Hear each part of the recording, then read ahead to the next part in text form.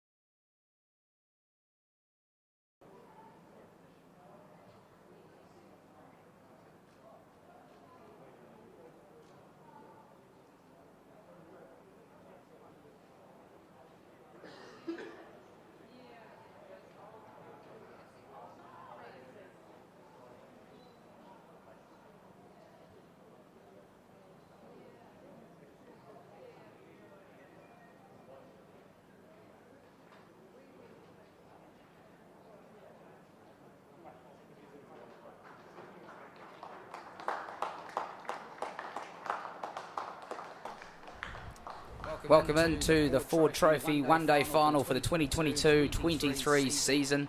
Sunny skies here at Napier's McLean Park, where we have Canterbury, who have won the toss and they have elected to bat first. This has, of course, been a rearranged match after the cyclone affected the Hawke's Bay region, and of course this is a fundraiser as well.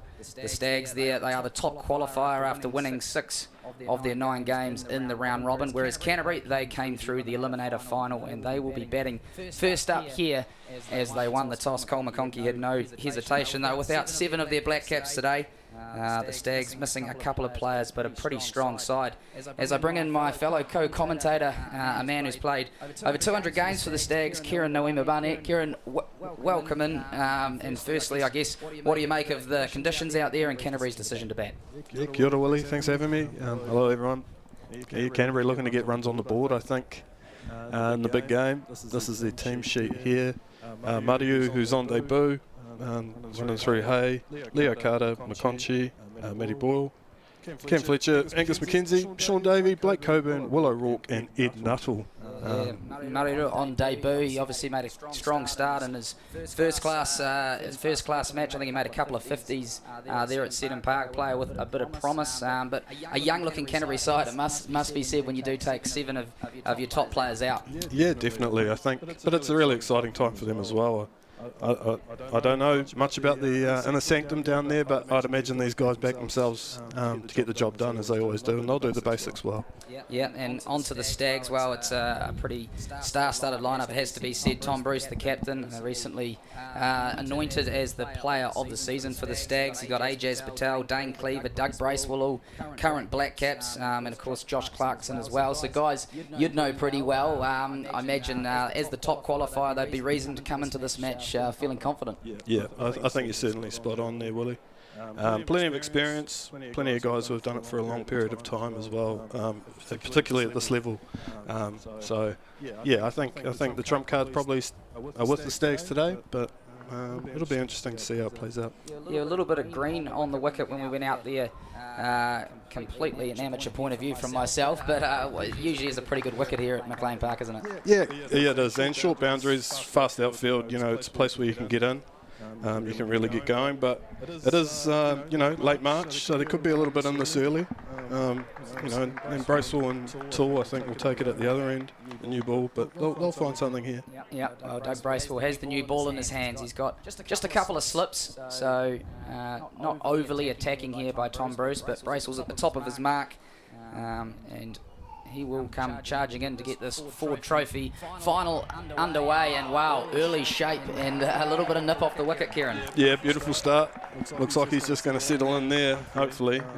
But yeah, it'll be a tough examination for the youngster on debut. The pressure of a final underway, and wow, early shape. Yeah, and this will be a tough examination with one of the better new ball bowlers in the country. Starting up fresh. Yeah, well, Maru on debut, Mitch Hay as well, fairly new to the professional scene, and they've got a big job on their hands today, coming up against Doug Bracewell, who recalled to the Black Caps, and wow, he's right back in that zone there. Dane Cleaver, the keeper, taking it.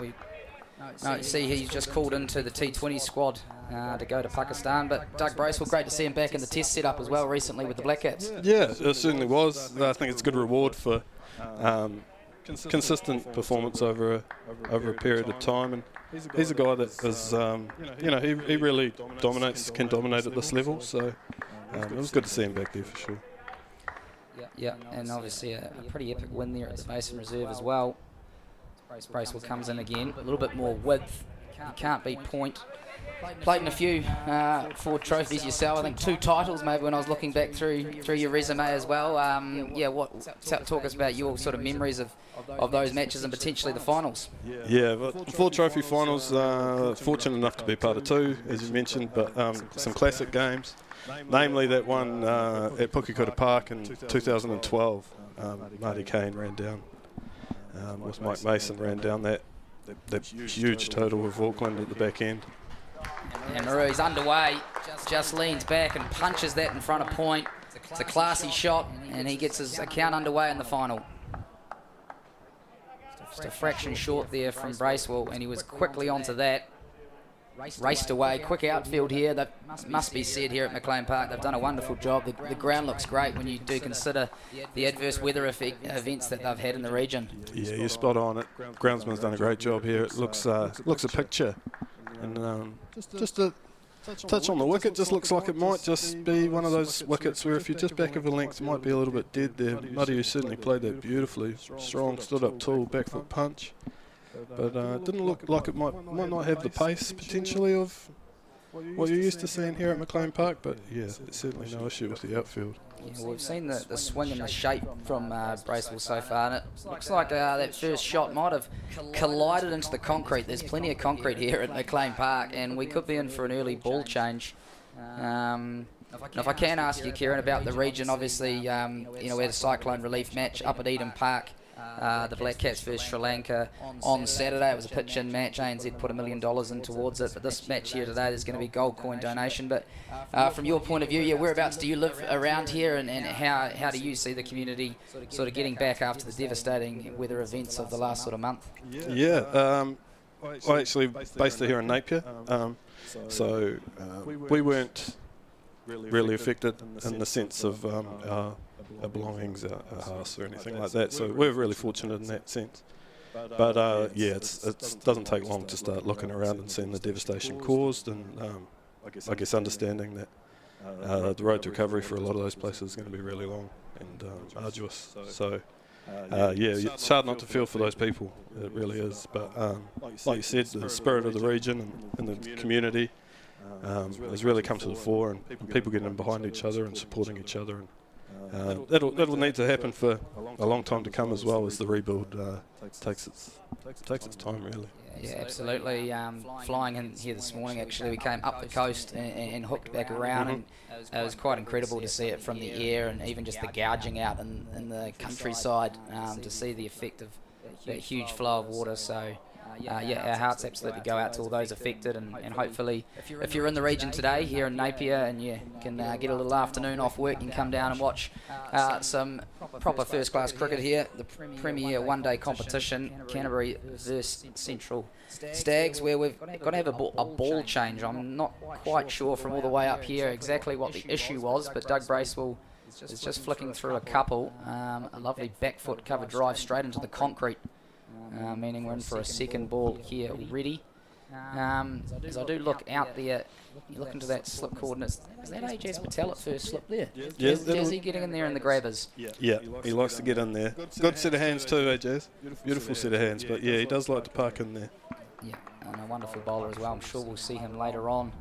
Two spinners the Stags have got in their lineup. As Brace will come in again and right on the money as that squirts out to point. You might be quite right around that length, trying to hit the top of the stumps rather than just back of the length. Stags have got potentially just lose a bit of pace. Brace will come in again. That's right. About there is where you want to be, top of those stumps. But you know, Doug's an experienced campaigner. He knows what he's doing. He'll find that spot. Yeah. Former flatmate of yours, was he, or you lived when you came up here? Yep. Yeah, we did. It was early doors, but yeah, it was good. It was good to catch. That one's wide, and he'll run it down to third man. That'll end the first over. There's 6 runs from it. 5 runs from it, rather. Make sure I keep my maths right. Canterbury, after winning the toss and having a bat, 5 without loss after the first over. Yeah, tell us about your sort of cricketing career. Obviously, I think you're from Dunedin originally. You played for Otago, but then you made the move up here where you came across the likes of Dougie Bracewell and these boys. Yeah, that's right. I grew up in Dunedin, came through there, and then my parents actually moved away to Palmerston North, and then I came through to Napier. And it was played 2020 for Otago, but couldn't crack into their other squads at the time. So yeah, came up here and looked for different opportunities, and worked out really well. Actually, it was a good move. But yeah, I've really enjoyed my time with the Stags, and then obviously living in Hawke's Bay is nice as well. Yeah, pretty settled here now, and 3 children, is it? Keeping you busy? Yep. 3 children keeping me busy. Yeah, really fortunate, happy and healthy family, and yeah. But like you say, plenty of time, kept busy. Absolutely. Sorry, it looks like Small's going to start up at the other end with the new rock here, Willie. Yeah, a little bit of a change up there. expecting Ray Toole, but Kevin Small here. All the experience to take the new ball with Doug Bracewell. Yep. Just worked off the hip there from Mariu down to long leg for one. But yeah, interesting call, but obviously going to back Smalley here with a new ball, Yep. and hopefully he can get all the something experience out to of take the new ball. What are his skills do you think that they've opted to go with him up front? Oh, he'll look to swing the ball away. Worked off the hip there from Mariu down to long leg for one. Play. But yeah, interesting call, but it's a really good story for Bevan. Long road back after some pretty dark days with injuries. 2-3 seasons worth. But he's obviously made it back, and it's good to see him back out there and playing. And he's a good chance in the final. Yeah, Hay gets his first ball and bit of bounce there. Yeah, it looks like there could just be something with that new ball.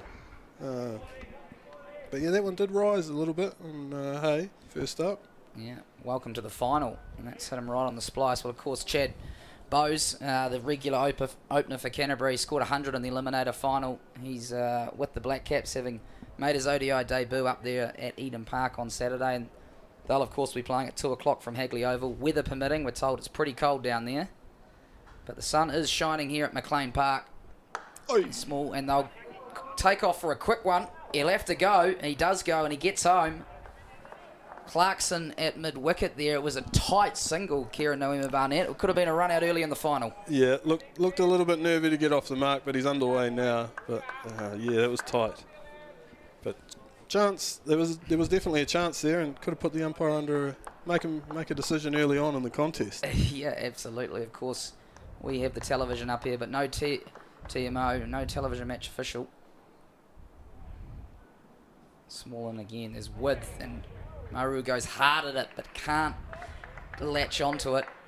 Pretty short square of the wicket as usual here at McLean Park, but we've been given the dimensions. It's 53 metres to that far boundary, so that's the short one, and coming back to us is 60 metres. It's 71 and 72 down the ground, so it's a square of the wicket ground when you want to score quickly, Kieran. Yep, definitely is, and it can be tough to contain when you mention those dimensions there. They can be on the short side, so protecting it can be quite difficult if someone gets going. You obviously captained the Stags for a few seasons. What was it like being a captain when you play out in the middle of McLean Park? Oh, it was a thing of dreams. Beautiful. It's beautiful. No, it's always good. It's an honour and a privilege to be able to captain a first-class team, and particularly Central Districts. So always love those times, and to do it here at McLean Park was always better.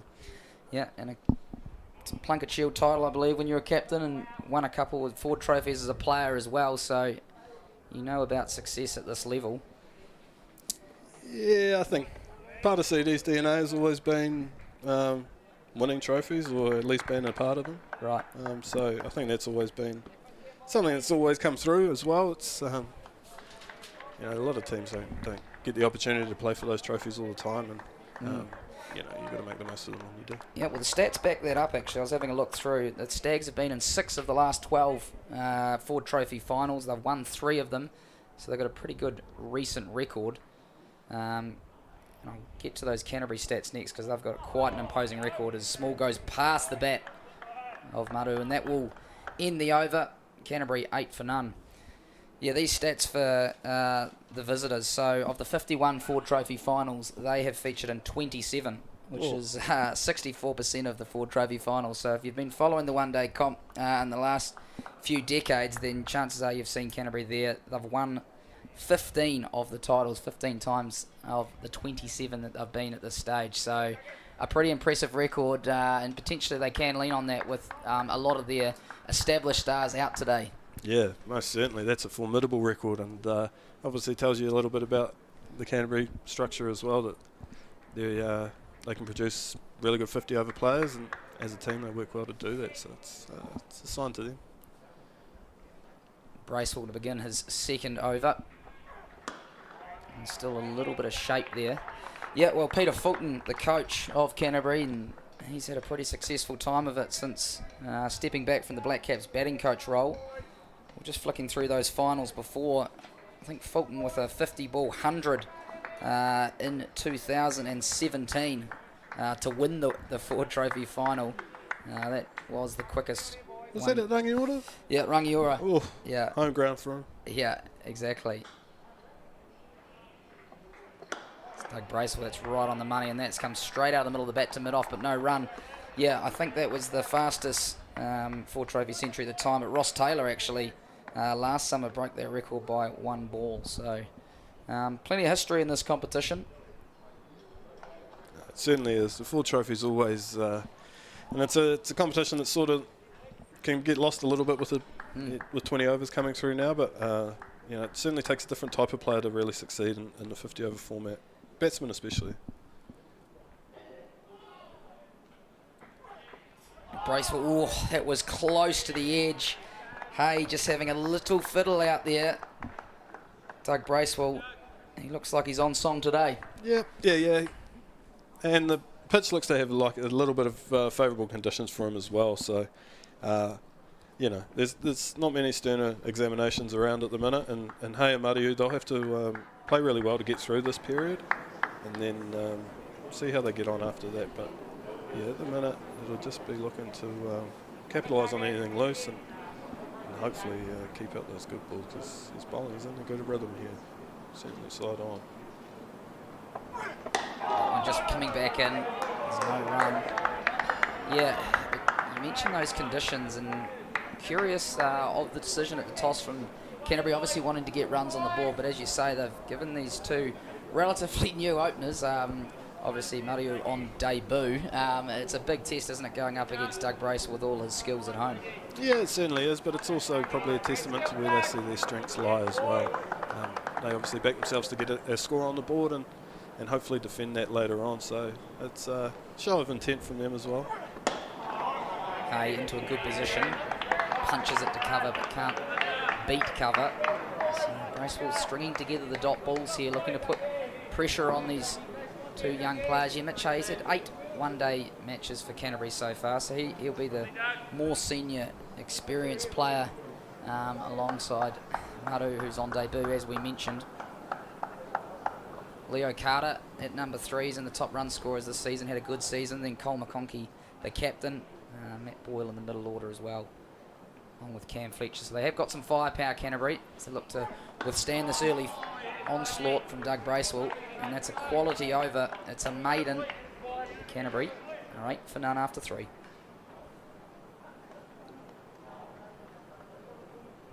Just looking through the lineups as well. Obviously 2 spinners with both sides, Ajaz Patel and Lennox with the Stags, and then Coburn and McConkey for Canterbury. Is that conditions, or is that sort of more of strength of the players that they've got in their lineups, do you think? Yeah, I think definitely probably in the CD side, that's 2 of their more effective bowlers in the format, so can certainly understand that. And then Coburn, I think, you know, for Canterbury, McConkey's a pretty reliable performer in all formats. You know what you're going to get with him, and then obviously see a little bit of X factor there potentially by giving Coburn a run, which will be good. Be good to see later on with the score on the board. And Bevan Small, he's opening up with his, and look at that, that's sort of a bit of pop going through straight past the stickers. Later on with the score on the board. I think you're spot on there, Willie. You did mention a little bit of tackiness underfoot. Look at that, that's sort of a bit of pop. Yeah, that one looks to have really taken off, but it's just, the good thing for Canterbury, I guess, is those balls are just heading past the outside edge at the minute, so you know, maybe they can just keep hanging in. We looked at the expression on Reece Maru's face, and it was one of a little bit of perplexed. This wicket is doing something, and again, this is a really good challenge for the young man on 4 trophy debut. Certainly is. Stern examination. But he looks like the guy that's sort of got that temperament about him, just to let it go. You know, he's like you say, he's started well in his first-class career so far. So I think he looks like a guy that will just let that go, and then hopefully he can just dig himself in. But he'll keep getting asked some pretty strong questions, I think, throughout this opening spell. St Andrews College old boy, Canterbury country player as well. And he's in behind that there. Yeah, do you sense it's a matter of weathering this early storm here, not wanting to give up wickets and lay that foundation for the rest of the order? Yeah, I think that's certainly what it looks like it will be, because, you know, providing you don't get too much bad bowling, I don't think there'll be too much ability to stroke make in these opening 10 overs. But like you say, if you can get through that and take a look at the next guy, and batting gets easier with time, obviously. And, these guys will give themselves a good chance. The small moves only Yeah, he's taken the new ball. We were expecting Ray to. Obviously, Brett Randall usually takes the new ball. I think he's the leading wicket taker. He is the leading wicket taker, joint with Michael Ray there from the Vaults. So he's out, obviously. Unfortunately, was concussed in the latest round of the Plunket Shield. So obviously gone with the experience of Bevan Small with the new ball here. But Ray Tall come in, potentially at one end afterwards. Yeah, I think you're spot on. I don't think there'll still be some swing there for when Ray comes on as well. And I think they're just taking a look with Smalley with the new rock, and he's bowled really well actually as well. There's Muddy who clips that one away. Yeah, rotating the strike going to be important for these openers as they try and get through this new ball period. And then of course the spinners as well. We know what Ajaz Patel can do. I think he's coming off a 6-wicket bag in the Plunket Shield recently, and Lennox as well, the Stags Super Smash Player of the Year. So they'll be looking to bring those guys in through the middle, I imagine, depending on how this up front goes. Yeah, that'll be a big part of the match, both sides, as those overs are spin. So we'll see how that pans out. Small's short, and Hay rips into the pull shot. He might just plug. Will it go all the way? It's going to be a chase on, out to the boundary. They won't cut it off. That's the first boundary for Mitch Hay. And as you mentioned before, Kieran, just slightly sticking in the pitch, the short ones, and that set up, and he had time to get through the shot and pop it over mid-wicket. Yeah, I think you're right there. I just don't think there's enough pace in that wicket to be too far back of a length, and Hay stood tall on that, and it was similar to Muddy's back foot punch earlier. Hit the ball on the top of the bounce, stood tall, and it certainly looks like if you're going to be tested, it'll be on that front foot, around the top of the stumps. It looks like a good length, the early doors. Yeah, well, 13 for none after 4 overs. The young Canterbury duo, after being asked to bat, first by their captain, Cole McConkey at the toss. And so far, so good. Just the 2 slips in there for Doug Bracewell as he prepares for his 3rd over.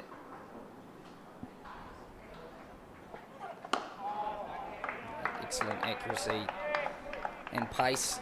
You would have seen Doug right through his career develop as a bowler. What sort of qualities does he bring to the Stags lineup? Oh yeah, it was particularly with the ball. He's reliable. He's consistent. He's always there or thereabouts, and he's a guy that challenges the bat, asks questions all the time of the batsman. That's certainly, but his batting's underrated.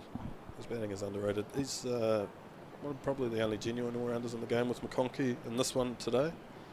But he can certainly get going at the back end, which is always well, that one's too straight, and it's whipped away by Mariu.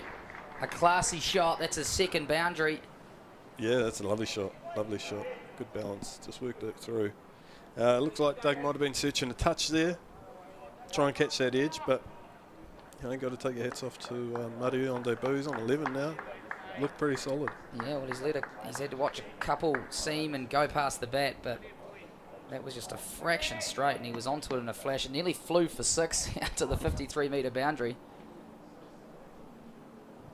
This brace was in again. This one's up, and that's the outside edge. Flies through that vacant gully region. If you were the Stags captain, just a couple of slips, or would you be thinking about a gully or another man out in that area? Yeah, I'm not too sure. I think it's always difficult nowadays. It's easy up here. It is, and it's always difficult to know how hard you need to go with a new ball or things like that. I think the most part is they're still creating chances. And, like I say, hopefully one can go to hand, whether it's gully or second slip. It's always difficult, but yeah, it's... Tom Bruce at 2nd slip there? Yeah, he'll be there, and then there's obviously that big gap down to 3rd man where he just picked up that single. So.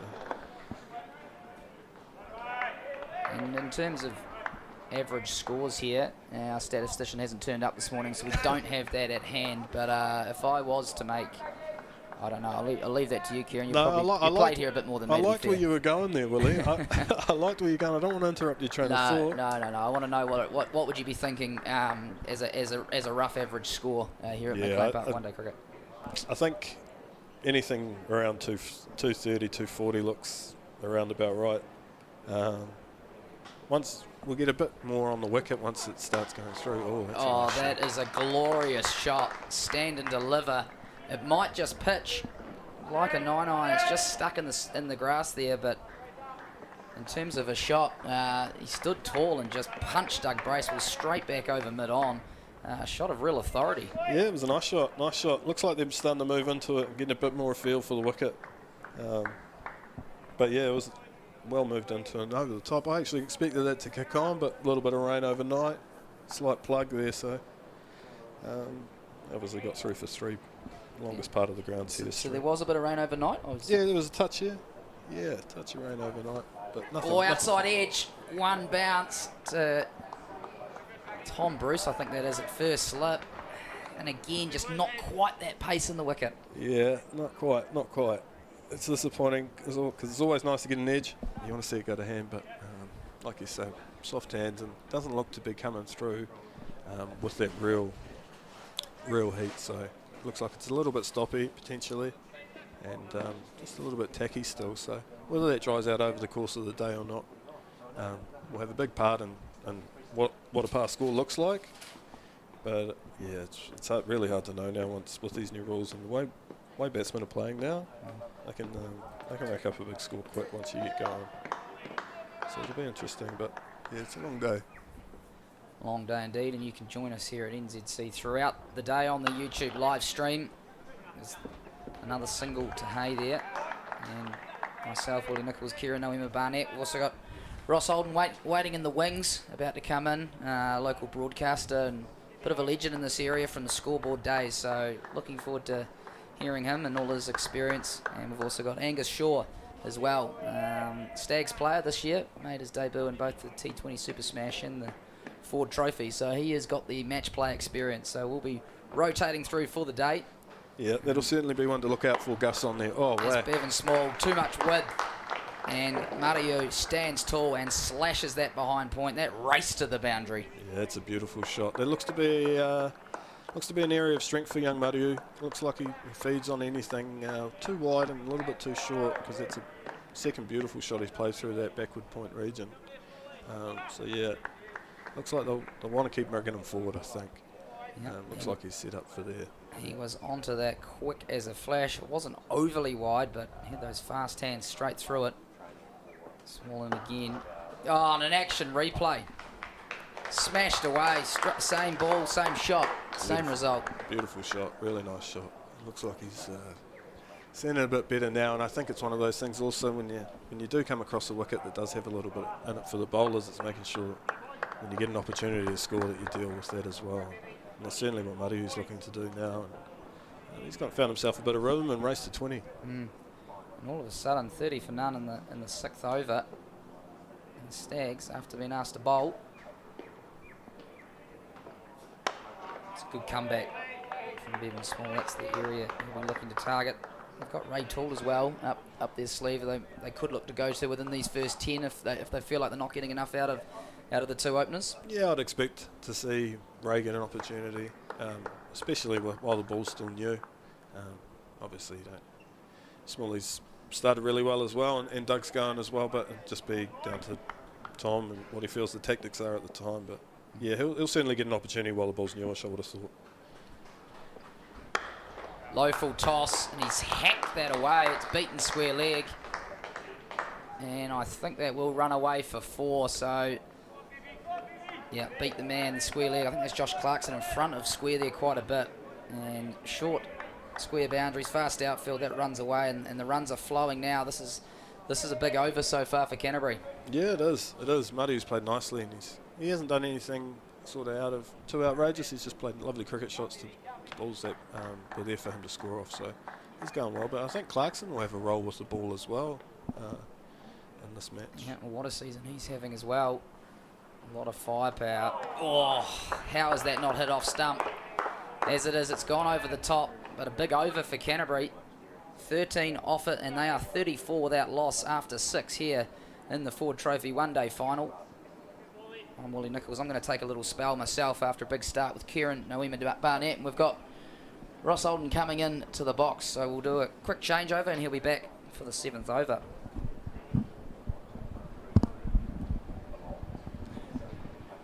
Thanks, Willie.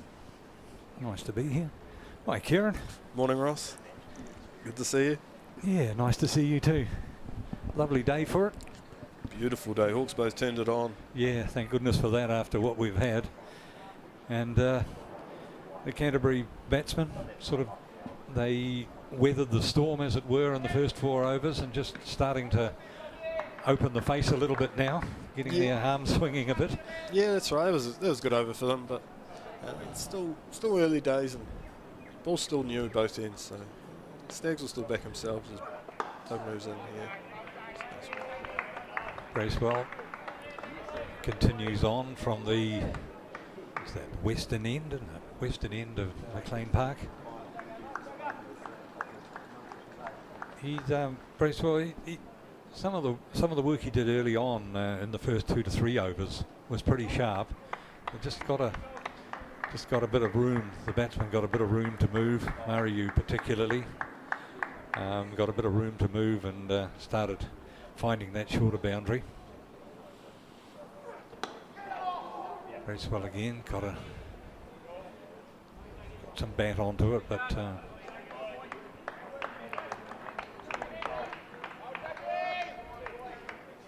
yeah, the Stags will just be looking in this period, I think, just to try and keep things, make sure they're playing good cricket shots to score.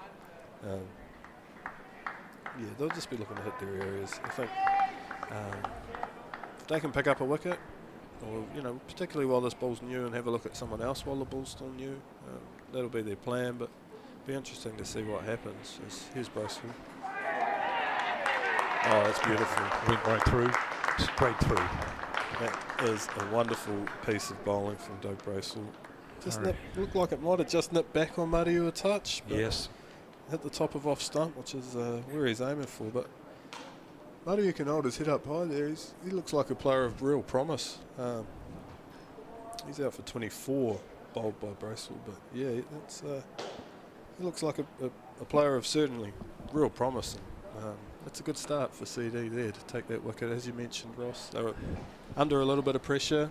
Canterbury on a bit of momentum there, but managed to come back into it nicely. And it's always good to pick up an early wicket, get on the board. It was just starting to creep a bit, wasn't it? At just 6 overs, 35 runs, just starting to get out towards that 6 runs and over mark. CD really did need to put the brakes on, and getting that wicket of Mariu will certainly help them put the brakes on a little bit. Yeah, and he did majority of the scoring as well. So he's out for 24, and that leaves Hay and 10 as the more senior man at the crease at the minute. And 24 off 25 balls, so his strike rate was pretty good. Yeah, he played nicely. He certainly looks like a player with real promise for the future.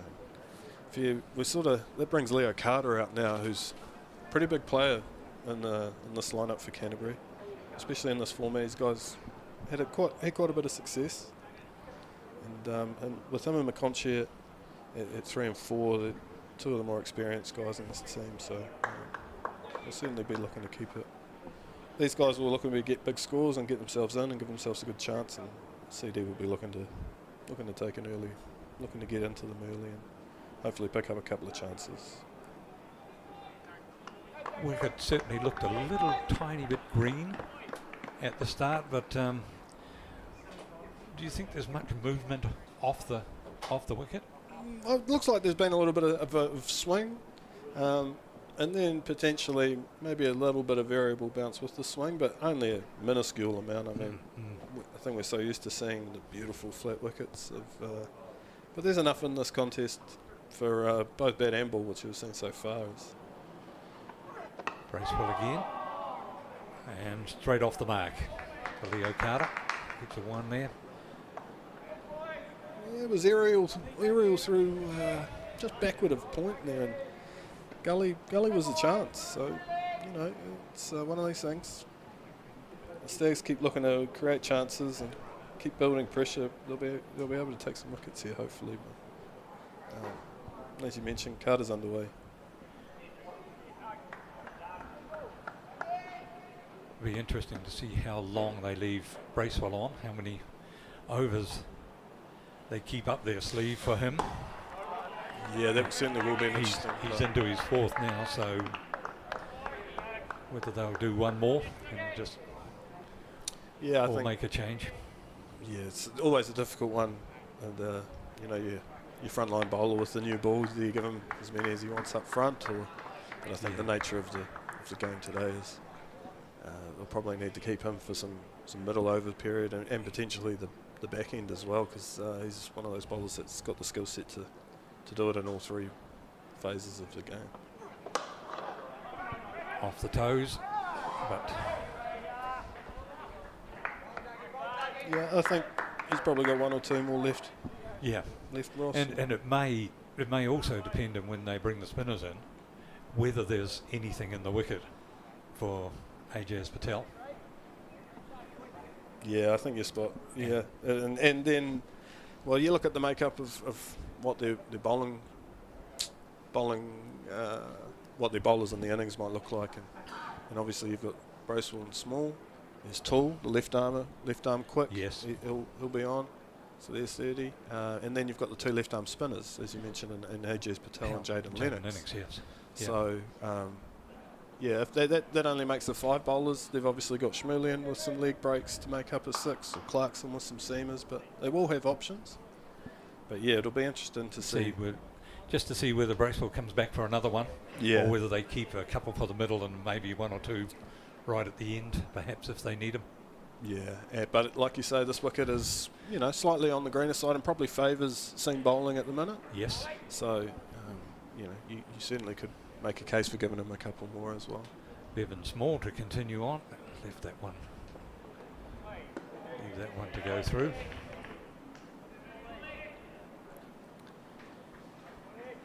He's bowled all right, Bevan. They just got taken to in that last over a little bit. Yeah, it can happen. It can happen. Just a couple of bad balls and some good shots. And it's not that they were particularly bad. It was just that they just gave the batsmen enough room to free their arms. Yeah, I think that's probably the key thing. And particularly with that short boundary. Yeah, it certainly doesn't look like a wicket you want to be short on. So Carter looks to get on the pull shot. Yeah. Back of a length ball there. So he looks like he's wanting to sit back there as well and hopefully capitalise on anything that is short and is sitting up a little bit. But, as a player, that's generally where he looks to score as well. But yeah, he's had a lot of success in a pretty successful season, I think, again. So he's one of those run scorers that Canterbury seem to always have.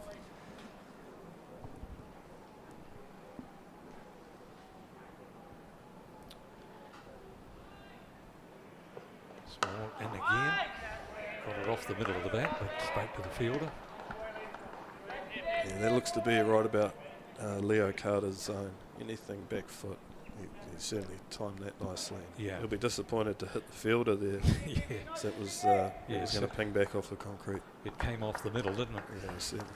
No doubt about that. Beautiful acoustics here at Crane Park. Yeah.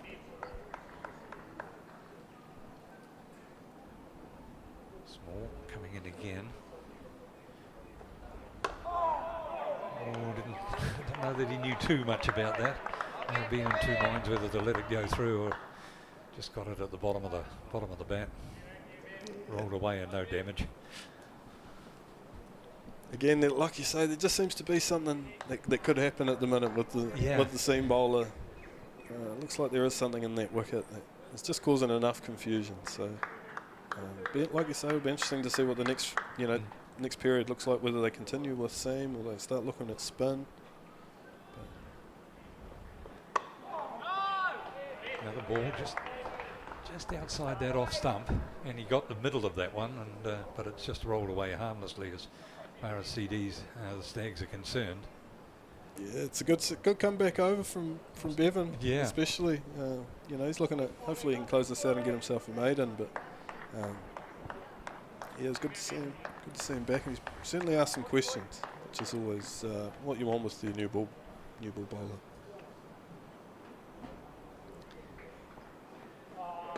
Leaves that one through, and that's a very good over from Small, maiden over. And thank you, Kieran. We'll see you back again shortly. Well done. Thank you, Ross. And Hawke's Bay captain Angus Shaw to come put on the microphone. Morning, Angus. Good morning, Ross. Nice to see you here, mate. Beautiful day, isn't it? Yeah. Napier. 22 degrees. Wind blowing from Bracewell's end, the Rodney Green stand, but not too hard, and it's lovely. Yeah, plenty of blue sky around. Just a little bit of cloud about, but not threatening in any way. We should get through the whole match here without any rain delays of any sort, I would think. Good to see after the floods, you know. Yeah, indeed.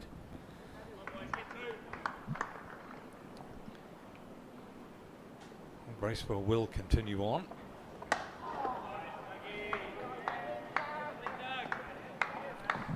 Okay. To Hay, Mitch Hay now, and gets a bit of that bat, but straight to the fielder again. I think Canterbury will be very happy with the start. The pitches, you know, it had a green tinge, and the two openers there, they got off to a flyer, so I think they'll be very happy.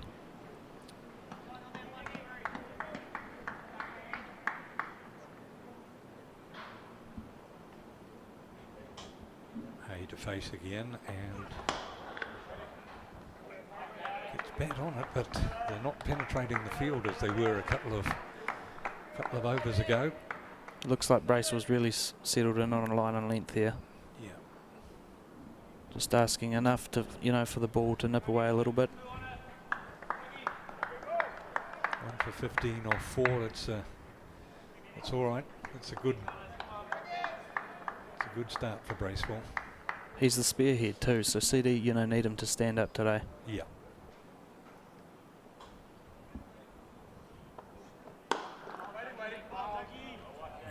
Getting back, he's getting back to ball, but he's picking out the fielders very nicely. It looked like Bracewell rolled his fingers over that one too, so that's probably the first slower ball we've seen today, and you know, it looked like it did just hold a little bit in the surface. It's the unknown with, you know, McLean Park. They haven't played here since January, so just sort of settling in on the wicket and seeing what it's like. Yeah.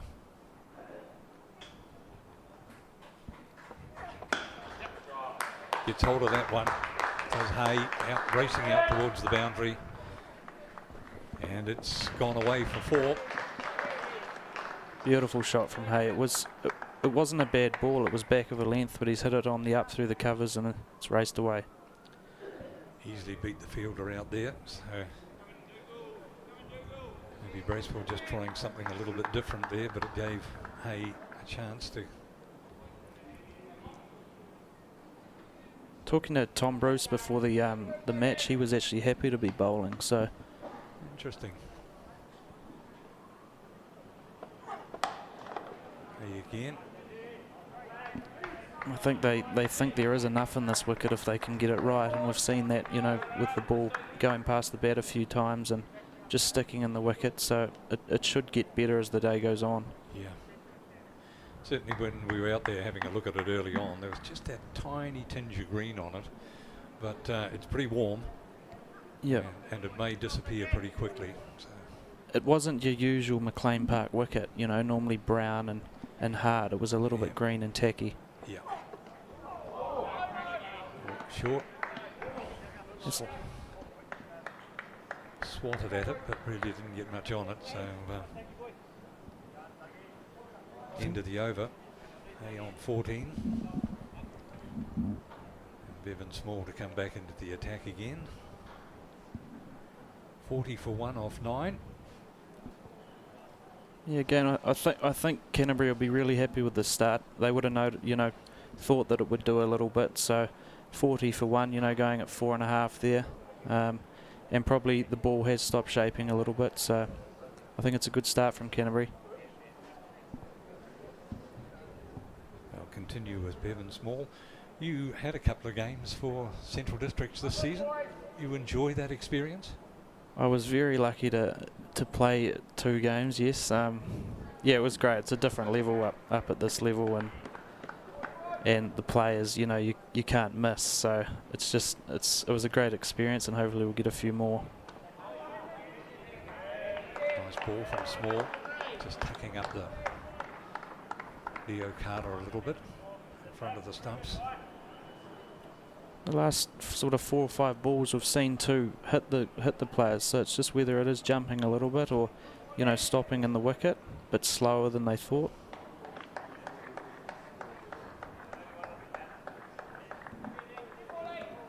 Still getting his eye on a bit. Faced 8, just with the 1 run to show for it so far. Lets that one go through. It's a good area from Small. Yeah, Carter one off 10 now, so he's just still trying to find his eye there. Small just trying to nip one away and potentially get an edge.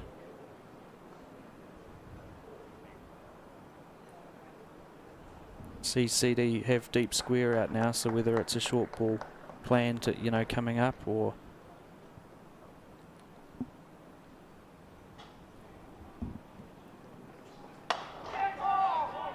plays it back past the bowler, racing away towards the boundary, and it's going to be too good. it's just Nice stuck shot. in the wicket again, didn't it? Just gave him that tiny little bit of time Yeah, to it's play the shot. probably unlucky. He hasn't got one there, Small. He's just chipping away, and it's gone in the air. Straight back, virtually straight back over his head, over the bowler's head, and it really raced away to the boundary. So Carter on to 5. Ooh, a play and a miss. It's better from Bevan Small. Yeah, but he's really dialed in here, trying to take an edge.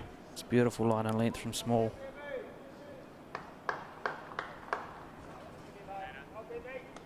Which format of the game did you play for? I played a Same. Super Smash game and a Ford Trophy, so Your favourite? Super Smash? I'm a big T20 fan. Love hitting the ball. Nice.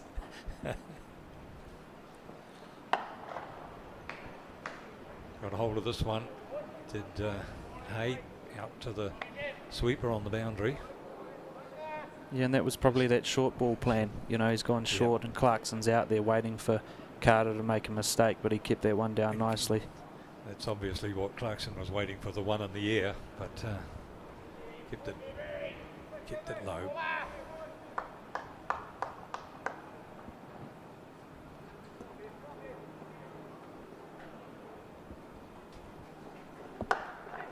Ooh, he's got hold of this one, and that's gone racing out towards the boundary. It's stopped just short. Well fielded.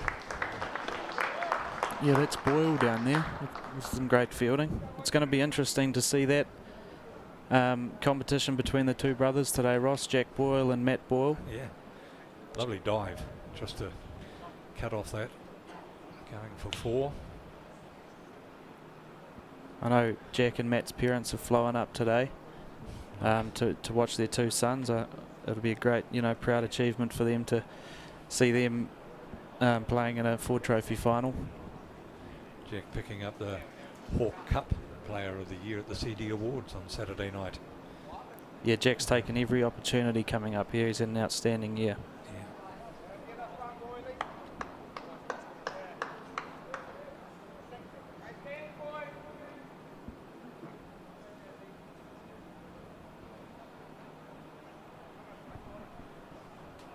Bowling change here. Ajaz Patel going to roll his arm over.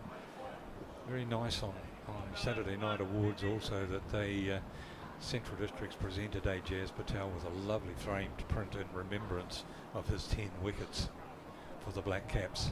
It's taken them a long time to actually find a spot where they could do the presentation, but it was a lovely moment for Ajaz to get that award in remembrance of a magical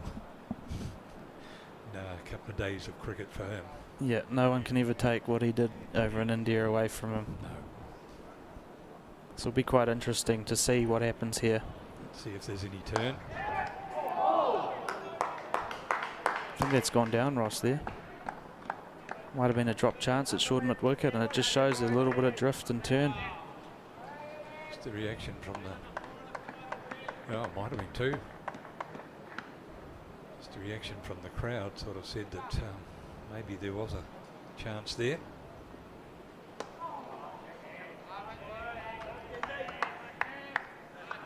Nice line and length. Just shows straight away with those first 2 balls there, just Patel just changing his pace. Che being circumspect here, moves, uses the feet and goes for a big hit, and gets 4 runs for his with the shot. Yeah, I don't think Canterbury will want to let Ajaz settle, and that's, you know, they can stop that by using their feet and moving in the crease. So that's well played by Hay. 50 runs up for Canterbury, 52 for 1 off 10.3. So the run rates for early on is pretty good.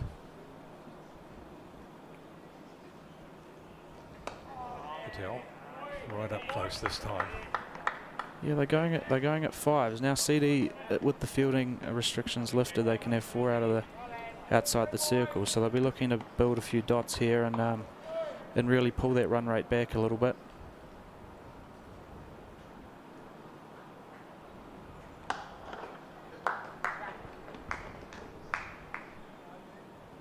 The fielder get a single for the shot. Yeah, nicely played by Hay again. Just trying to use their feet to take Ajaz off his line and length.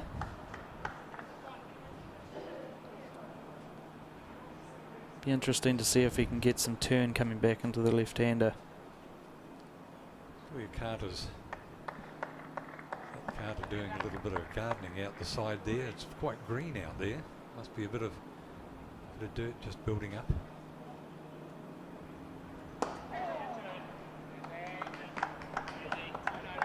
Straight to the fielder. No run there. It's first over from Ajaz Patel. Yeah, I noticed when the bowlers were doing their run-ups pre-game, there was a lot of old, you know, dead grass coming up, and they were getting rid of it so they didn't slip. So I wonder if the footholds from the bowlers early on is just causing a bit of trouble. Maybe. It was just a funny line for them to be removing grass patches or little bits of loose dirt.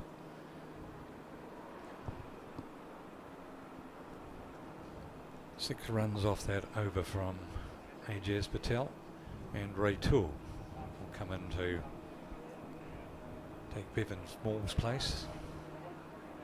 This will be interesting to see how the left armer goes here. He's had an outstanding red ball season, Ray Toole. He's picked up plenty of wickets.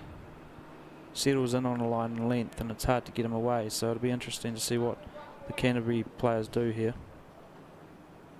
He'll enjoy bowling to the left-hander too. He'll take it away from him. So.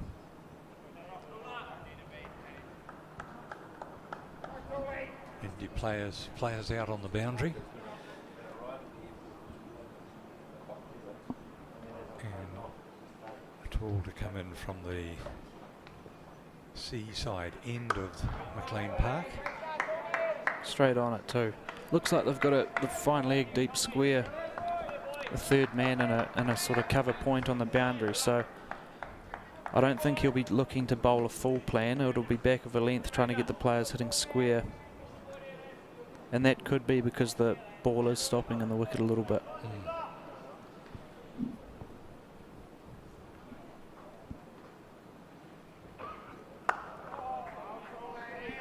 It's bet onto it, but straight to the fielder. Again, short of a length there and just sticking, wasn't it? Yeah, I don't know. He'd want to be a bit careful about bowling that short out there. Once Carter gets his eye in, if too many go out there. Yep, Carter. There's an opportunity. He's in the top 10 run scorers for the Ford Trophy too, so he's had a very good season.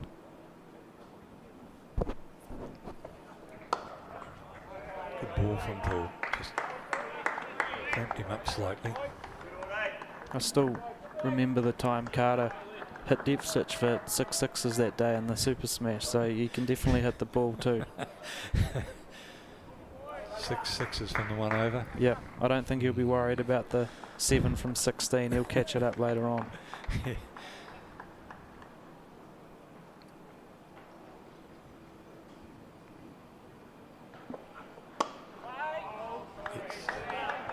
Good line from Toole, just staying outside that off stump, and left-hander.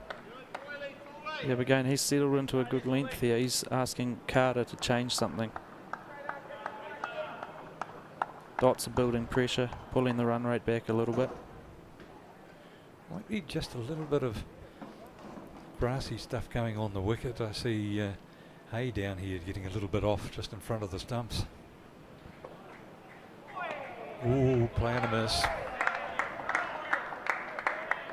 Ball's got that line pretty right just at the moment in his first 4 or 5 balls. Still a bit of shape there outside the line of the off stump.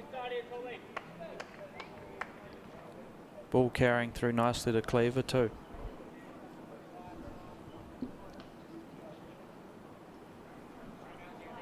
See, they've pushed deep, long on back and brought Small up to short fine leg for this ball.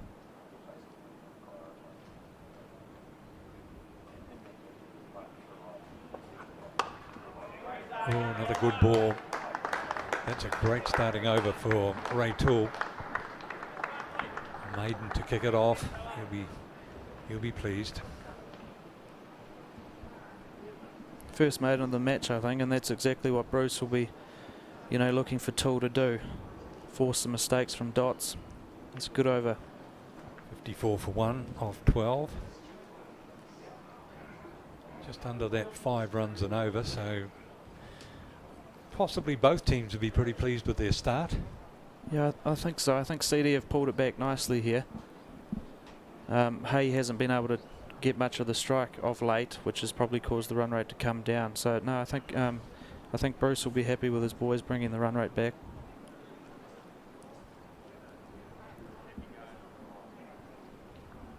May have another change of bowling. Still Patel. Just pushing the fielders back a little bit here, I think.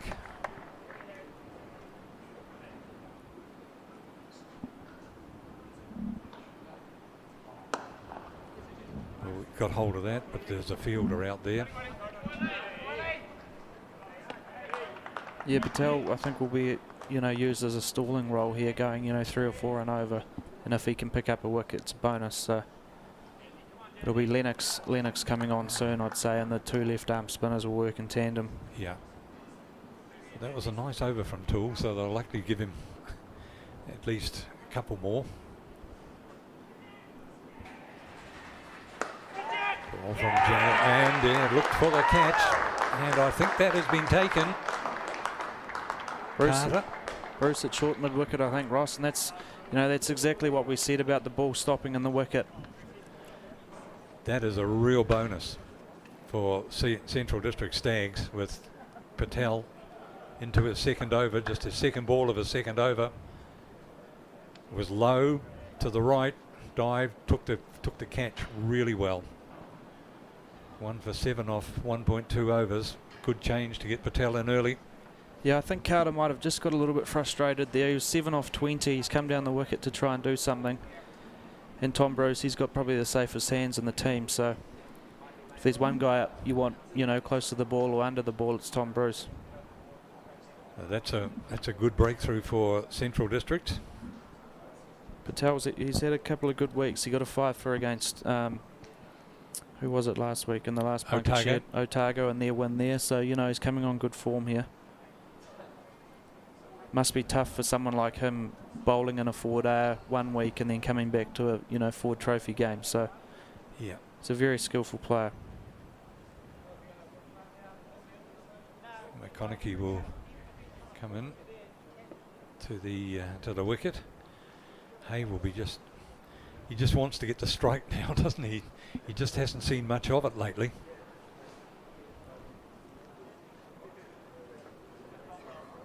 Yeah, this is a big wicket for CD with McConaughey just, you know, making the New Zealand side and Hay and the A side. So this is a big partnership here.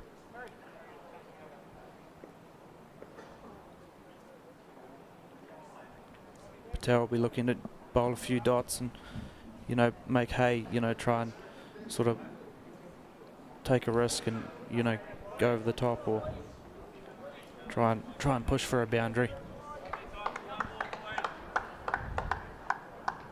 Sun shining beautifully here at McLean Park now. A lot of that cloud is burnt off, so the wind is picking up from the Rodney Green stand end. Yes, it is. That tree's starting to blow around a little bit out the back. And that's the end that Patel is bowling from now. Off the mark. Yeah, I think Patel will be a little bit disappointed with that first ball, and he's just dragged it a bit short, and it's too easy for McConchy. Yeah, look at the shot of the palm trees at the other end. Yeah, that wind certainly has picked up. There's no doubt about that. Now Hay to face Patel.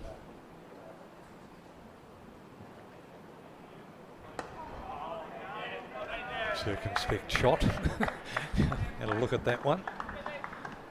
He's just changing his pace again. Patel is very slow. That he's ranging from sort of 75 to right up to 90k here.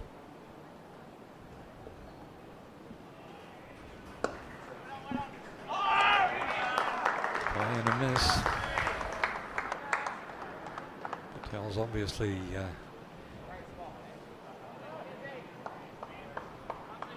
oh, he did get hold of that one, sorry. Straight to the fielder.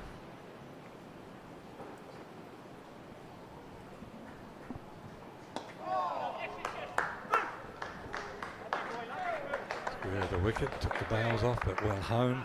Yeah, quick single there. Single. Nice. Good over from Patel there. Took the wicket. Took the wicket. Created a bit of pressure. 2 overs, 1 for 9 for Patel. And Ray Toole comes in, of course, bowled 1 over and was the maiden first up for him.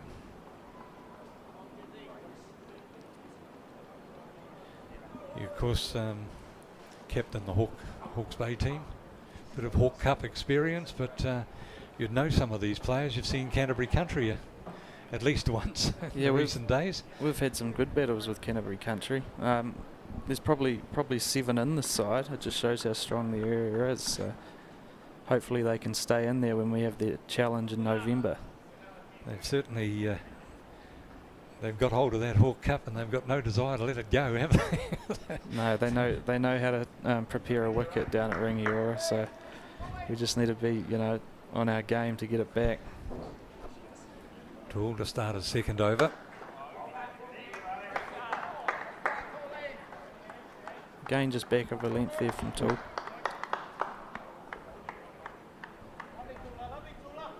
With the deep square and fine leg there and a deep cover point, so he is trying to bowl back of a length.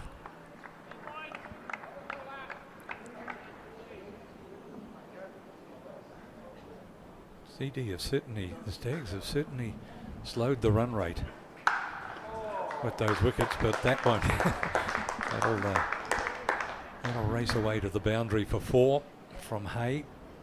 I think that's the problem with what Toole's doing here. He is bowling short and it's sticking, so I think it is quite easy to go more mid-wicket, which Hay has done there. It's a beautiful shot. That has just raced away to the boundary, hasn't it? He hasn't seen a lot of strike, but when he has, he's really put them away here. 28 from 34, good strike rate for Hay. That's better from Toole's point of view. Right up onto the little stump.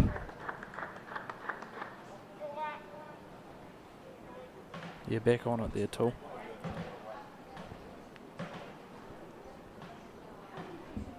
What are your thoughts on a good score, given the short boundary, 53-metre boundary? Yeah, it's a tough one. I think anywhere near 300's a good score. Toole again, over the top, onto the ground. That'll race away.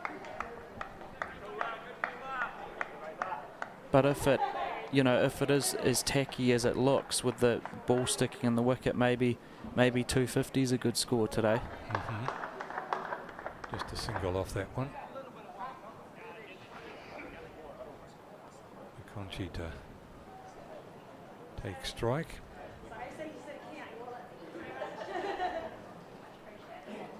There's Clarkson out there at deep cover point there. He's had a very good season, Clarkson, white ball season. So he'll be looking, to get a few more runs today. Ball again. McConchy playing missing. Outside the off stump. Toole will be happy with that one. It does look like it's hard to get in on this wicket. Yeah. The guys that have come in have just, taken a few balls, played and missed, whereas Hayes settled now. So, that does bring that projected score back a little bit, and what, Canterbury are happy with defending. Hayes looks like he'll be the rock here. He's going to run out of this one. That's a beautiful shot down the ground from Hay. On drive down the ground for 4, and the fielder had no chance there. I think it was McLean chasing it. He's had a very good season too, hasn't he, Brad McLean? He is. He's second on the run charts for Ford Trophy. Hay on 29 and McConchy on 5.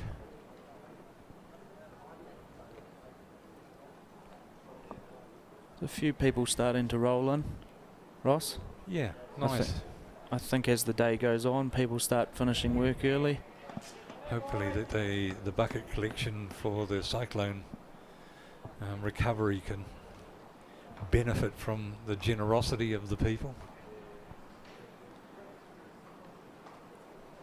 Just on that 5 runs and over, just below 5 runs and over for Canterbury. Patel resumes. Well, there's a bit of turn there. That'll encourage Canterbury batting first with the 2 spinners they're playing.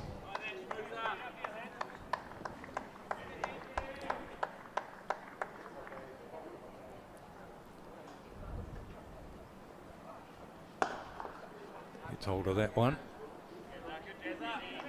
Out towards the boundary, but fielder out there and just gets the single.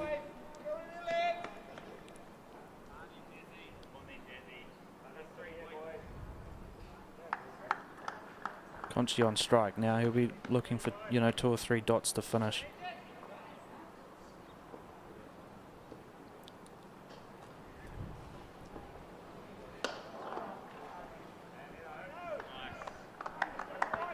Here's one down to mid-on.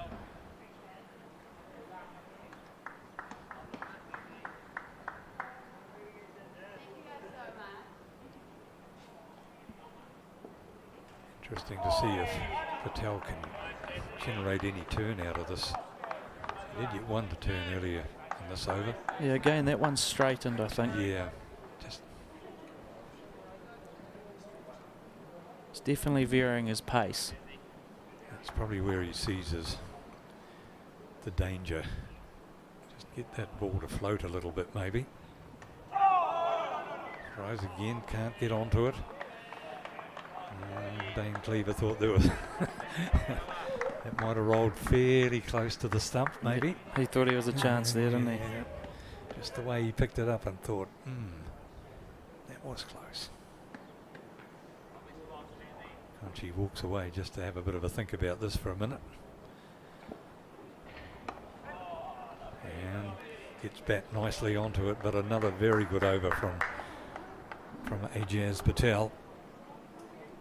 3 overs and 1 for 10. Game's changed a little bit here, I think, in the last 5 overs. The Stags have definitely brought it back, and it won't be long until Lennox comes on, I'd say.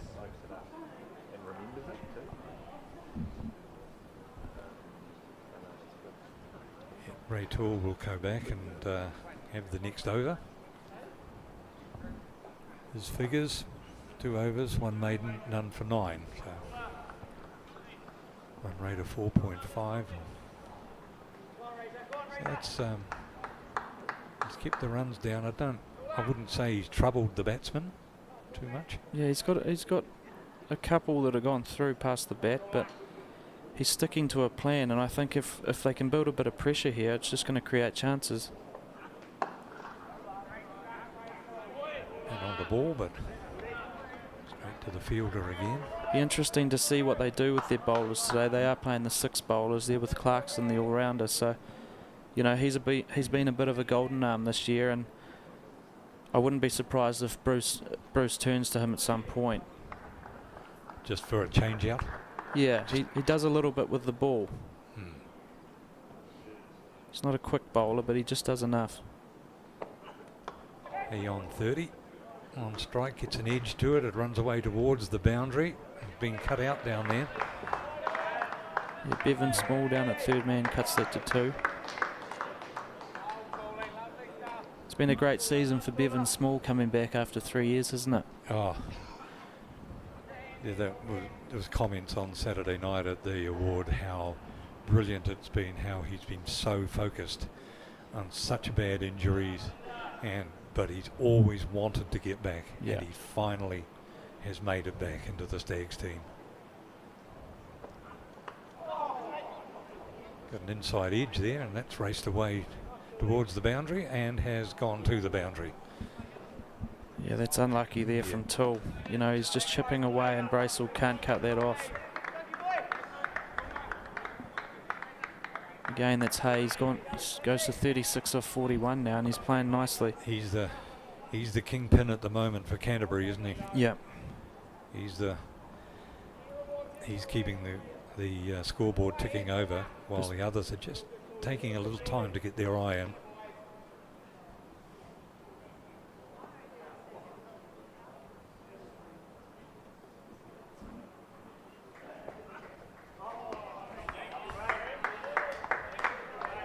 Outside that off stump, but I think Hay have decided that was pretty wide anyway.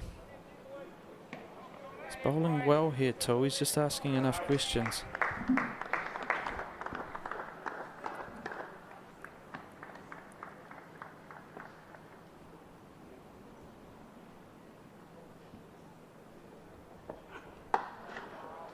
Told her that one. Straight to the fielder and just get the single.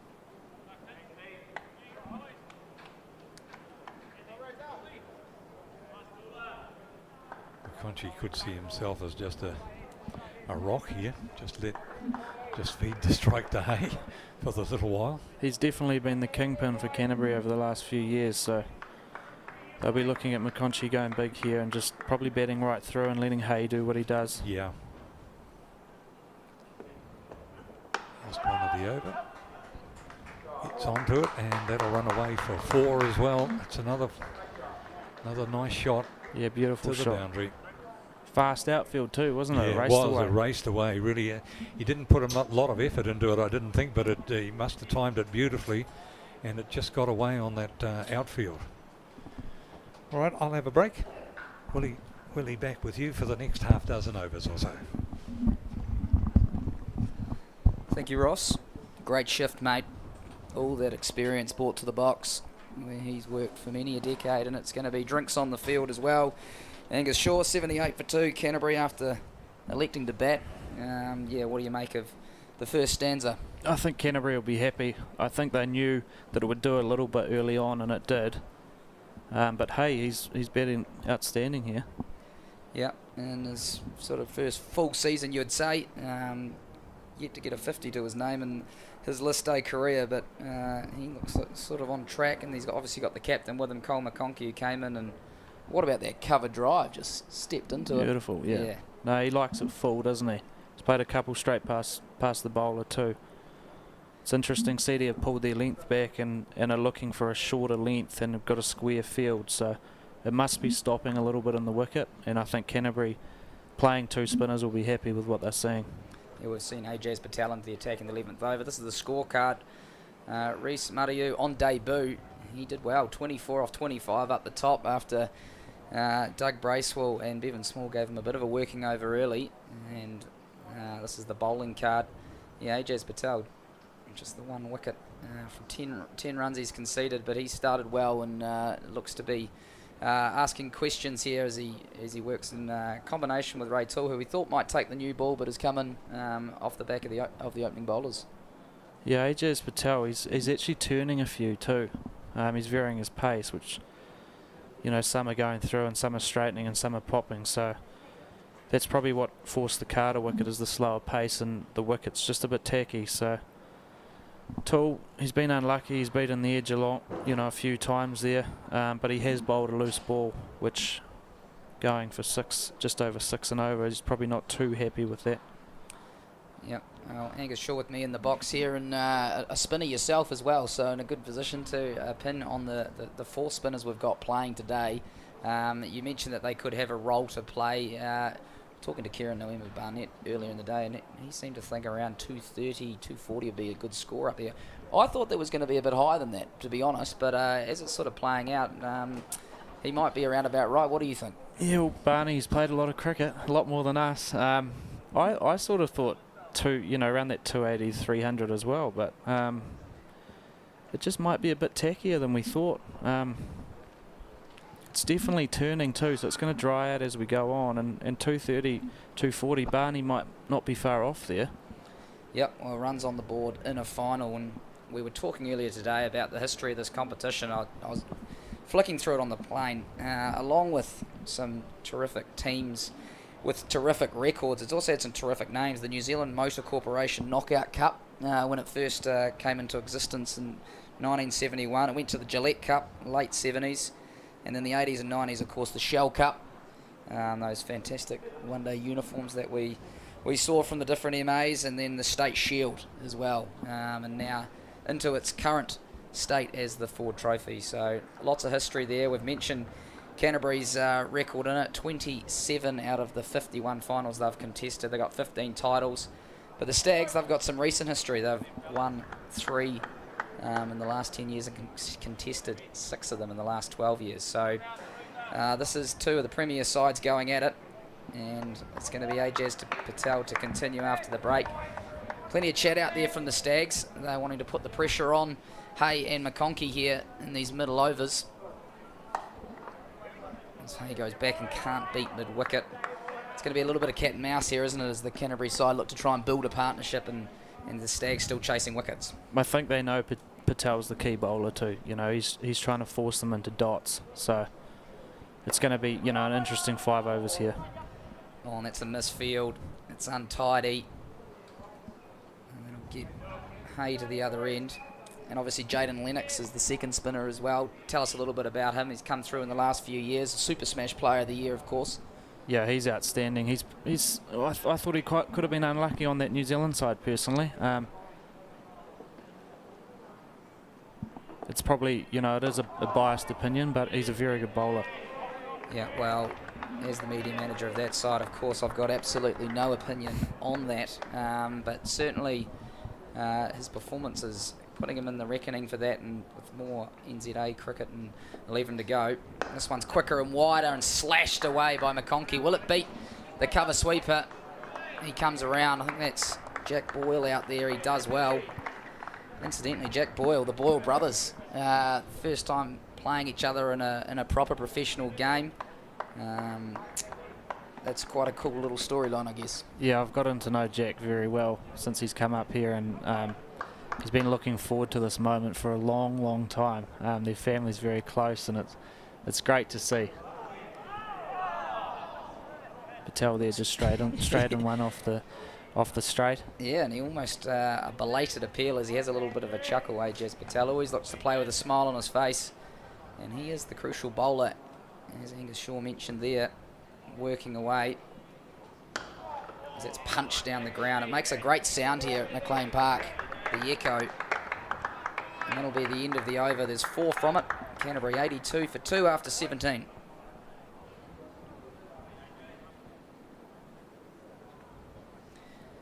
Yeah, Jack Boyle, his first century just recently in the Plunket Shield. First century for the Stags. Obviously had one for Canterbury. He moved up for more playing opportunities, and that's what he's got, and it's been a bit of a success story. Yeah, he's done very well playing with him for Hawke's Bay when he first came up here. He didn't take long to make that side, and with the 300s, it didn't take long for him to get an opportunity. And since he's been up here, he's been outstanding, and getting a first crack in the first class side last week and getting that 100. It just shows the class of him, and potentially the move's been the best thing he could have ever done. Yeah, well, let's talk about a little bit of the Hawke Cup. You're obviously the Hawke's Bay captain. Most caps for them as well, did I hear? Yeah, a few games. Lucky enough to play a few games, yeah. Which, born Hawke's Bay, proud Hawke's Bay. It's a huge honour to sort of represent those provinces, and apart from, you know, first class cricket, it's what you dream of doing. Yeah, Angus Shaw joining us in the box here today. We're lucky enough, knows a lot of these players. And in terms of the Hawke Cup Challenge, obviously weather events, I guess, have inhibited your guys. What's the state? When do you get your next challenge? Of course, Canterbury country, the holders, and they've had it for a while. Yeah, the last couple of years we had to play Canterbury in November last season due to COVID, and this time it's going to get changed to November again due to the floods. So it's just creating a bit of an enemy between us, and it's good. So we're probably we're playing good cricket, and the two better sides at the moment, and it's always a good contest. So looking forward to it. The Hawke Cup still a breeding ground for first class cricketers, as Jack Boyle coming through there proves. Absolutely, and even Maru there. We played him earlier in the year, and he's a class player from what it looks. It's good to see as Ray Toole continues. He's coming around the wicket, no slips in place, so he's looking to attack the stumps, and that angles back. McConkey can't beat the wicket. Good piece of work there. Just changing his plan, Toole, coming around the wicket, isn't he? Just trying something else. He's obviously seen something there. Him and Bruce or Cleaver might have seen McConkey doing something, falling over or something like that, so they're just trying something. Yeah, well, it's an important partnership, this one, as they look to continue to press for a good first innings total. Cole McConkey surprised a few by winning the toss and having a bat, wanted runs on the board. There was a school of thought that they might have looked to bold with that green tinge. Yeah, big left armour coming around the wicket. Quite a dramatic sort of scene, isn't it? It's bowling for dots here as much as trying to make a breakthrough. It looks like he's going quite wide of the crease, isn't he? So there's a lot of angle into it.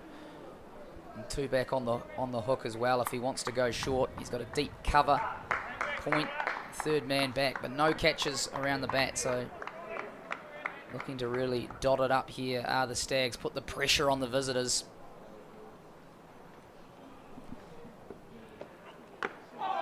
And as you can see, it's awkward out there for Captain Cole McConkey.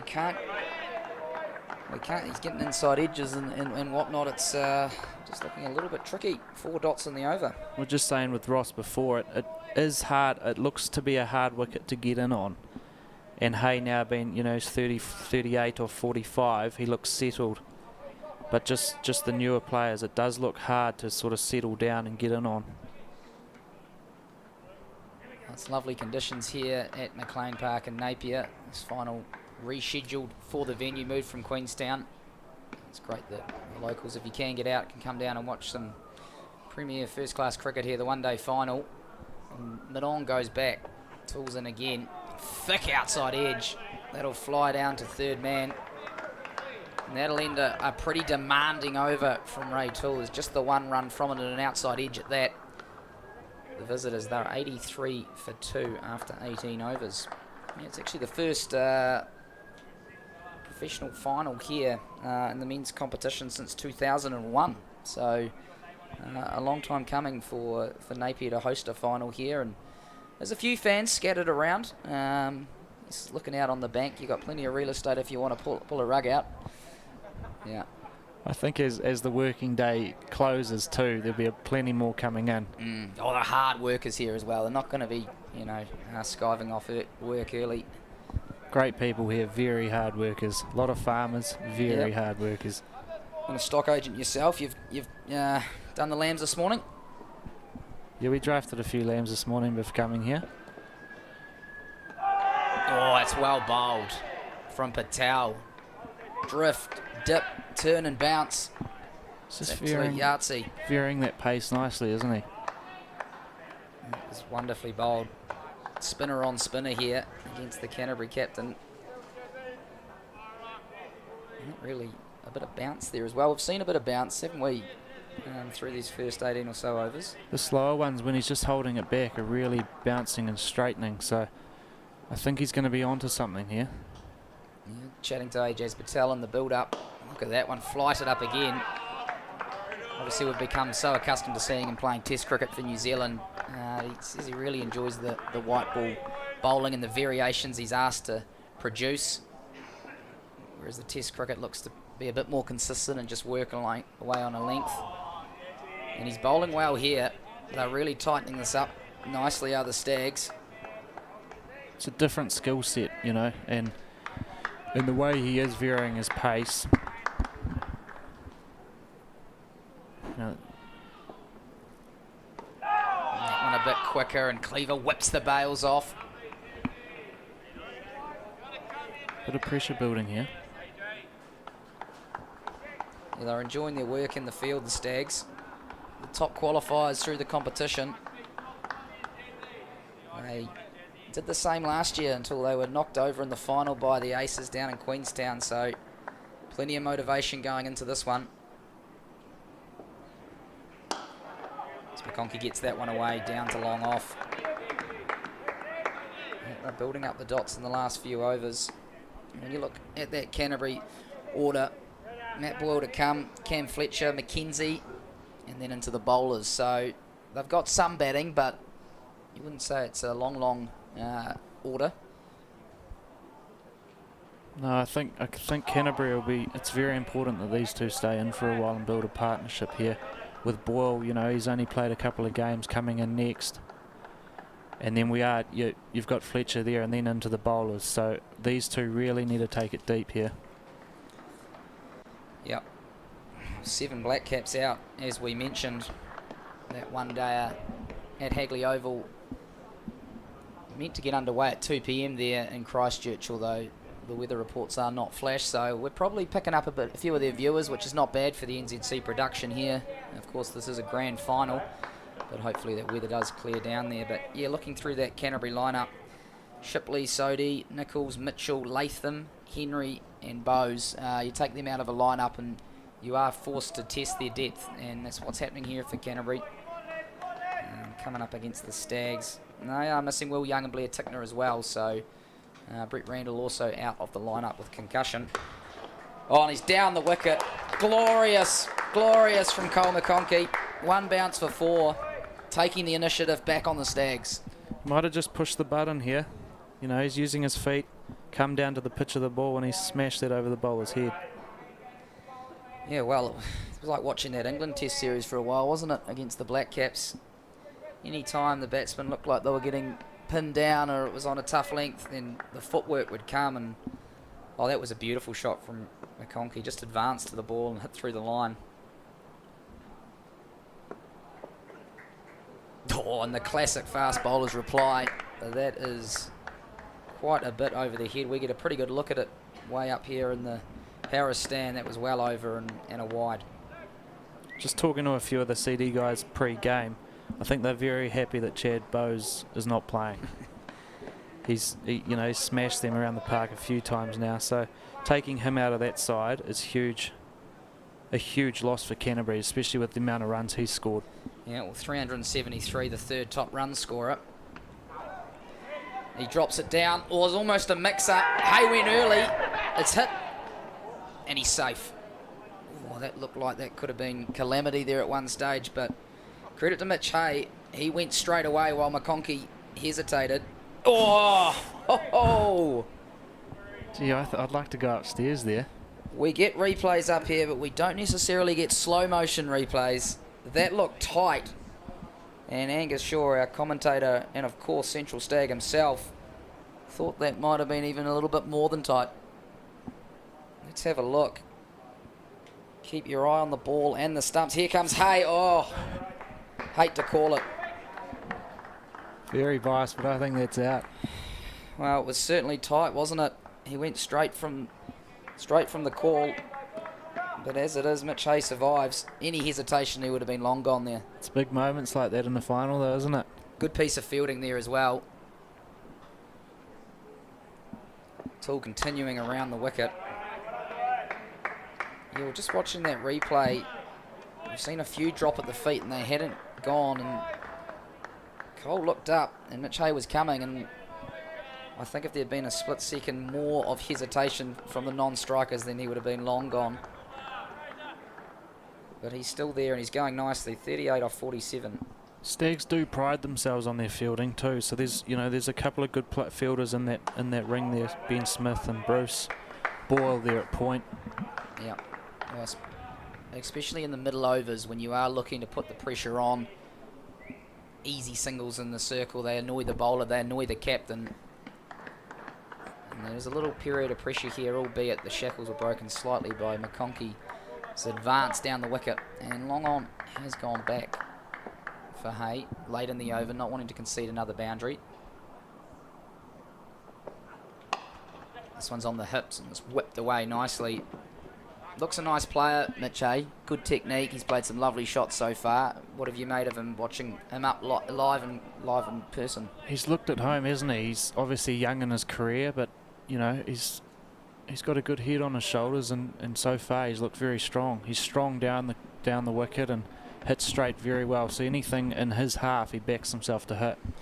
He's an elegant, stands tall and plays his shots. This one's dropped, or not going to go again after the quick single earlier the over. The thumbs up from Cole McConkey. They don't want another direct hit situation. And I'm told from the truck that we might have a slow motion of this run out potentially. Yeah, there was the hesitation, but Hay had gone pretty early. Oh.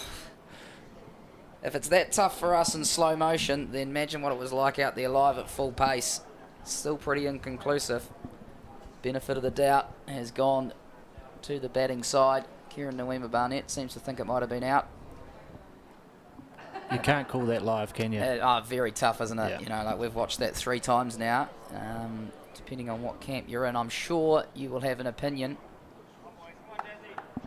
91 for 2 after 20.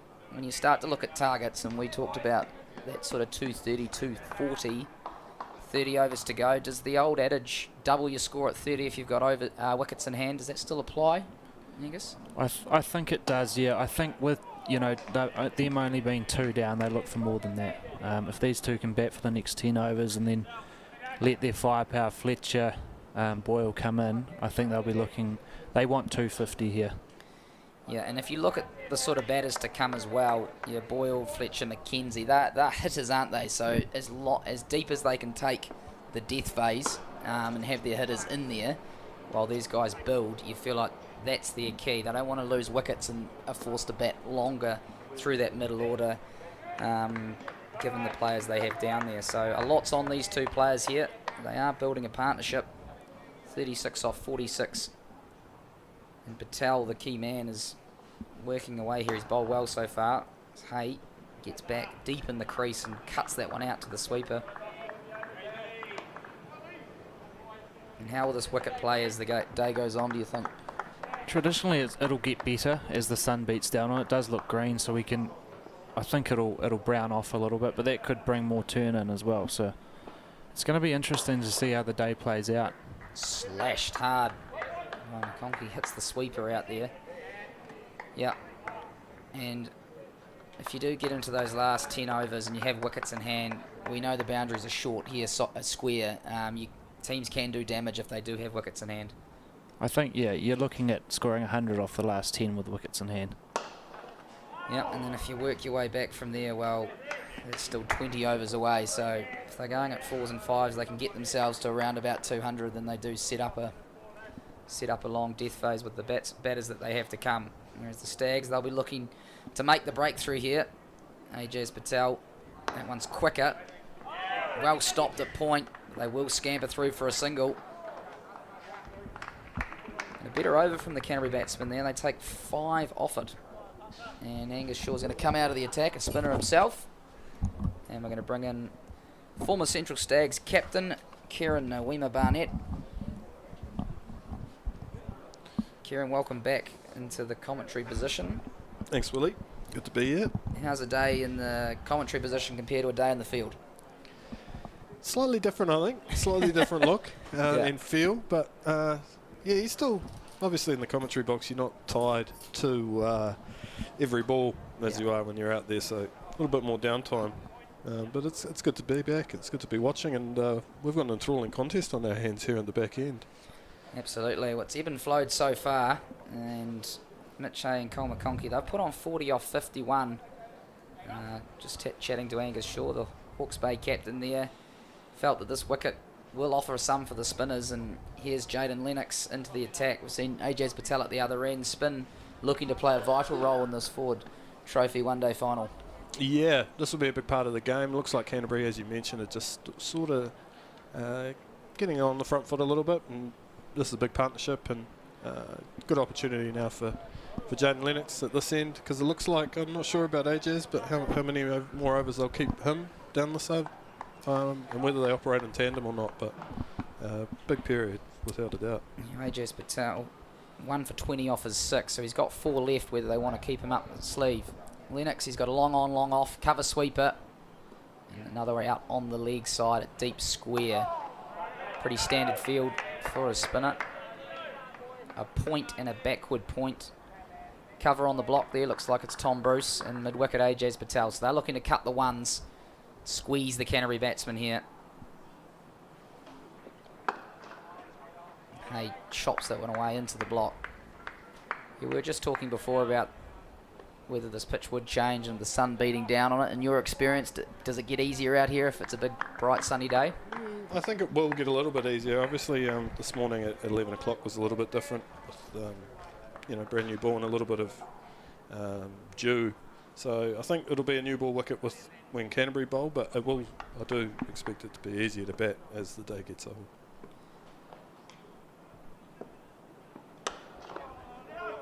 It's worked on, it slips under everyone and goes down to long on. What do you think the Stags will be thinking in terms of a total? We spoke about 230, 240. What will they be confident chasing with their batting lineup, which, if you look at it, it looks pretty strong, when you've got Doug Bracewell and Bevan Small down there at 7 and 8. Yeah, I think, well, two parts of the question. I think, firstly, they'll be confident chasing down anything.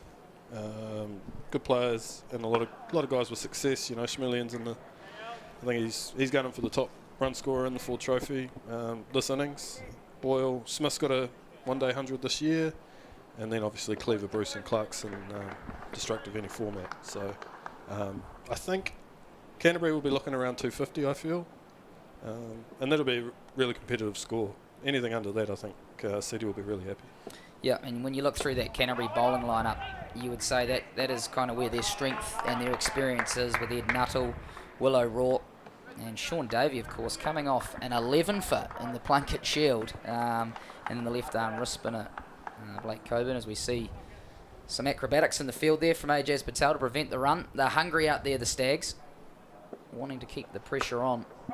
Yep. He goes for the sweep, can't beat finally. A good start from Jaden Lennox, just the 3 off the over, 99 for 2. Yeah, if you look at the Canterbury, the lineup, would you say the strength is the bowling there? That's where they're looking to put the pressure back on the Stags when the time comes? The one thing about that Canterbury bowling lineup is they've got wicket takers.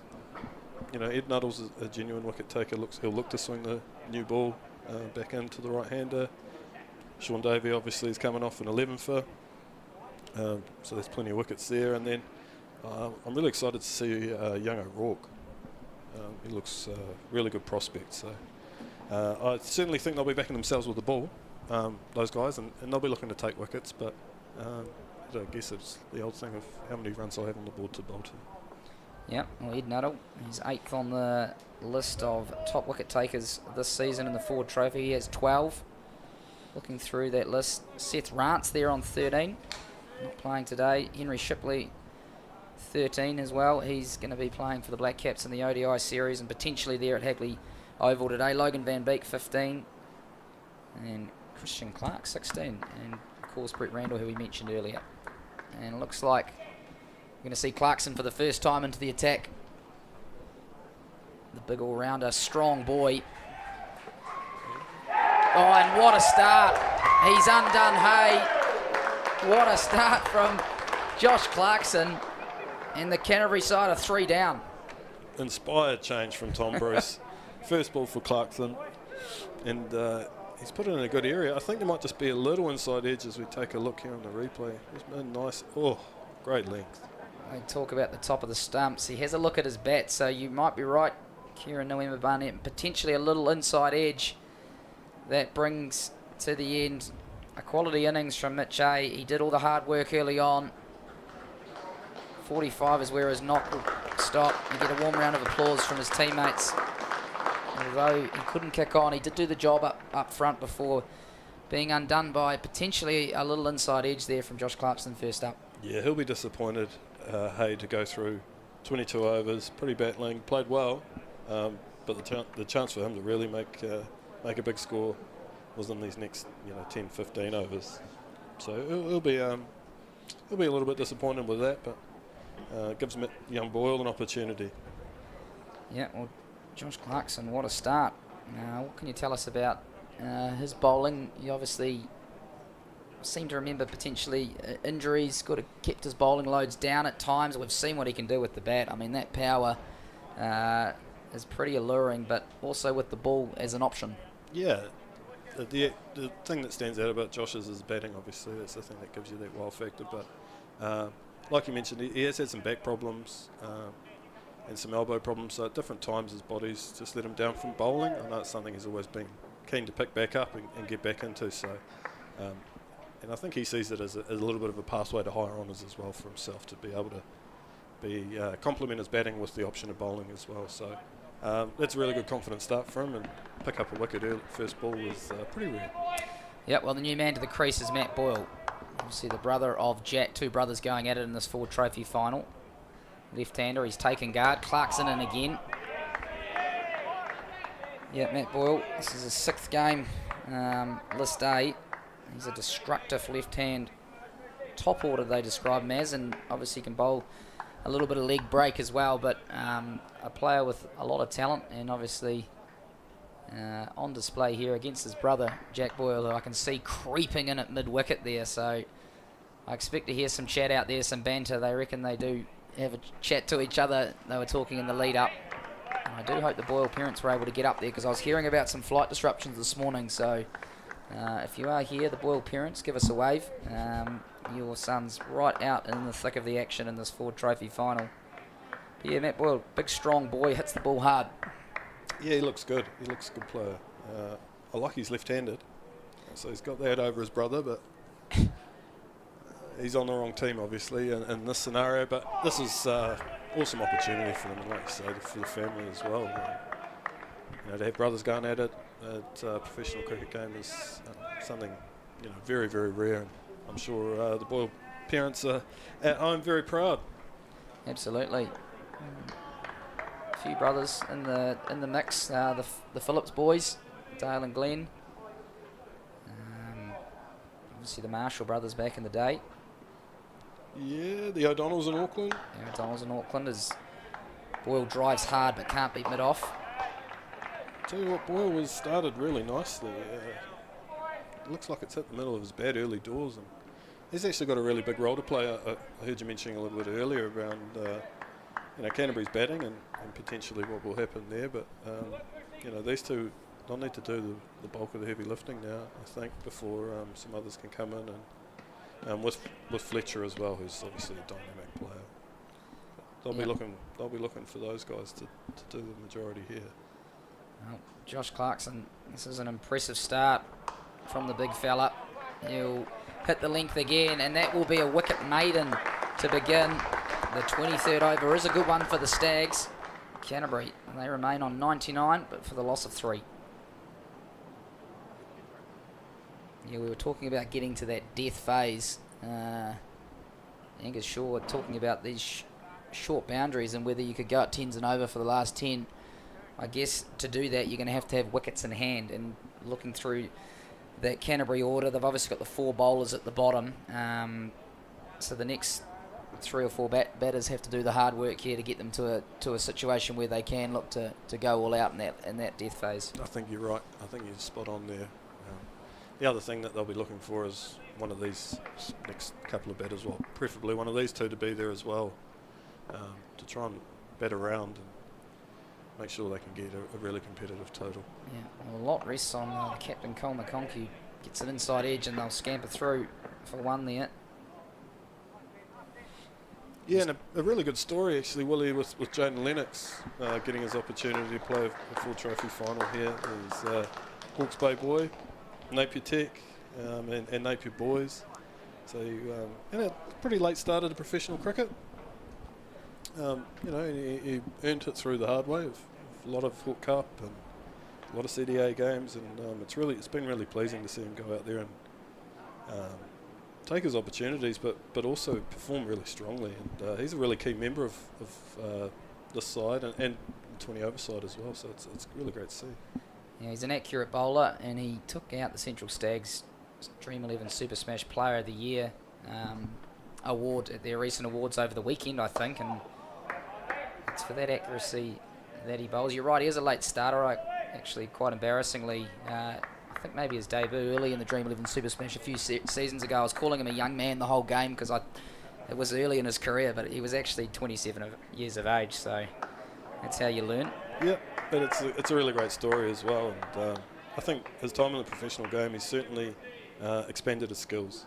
So that's what you like to see, someone who's genuinely thinking about their craft and how they can get better, and he's one of those guys. And, hopefully he can have a good day today. That one rolls the wrist, and that boil's underway. Always good to get your score under the weight. Yeah, and what about his temperament? What sort of character is he? Yeah, he's a really nice guy. He's a little bit cheeky. Don't mind that in a cricket team. But no, he's generally mainly, he's a pretty honest guy, really respectful, and he's one of those people that you want to see do well.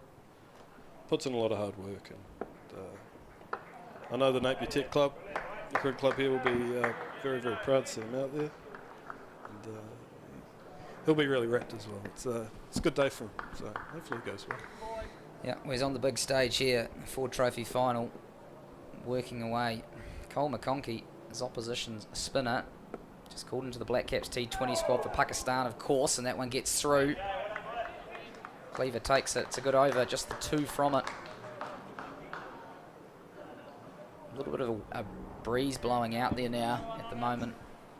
Yeah, and it looks like it's blowing to that shorter side that we mentioned earlier. So, you know, as these batsmen get set and look to target at the back end, it might play a role. But generally, square, you're all right. It's just those longer straight boundaries here, which can cause a few issues at the desk. But there's plenty of twos, and Canterbury they'll back themselves to get themselves to a decent total.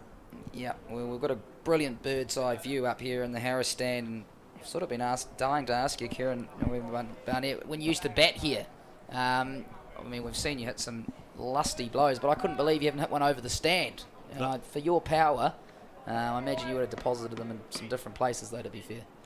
Yeah, no, never left the building here. It's McLean Park. Still not too late though, Willie. But no, never got it out of here, and I've seen quite a few too. Man bowling actually on screen, he's a repeat offender, Josh Clarkson. Yeah.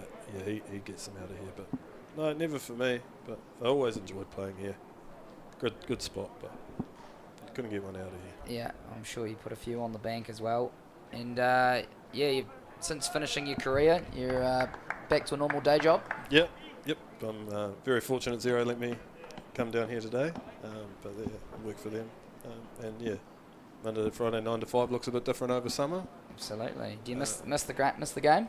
Yeah, I miss the game. I miss the camaraderie of the team and things like that. And I always do take a bit of an interest in the game. But it's good to see people doing well, obviously. And CD's in a good place. We've obviously got today, and chance of the Plunkett Shield as well.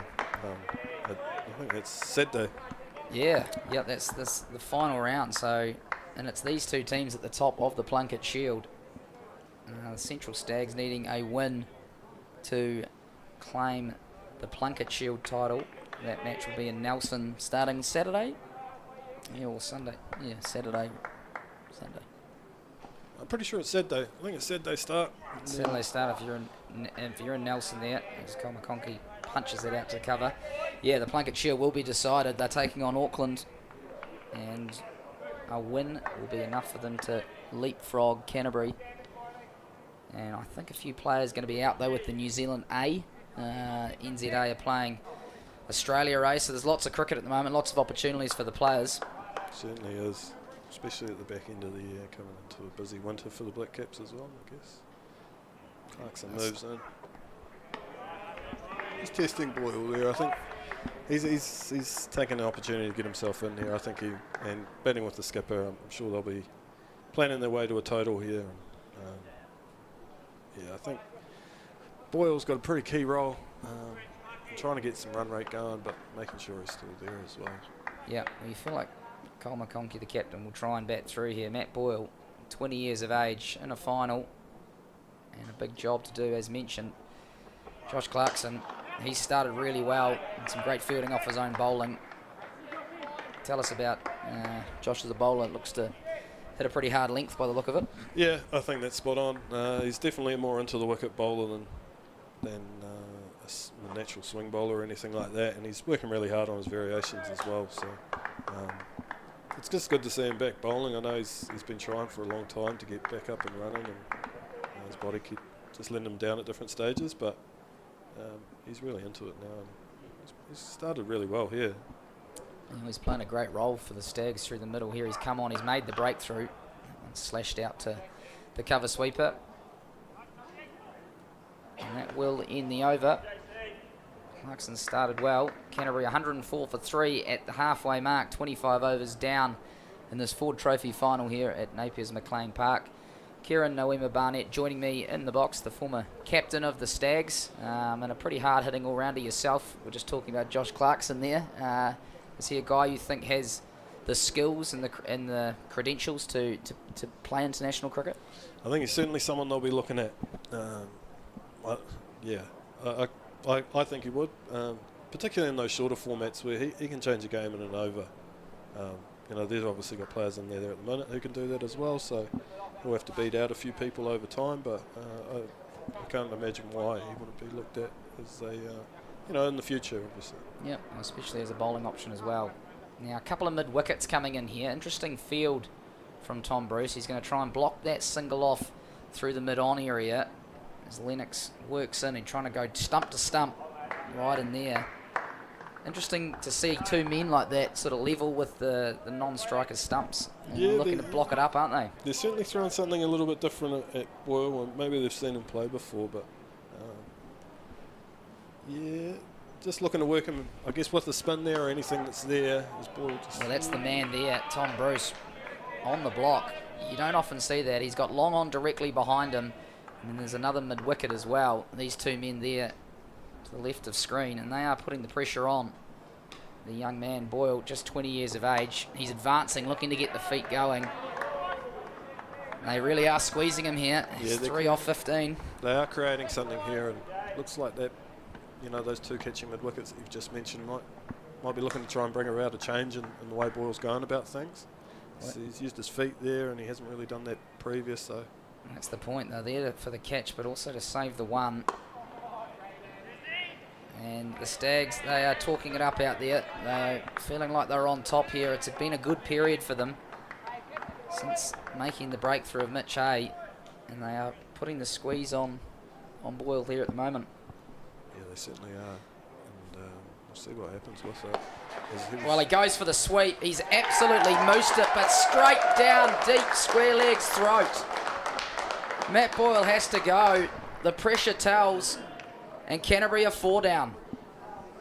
Huge change. It's one of those things for Boyle. He'll be walking back thinking he's a little bit unlucky to pick out the man as we take a look, because he's hit that really, really well. Trace of flat, as we see on the screen here. Oh, and what a good catch that was. Reverse cup. He's happy with it too, Josh Clarkson. Had to move quickly to his left. We probably didn't give him quite as much credit as we should have at the time. That was hit hard. He made the ground, got him behind it. A reverse cup. And Matt Boyle has to go. 3 for 17. His first shot in anger. And isn't that always the way you pick out the sweeper? Yeah, but just take a look here. He gets in a really great position. He's just hit that so hard. A little bit of late curve, reverse cut. Oh, it's a good catch. Beautiful catch. That was moving at pace. He was moving at pace, and to hold on. And the Stags here in the final, they are putting the screws on Canterbury. Yeah, they most certainly are. Boyle will be a little bit disappointed with that. Obviously, just needed to see out that period of pressure and see what happened at the back end. But unlucky in the sense that he really caught that well. Yeah. Sweep was a great option, but the Stags are 4 down now.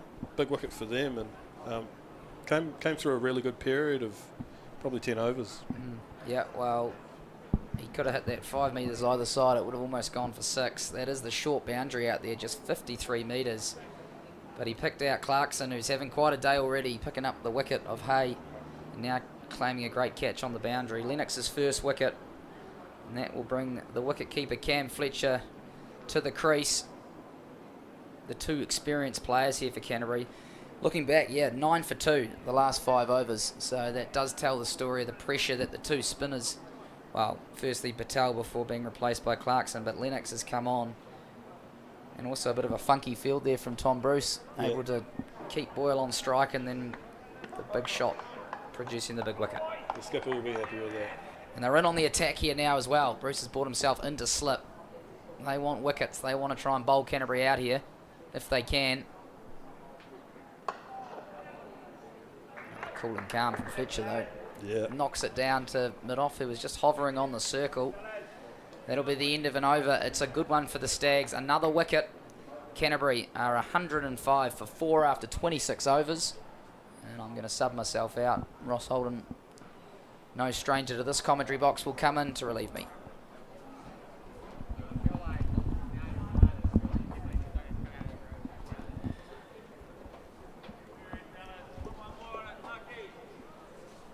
Couple of very valuable wickets for Central District. Spot on, Ross. Really, really valuable and crucial timing too. Yeah. It was just Canterbury were just starting to get their eye in. They were just starting to free their arms just a little bit. The run rate was creeping up towards 5, getting towards 6. But that should have probably put the brakes on a little bit for Central District. Josh Clarkson, first ball. Pretty. Yeah, he started well and then he's just back into it. Yeah, looks to be a little big bit shout. Yeah. Big shout. Still something in this wicket, I think, Ross. Even with, we're at mid-20s overs now, 26 over, and Clarkson still having the ball get to do something off the straight, which is good. It makes it a good test, and Fletcher will need to get underway and just feel his way into his innings, because he'll have a big role to play if Canterbury are going to score a decent total, I think. Lever would put his hands up, but I don't think he was that keen on that one, because Fletcher had walked across his stumps a fair bit. But Clarkson is certainly causing some problems with his speed and line and length. Is just catching Canterbury out a little bit just at the minute. Yeah, and as we were just speaking about earlier, it's so good to see him back bowling. He can offer so much, and it offers a lot to the side as well when you have, one of your first choice batters can offer plenty of overs with the ball as well. So yeah, we'll be pleased to be out there and bowling. And that certainly makes it easier for Tom as well as the skipper when you've got one of your batsmen that can put out some overs for you as well.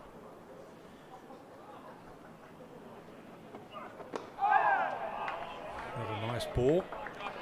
Conchi now becomes pretty much the rock for Canterbury, doesn't he, really? Yeah, definitely. He's just got a...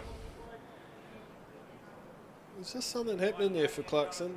He feels as though he's in the game. He's got a slip, or he's got the skipper's sort of at second, wide second slip, and then catching gully, no points deep. As he comes in again here. Yeah, that's... Coming through the gloves nicely, Ross. Yeah, it's climbing nicely up into the gloves, isn't it? Yeah, he might want to think about getting another man in here, maybe especially while Fletcher's new. Yes. He's such a big wicket in the context of the innings now, where he's at. Under a little bit of pressure, but hopefully Clarkson just keep putting the pressure on, and the Stags can keep building. Here he comes again. What's he going to do this time? Just outside that off stump, just inviting a little shot there. That ball went straight into the ground. And again, a really nice tidy over from Josh Clarkson. Yeah, very, very strong start for him. And I think Fletcher's been a little bit light on cricket, throughout this summer. A couple of injuries, and so he'll be looking for a big day out as well, which is always a nice thing in the final. Oh, and one went over the top, made him duck out of that one. Clarkson, another maiden over. That is 3 overs, 2 maidens, 1 for 3. That's a great start for Josh Clarkson. Very good award. He started beautifully. Part of that as well was the combination he started with Jaden Lennox down this end. He's 1 for 6 off 3 overs. So they're certainly being able to control the run rate, and guys picking up wickets as well. So it'll be interesting to see how McConkey and Fletcher go about, because obviously we'll be wary of not letting these guys settle for too long a period and keeping the runs down. So. And they do have to think about pushing that run rate at some stage pretty soon, don't they? Yeah, they will. They've got time, obviously. Still 23 overs remaining, but it's one of those things you don't want to just allow people to settle nicely and keep things going. So they have to look for a way to try and put some pressure back on CD. And later on, I noticed they've got Bracewell on 5 overs left and Patel on 4. So they will no doubt come into the equation at some stage. Yeah, they certainly will. Certainly will.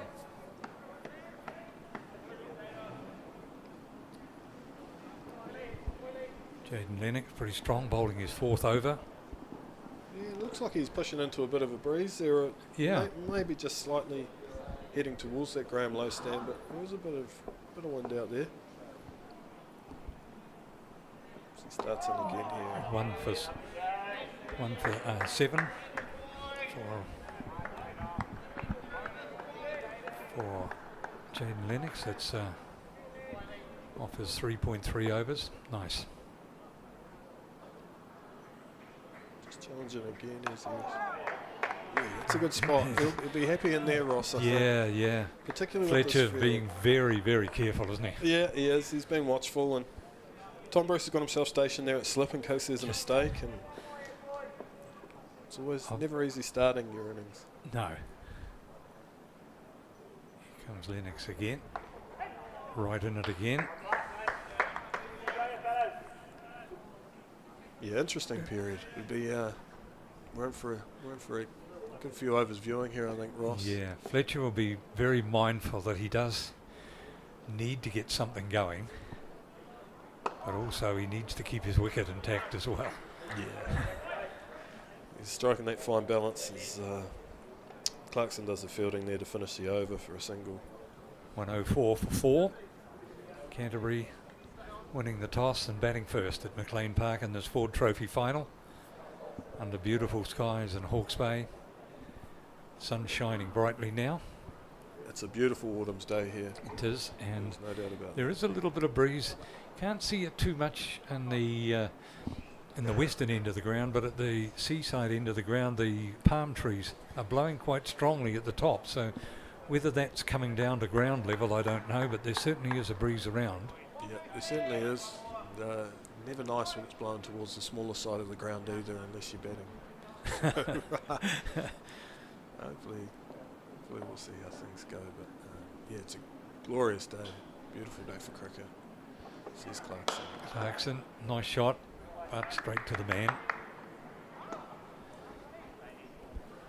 I've got to remember also that short boundary, that 53-metre boundary, at some stage could play a big part in this game, couldn't it? Yeah, they could. Somebody get their eye in.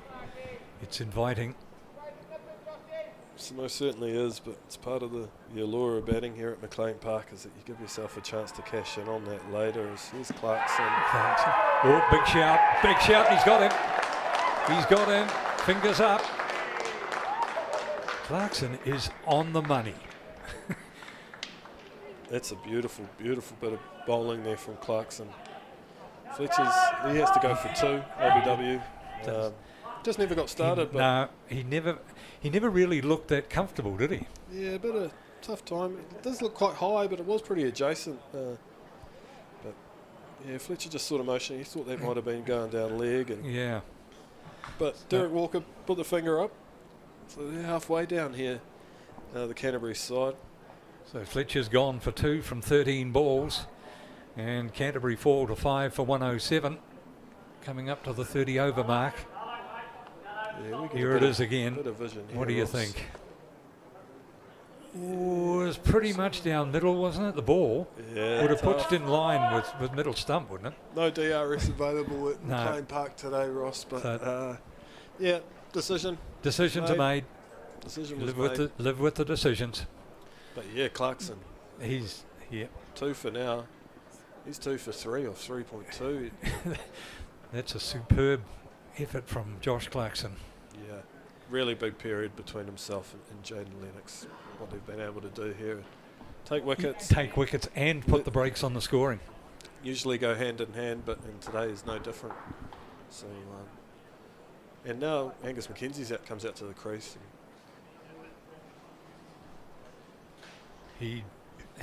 As we said before early on, it looks quite difficult to get your eye in early on. So Mackenzie, I think the two players will be very mindful of. We're running through to the 30 over mark. Yeah. We need to be thinking about pushing the run rate a bit, but losing your wicket ain't going to help. Yeah, you're spot on, and he's fortunate that the skipper's out there, so he doesn't have to. He'll be getting some pretty clear instruction, I guess, on from the experienced man and the skipper on what the next 10, 15 overs looks like, or how do we build to a total. Right, what's Clarkson going to tempt him with on his first ball? Just outside the off stump, but yeah, 7. Young Mackenzie coming out at 7 is some pressure here as well. Yes, because I'd say they'll be looking around 200, 220. They'll be wanting to get to, and he'll have to have a big role in getting them there. So he'll have to give himself a good chance of getting set and getting some runs. You'd think on a wicket in a short boundary, 220 might be a bit short, but to be fair, Canterbury have found it difficult to score consistently, haven't they? Yep. Yeah, I think they have had some good overs, some overs that they've really pushed the run rate, but overall it's been a bit of a struggle just to keep that scoreboard ticking over. Yeah. Clarkson again. I was just going to say, I think the two players that look like they've had the most success today was Mitch Hay, who looked really strong. Yes. Muddy, who looked great on debut. He wasn't there for an overly amount of time, but two guys that have spent the most time at the crease have been able to get a feel for the wicket, understand where their scoring options are, and try and, I guess, wait and put pressure on that way. Because Hay looked fantastic in his 40. He'll be kicking himself he missed out, but McConchie looks really strong as well. But I think that's the key to the wicket, is giving yourself a really good opportunity and spending time there. Which Mackenzie's got plenty of time now. So Clarkson leaves that one through. Yeah.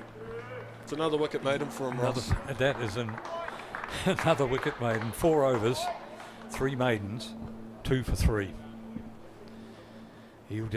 Clarkson will just want to get the ball in his hand now. Yeah. And get those other 6 overs done. They certainly will, and I think the skipper will have a tough time getting it off him. I think so. You'll be buzzing. But being fair, that is a really, really top effort, isn't it? Yeah, he's bowling really well, and he's in good rhythm, obviously, and he's confident. Wicket first ball, it always helps. It always helps the confidence. So he's gone from strength to strength from there, and he'll be going really well. And being backed up by Jaden Lennox at the other end, they've formed a bit of a formidable partnership, haven't they? They've bowled really well in tandem, and I guess the key thing when you're looking at it from afar is there hasn't been any freebies. There's been no free opportunities to score. They've been able to keep pressure on and build dots. And if they are, managing to pick up those singles, it's off good balls. They're making it happen. It's good to see. Run rate getting up towards 4.4 at one stage, down 3.7 now. Yeah, wickets may play a huge part in that. Yeah. Especially with Jaden here, it doesn't look like it's turning so much. Looks like he's just running them back into the right-handed batsman, but he's not leaving the stumps. So he's saying, if you want to take me on, you're going to have to. It's going to be risky. I'm a chance of getting you out as well. As McConchie just defends to the offside. That's a really good start again to the over with a couple of dots early, and he'll be just looking to build, keep building pressure and make them play really good shots off his best ball. The length of the ball is obviously causing the batsman just a little bit of problem. Again, right up on him again.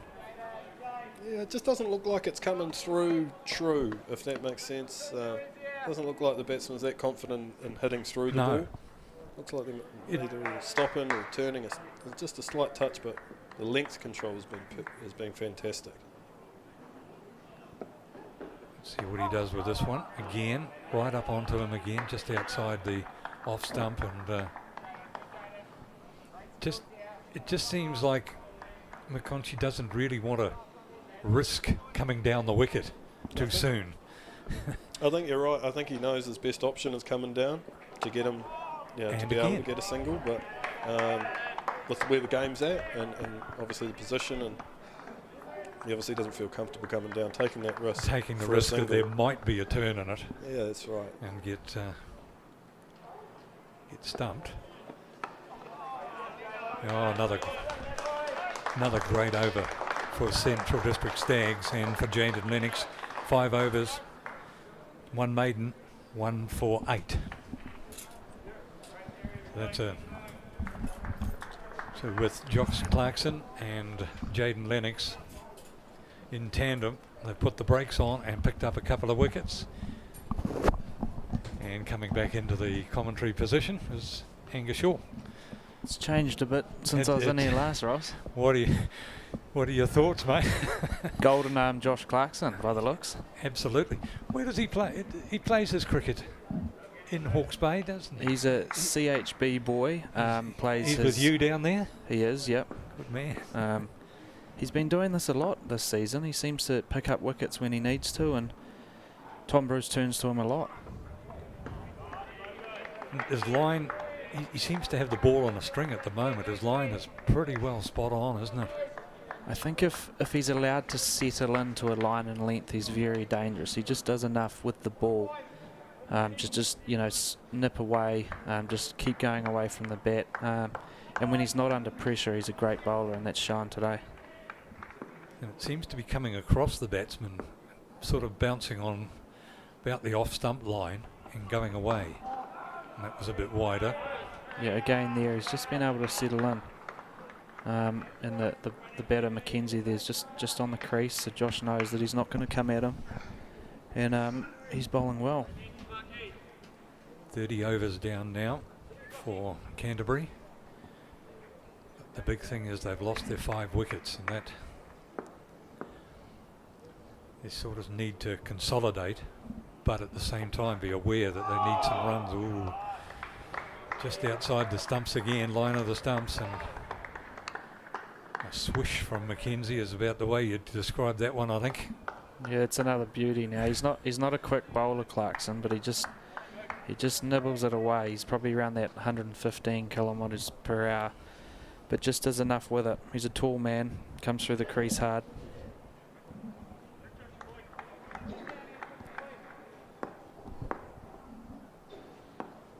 Good period here for CD. Bit closer to the body, that one. Get some bat on it, but straight to the fielder. It's incredible figures. 4.4, 3 maidens, 3 for 2. That's stunning. At this level of cricket in New Zealand, that is pretty stunning, isn't it? And a Ford Trophy final, you can't ask for more. No. He's just starting. He's 26 now, Clarkson, and we all know he can bat. He's just really starting to go to the next level. Yeah. I don't suppose you see him too much for Central Hawke's Bay, do you? No, we don't see him a lot now. He's well and truly settled in the CD Stag side. Yeah. We used to see him a lot when he was younger, but not anymore. Again, just on that line and length. Yep. Come around the wicket, put deep square back by the looks, and just keeping Mackenzie guessing. He's 0 off 9 now. Just putting a bit of pressure on McConchie again. 24 off 44. McKenzie will be just starting to think that 9 balls, got bat on a couple but straight to the fielders. Need to push it a bit. Oh, another hesitation in the running, but they'll get through all right. Yeah, that was out too. That was Smith again. We saw earlier on he had a chance with a run out. He's very tight in that cover the area there, and he's quick. He's got a good arm, and I think that was out if he hit. Yes, it was. Yeah, Tom Bruce, hands on head there. Felt there was a real chance there. That's the end of Clarkson's over. 5 overs, 3 maidens, 2 for 4. Yeah, outstanding from Clarkson. That is stunning, isn't it? And working with Lennox, who's 5 overs, and he's got 8 for 1. So this last 10 over period has been huge for the Stags. Game changing. 108 for 5, 31 overs down. Did you see Josh Clarkson a little bit in his early days?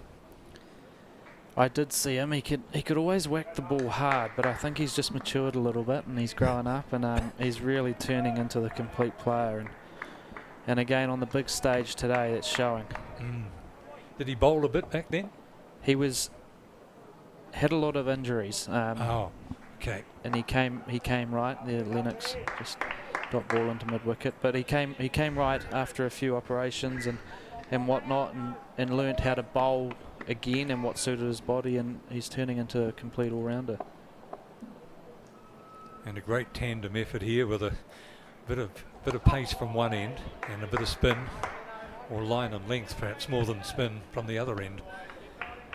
Yeah, Lennox with an arm ball there by the looks. He's bowling into the wind, so it's always going to shape away from the left-hander. Once again, McKenzie can't get it away again. Putting a bit of pressure on McConchy here. They know if they lose another wicket, they're in a bit of trouble. So it's just about probably turning over the strike here. Yeah. McConchy is the answer, isn't it? They've got a single there. He's played a lot of cricket, McConchy, so he's been in this position before. But he knows if he does get out here, it puts a lot of pressure on his side. See what Lennox does this time with a batsman with a few runs on the board. 24 for McConchy off 44 balls. Where does he go? Down the middle. Oh, he's gone high. It's gone right off the top. Just lands short of Schmillian there. He looks like he might have misread that. He didn't charge in. He thought it might have been coming straight to him. It's just bounced short. It's gone very, very high. Where was Schmillian? Oh, yes, it was bounced just short of him. But they're through for the run quite easily. Now it's McKenzie for the last ball of the over. Gets it away off his pads, but again, straight to the fielder. 110 for 5, 32 overs down. Yeah, and 2 off it again. So Lennox is doing a job at one end. It's a great sign for the Stags. There's 6 bowler and Clarkson, and he's bowled 5 overs, so that's huge. If he can get through a few more, at being the 6th bowler, Tom Bruce will be extremely happy. And the way he's bowling at the moment, there'd be no reason not to keep him on for a couple more anyway. You can see in the Manhattan where they put the brakes on from about the 20th over. The brakes have really gone on from Central District's point of view. It's amazing what a few wickets does, doesn't it? Yeah, it does. They got the 2 wickets before then, but they've got 3 since, and Canterbury just haven't been able to rekindle the flame, as it were. Conchi on 25 on strike. Gets a little bit of bat onto it. We'll get a single. Just looks like it's stopping. It's still stopping, eh? So Canterbury, they'll be assessing the wicket, and I'm not sure what they're thinking, but the target we were thinking early on of 300, I think they'll be pulling that right back to sort of if they can get to 220, even 200 from here, I think they'll be happy. There's enough in this wicket. That's the thing you've got to remember, isn't it? When we saw it at the start, short boundary, Thought 300 maybe. Just off his pads there.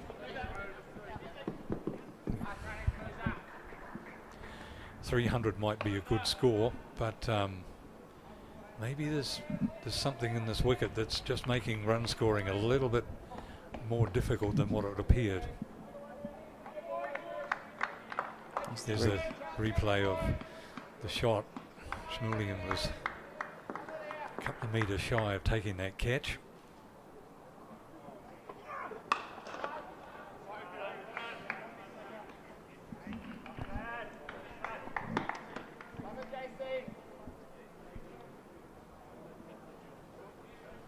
Just a little hold up here. Yeah, bag life now.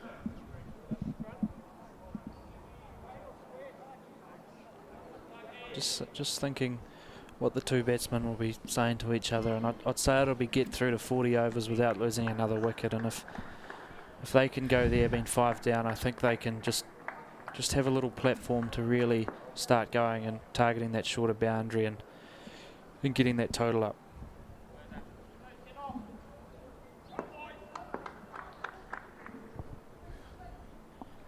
Clarkson coming in round the wicket. Keeps it down that offside. Batsman not tempted to offer a shot into that one.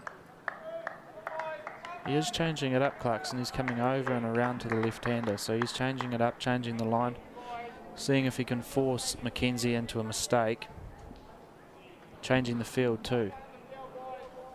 Again, he's got a point on the boundary and a deep square, third man and fine leg, so he is bowling back of a length.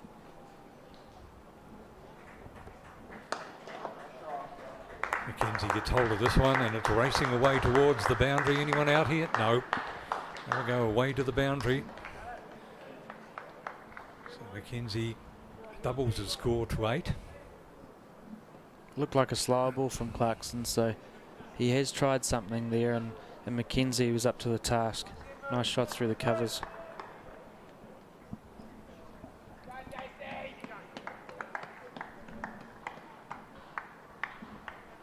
Conchi on 26, Mackenzie on 8. Tried a shorter ball there. After getting a 4 hit off the ball and previous. Yeah. To bounce out. So there's a bit of bounce in there, isn't there? He does have that in his armoury, Clarkson. He likes to go short. He is a tall man.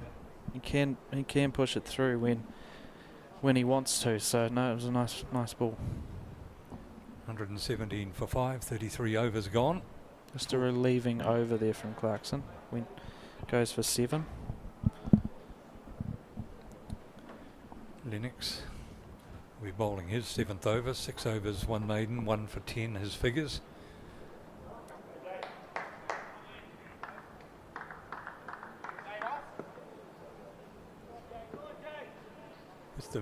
With the heat that we've got, you'd think that the wicket would probably dry out as the day goes on. May provide a bit more bounce, maybe. Yeah, you'd think so, and I think that's probably the thing that's encouraging Canterbury is they've got the 2 spinners there, and we've seen Patel turn, quite a few balls with his varied pace. Lennox is more of a holding. He's taking more of a holding role, but some of his have turned, so I think they'll be encouraged by that.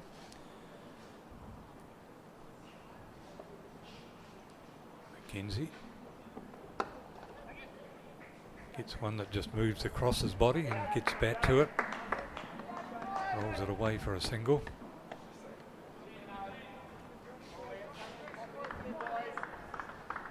Mackenzie just starting to put some runs on the board now. Might have just got a bit of confidence, just seeing it a bit better.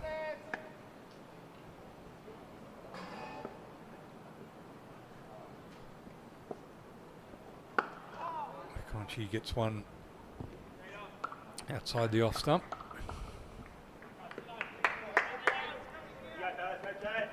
Moves on to 28. Mackenzie can bat too. He's a very short career so far, but he's only young, and he's got an average of 16, so he hangs around.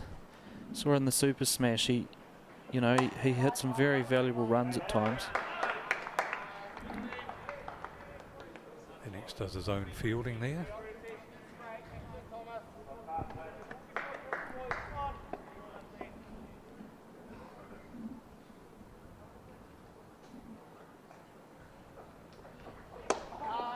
McKenzie gets one well up on him. Yeah, this is good from Lennox. He's just dot ball followed by dot ball. He knows his craft. He's been doing it for a while now. That's why he's the Super Smash Player of the Year. He knows how to bowl dot balls.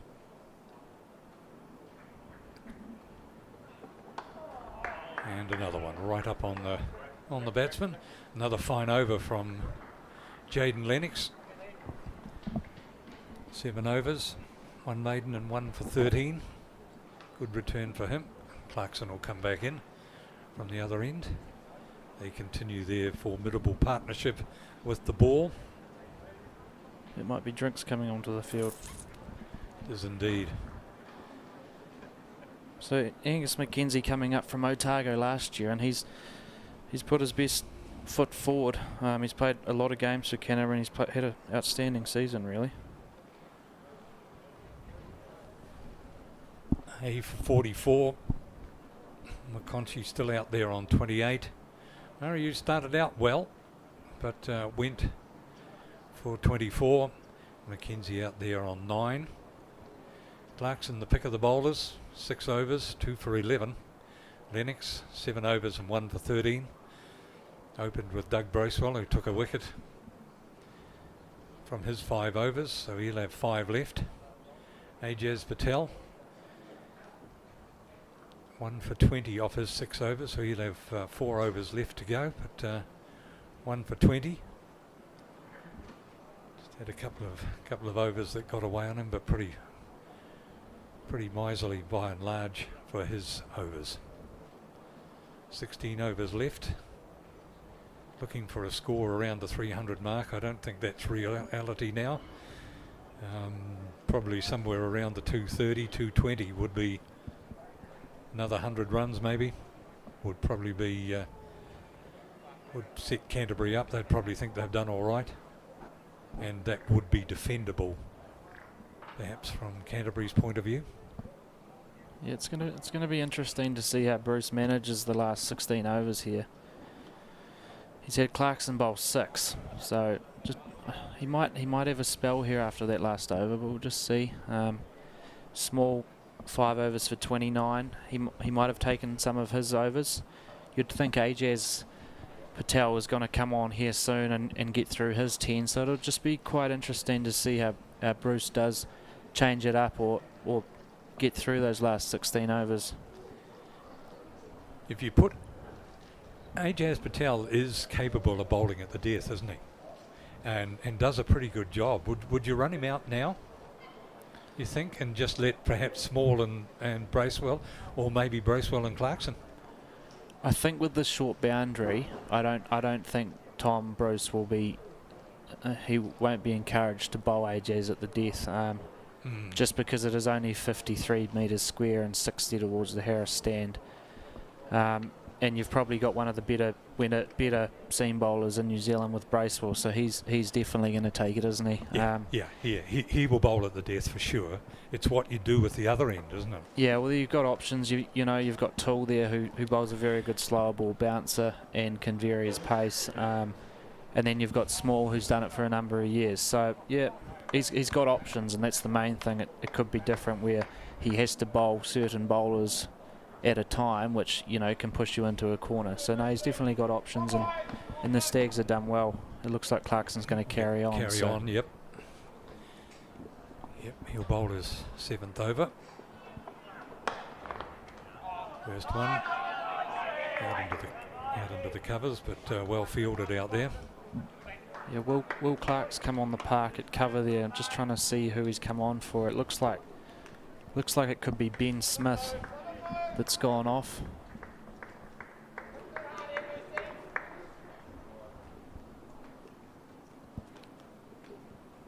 Dot ball from Clarkson to start. It's hold of the second one. That's good running there. Good running. Yep. 2. Yep. Just got home in that one. Just noticed that the fine leg there was just taking a little bit of time to get to the ball. Conchi's played enough cricket to know that he can come back for 2 there.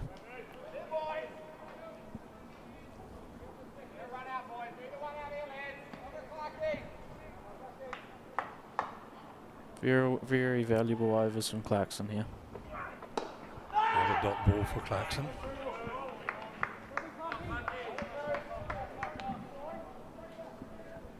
Not too many out on the boundary at the moment. I obviously think Clarkson can control his line and length well enough to... Yeah, that just get through these fielding restrictions, and once they get to 40 they can put 5 out. So yeah, the closer they can get there with Clarkson bowling is a huge plus for CD. cuts that one back with a square, but Smullian back out there. Of course, Smullian could bowl a over or two, couldn't they, if they really wanted a change up? They're very blessed with options, CD. Schmillian, he's had a great 2 weeks too.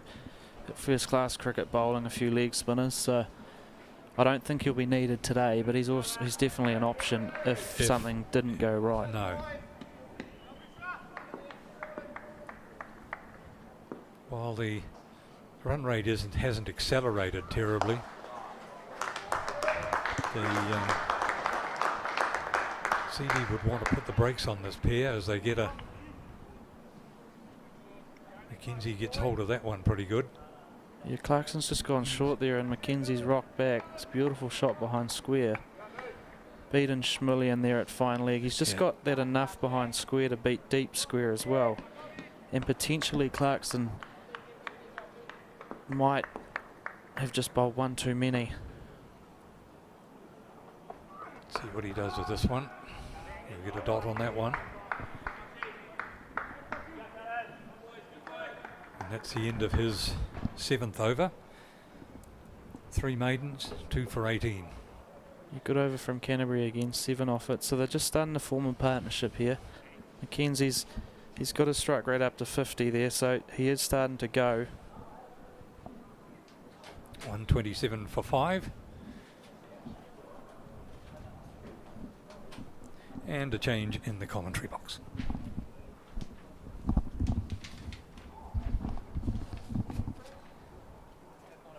Thank you, Ross. Wow, the Stags. What a spell it has been. Josh Clarkson, Jaden Lennox. A 10 over block there where they took 2 for 12. Angus Shaw in the final, and no surprises to see them on top. Yeah, outstanding 10 over block there. To get through the 6 bowler with 7 overs is a huge plus for Tom Bruce. Yeah, when you're looking through that lineup of the Stags, you're seeing the likes of Bracewell and Patel, but it's been Lennox and Clarkson who have done the damage through the middle, and Canterbury got a real fight on their hands if they'd have put a decent total on the board here in the final, and that's a great save. Oh, they're up and about here, the Stags. Yeah, plenty of volume out there too. It hasn't really kept picking up those wickets over time. It's just kept them going and keeping them up. That's Will Clark, the subfielder too, with that stop. He's had 2 good ones. Yeah, it is feeling pretty tough out there at the moment. Kyle McConkey, the captain, he's got a huge role to do. Heard you talking before. It seems like, and talking to Kieran in the other box, if they can try and scrap their way to 200, is that a number that on this wicket, the way it's playing, has them in the shout? I think that's all they can hope for, really. Anything over that's a huge bonus, and McConkey knows he's the key. He's got to be not out at the 45th here if they're any chance to get there. I think there's enough in the wicket though. It's still holding for the spinners, and there's a bit of turn there. Yeah, Jaden Lennox, look at those sparkling figures as he concedes a single. 1 for 14, he's into his 8th over. It's been a serious spell of bowling, and together with Clarkson, they've really ripped the middle out of Canterbury, who are in a complete rebuild phase. We were talking about having an extended death, and you talked about his accuracy, which is why he's so good in T20, and it's been on display again today. Yeah, he's an outstanding bowler, Jaden. He's had a great year as well. Tucked into the leg side, Angus Mackenzie. He just seems to know his game. He varies his pace. He's not a big turner of the ball, but he knows how to defend. He knows how to bowl a block ball. He knows how to vary his pace, slowing it up, turn it. He's a class figure at the moment. He's playing extremely well. And he's playing a vital role here. Tom Bruce, the captaincy. It's been aggressive as well, hasn't it? And they have not let the Canterbury batsmen have any easy singles in between times. That's another good over. Canterbury, they are in the complete rebuild phase. 129 for 5 after 36. And yeah, that period, 99 for 2, Canterbury were at the 22 over mark. There was talk of 250 plus. But what a period. I think 3 for 8 in the middle there. The Stags claimed between Clarkson and Lennox. And that has forced Canterbury onto the back foot. Angus Shaw with me, the Hawke's Bay Hawke Cup captain, and a couple of games for the Stags this season as well, joining me in commentary. And Doug Bracewell comes back into the attack for the Stags. Are they looking to bowl Canterbury out here? They don't want to let this drag out. What sort of figure have they got their eye on now? I think that's why Bracewell's in the attack here. Bruce wants another wicket, and I'm just looking at Davies' stats there. He can bat. I can remember when he played for Bay of Plenty, he scored a number of hundreds for them. So, you know, they're not completely out of the woods, but I think Bruce, you know, can sniff blood, and that's why he's brought his spearhead back here. Yeah, Doug Bracewell bowl well at the top. And they are circling, as Angus Shaw quite rightly pointed out. Bruce is going to come in at first slip. They're going to have 4 in the circle on the offside, 1 on the onside, so they want to keep the pressure on. Angus McKenzie, the number 7. He's got a big role to play here if he can support his captain. Slightly older ball. We saw the shape that Doug Bracewell got up front. He's obviously not going to get as much, but as you've mentioned, there's still a little bit in this wicket. Yeah, he'll look to bowl his cutters now, I'd say. He's got a very good slower ball. He'll pull his length back a little bit, as you can see with the field quite square. He's got a deep backward square. He's got a deep point, third man and fine leg. So he's going to pull his length back. He might use the odd bouncer, and he'll use his slower balls here, I'd say. 22 off 46, this partnership, McConkey and McKenzie. For the visitors, a real tricky spot. 3 for 8 in the middle there.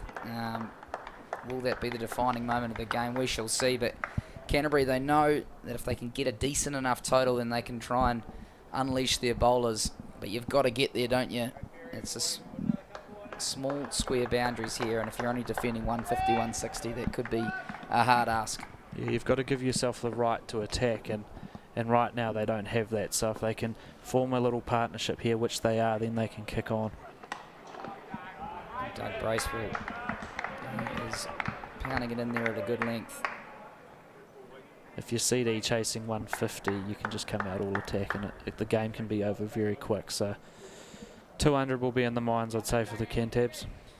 Yeah, well, just Sean Davey to come, Blake Coburn, Will O'Rourke and Ed Nuttall. So a lot rests on this partnership for Canterbury to see if they can post a total on the board. But at the moment, the Stags are coming at them hard. It's Doug Bracewell in again, and that'll be a wide, I would say. It's way over the head. You know, Canterbury did win the round robin clash of these two sides. And as we see that one again, look at that. When the ball pops off that deck, it really does bounce. Yeah, I'd say Dougie will want to have that one back again. Yeah, but well, we have seen that today, haven't we? Like when it's dug in, it's almost popped on the batsman. A lot of balls flying past the stickers at the start as well. It's almost tennis ball, yeah. It's the old hopping tennis off ball. the length. Yep, the old tennis ball two-pace bounce. Bracewell goes the other length, and that's clipped away nicely by McKenzie. Wonderful timing, and a much-needed boundary for Canterbury. He's just hitting his straps, McKenzie, isn't he? I think he's 1 off 15, so he's 14 off 30 now with a boundary there, so he goes to 18 off 30, and he's really starting to hit his straps. He can bat, as we saw in the Super Smash. He played some vital innings for Canterbury. Well, Bracewell looking for the old 1-2 punch there, the short ball, and then he went full. Tom Bruce has brought him back into the attack to take wickets. And that'll end the over, or one to come rather, with the wide in there. 5 off it so far. Yeah, Canterbury's depth really being tested here today, as we mentioned earlier. 7 players away on Black Caps duty. Ken McClure as well, potentially an injury. So they are being asked to look at these new players. Zach Volks as well. He's injured too, folks. Yeah, he's injured. Very impressive in the Dream 11 Super Smash. And that's the great thing about these competitions. Players emerging across the EMAs. And that's a no ball. A no ball from Doug Bracewell.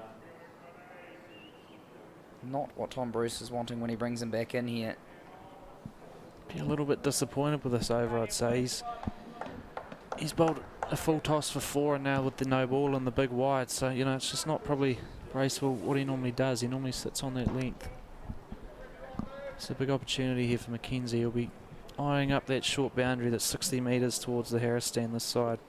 He's a big, strong boy. I saw him out there earlier in the middle. Give the ball a whack and you can hear it come off his bat.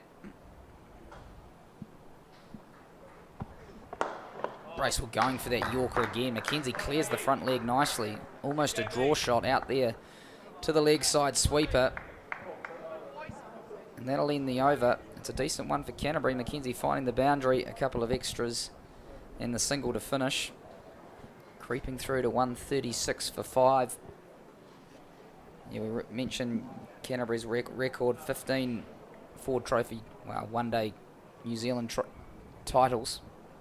6 of them, 3 of them have been when it's been named the Ford Trophy, so they've got a good proud history in this event, as do the Stags, particularly in the last 12 years. They've been in the final 6 times. They were in the final last year against the Aces, where they went through as top qualifier, but ran into a pretty impressive Auckland Aces down there. Lockie Ferguson, George Worker, etc.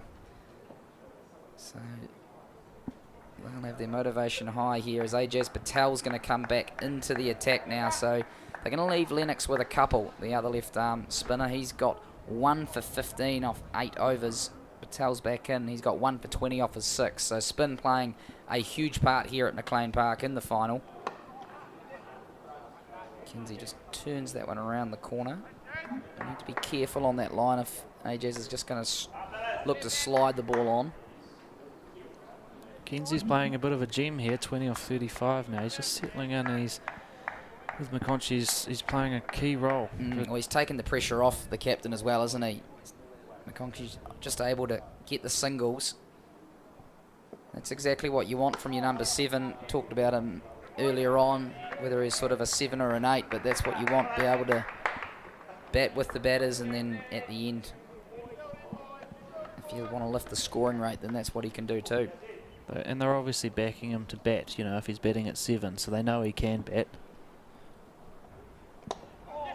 Drift and an outside edge, and that's going to run all the way down. Ray Toole after it. He'll cut it off, but they will get 3. We talked about that pressure before. The Canterbury batsmen, they've absorbed it, and it is starting to get a fraction easier out there now. These two have put 31 off 55 balls, and a crucial partnership here if they're to post a decent total in this final.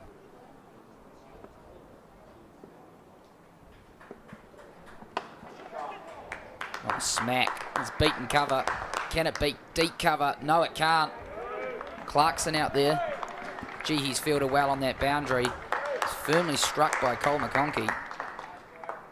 He's got a lot of confidence, Clarkson, at the moment, with his first-class 100 last week, and he's picked up a few wickets today. He's fielding like a gem. Yeah, well, if you had figures of 2 for 18 after 7, you would be. He's a good mover in the field as well. As Patel gets the bounce, the turn. McConchie has a laugh with him. Wonder what the chat was there. Was he inviting him to come down the wicket, or Cleaver? He sent those bails flying a fair few times today, yet to affect an actual stumping, but keepers love to get into that. He can be annoying for the umpires, old Danny. He takes those bails off at any opportunity. McConchie on the sweep, and he'll beat short fine. Another chase down there for big Ray Toole. All the way down. And he does well. But that will be another 3. It's another good over. 10 from it. Canterbury starting to build after a period of 3 wickets for 8 runs in the middle. Angus McKenzie and Cole McConchie, they are starting to rebuild this for the visitors. Angus Shaw, the Hawke's Bay captain, here with me. A spinner himself, and we're talking about spinners playing quite a crucial part. If we look at the bowling figures so far, we know Canterbury do have 3 spinners, or certainly 2 frontline spinners in Cole McConkey and the left arm spinner of Coburn, and of course the man who's just in before, Matt Boyle, as well. So 3 spin options, which could be handy in the second innings. Yeah, I think it might be, and Coburn as well, who spins it both ways, and he's not the easiest to pick, so he could be quite dangerous on this wicket.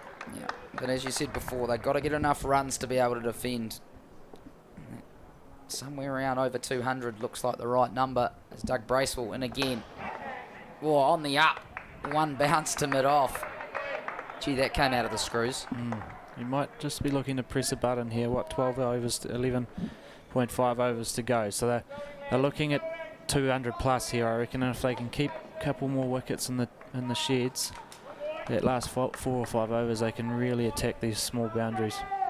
Yeah, and like it's done all day, it's been the ebb and the flow. The pressure has sort of swung from each side, and Canterbury looking to try and turn that pressure here after really absorbing some serious heat in the last 5 to 10 overs.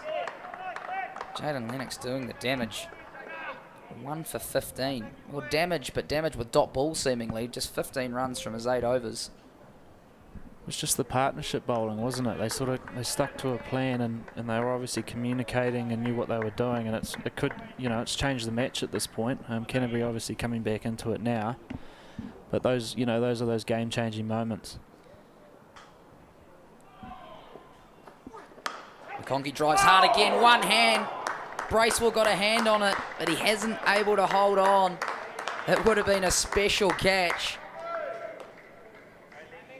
And he'll get a pat from Ajaz Patel. It was a great effort. That would have been a huge wicket.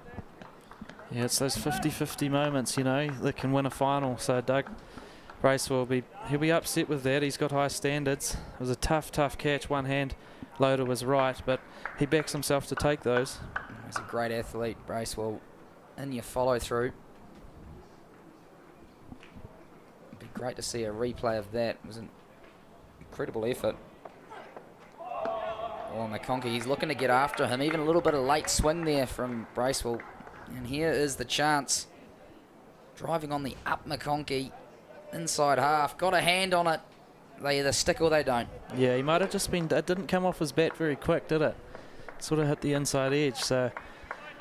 He looked like he had it in his hand, but he'll be a little bit disappointed with that, Doug. Yeah, well, this is a great battle. These two went on the Black Caps tour to Bangladesh in 2021, and McConkey seems to be lining him up here. He's got mid-off, mid-on, all the straight fielders in the ring, but he can't beat that ring, and that is a maiden, or one to come. I've called that early, apologies. Yeah, he'll be looking to finish this off. He doesn't want to go for a boundary here, Bracewell. Win the over with a 1 or a 2, get out of it and go to the next one. Yeah. Just to stem that pressure, because Canterbury, they've gone at 6 or 7s for the last 5 overs, so it's good to have one of these overs for the Stags. It's been a crucial partnership, 39 off 63. And that looked to be a bit of a knuckleball potentially, but it's going to be a wide, so you'll have to bowl it again. Yeah, you mentioned pushing the button. Is that being pushed now? With still 11 overs to go. We've mentioned Sean Davies still to come, who can hold a bat. And then the bowlers, it's just trying to judge it for the visitors here. Cole McConkey really central to them making a decent total. I think they'll be looking to go to that 42, 43 over mark before they really do. Has a swing, another inside edge, doesn't carry. Ajaz Patel there at mid-wicket. Oh, they're flirting with him at the moment. A drop catch, falls just short. Let's have a look. Whether he was looking to sort of whip this over mid-wicket. He was just off the inside edge, and that's actually what saved him. Ajaz Patel in the circle. Loses his shirt as well. Almost lost his shirt in the process, but total commitment from the Stags. An eventful over, just the 1 run from it. Standing a long way out of his crease there, Conchi, isn't he? So he's obviously trying to get to the length of the ball, and he knows Bracewell will pull it back, bowling back of a length with the short one. So he's getting right out of his crease. Yeah, well, we've seen when the ball has been on that difficult area, sort of top of the stumps. Really hard to get away unless there's width.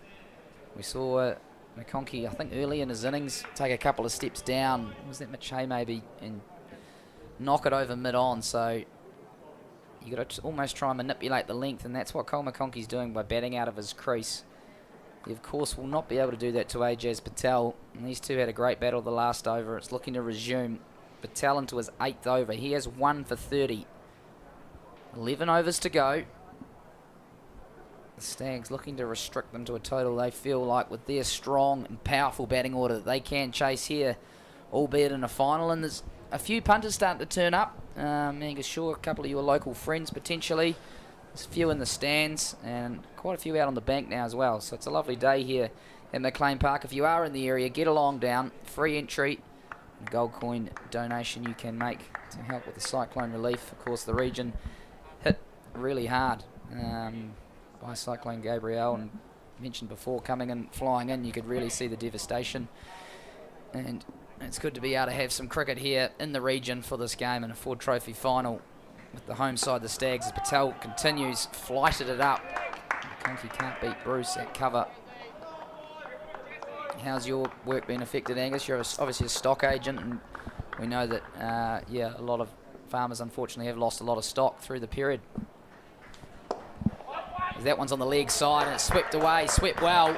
I think he got a hand on it, Ray Toole. Gee, he's had to do some running down there, the big fella. Oh, that's Doug Bracewell, actually. He's done well with the hand.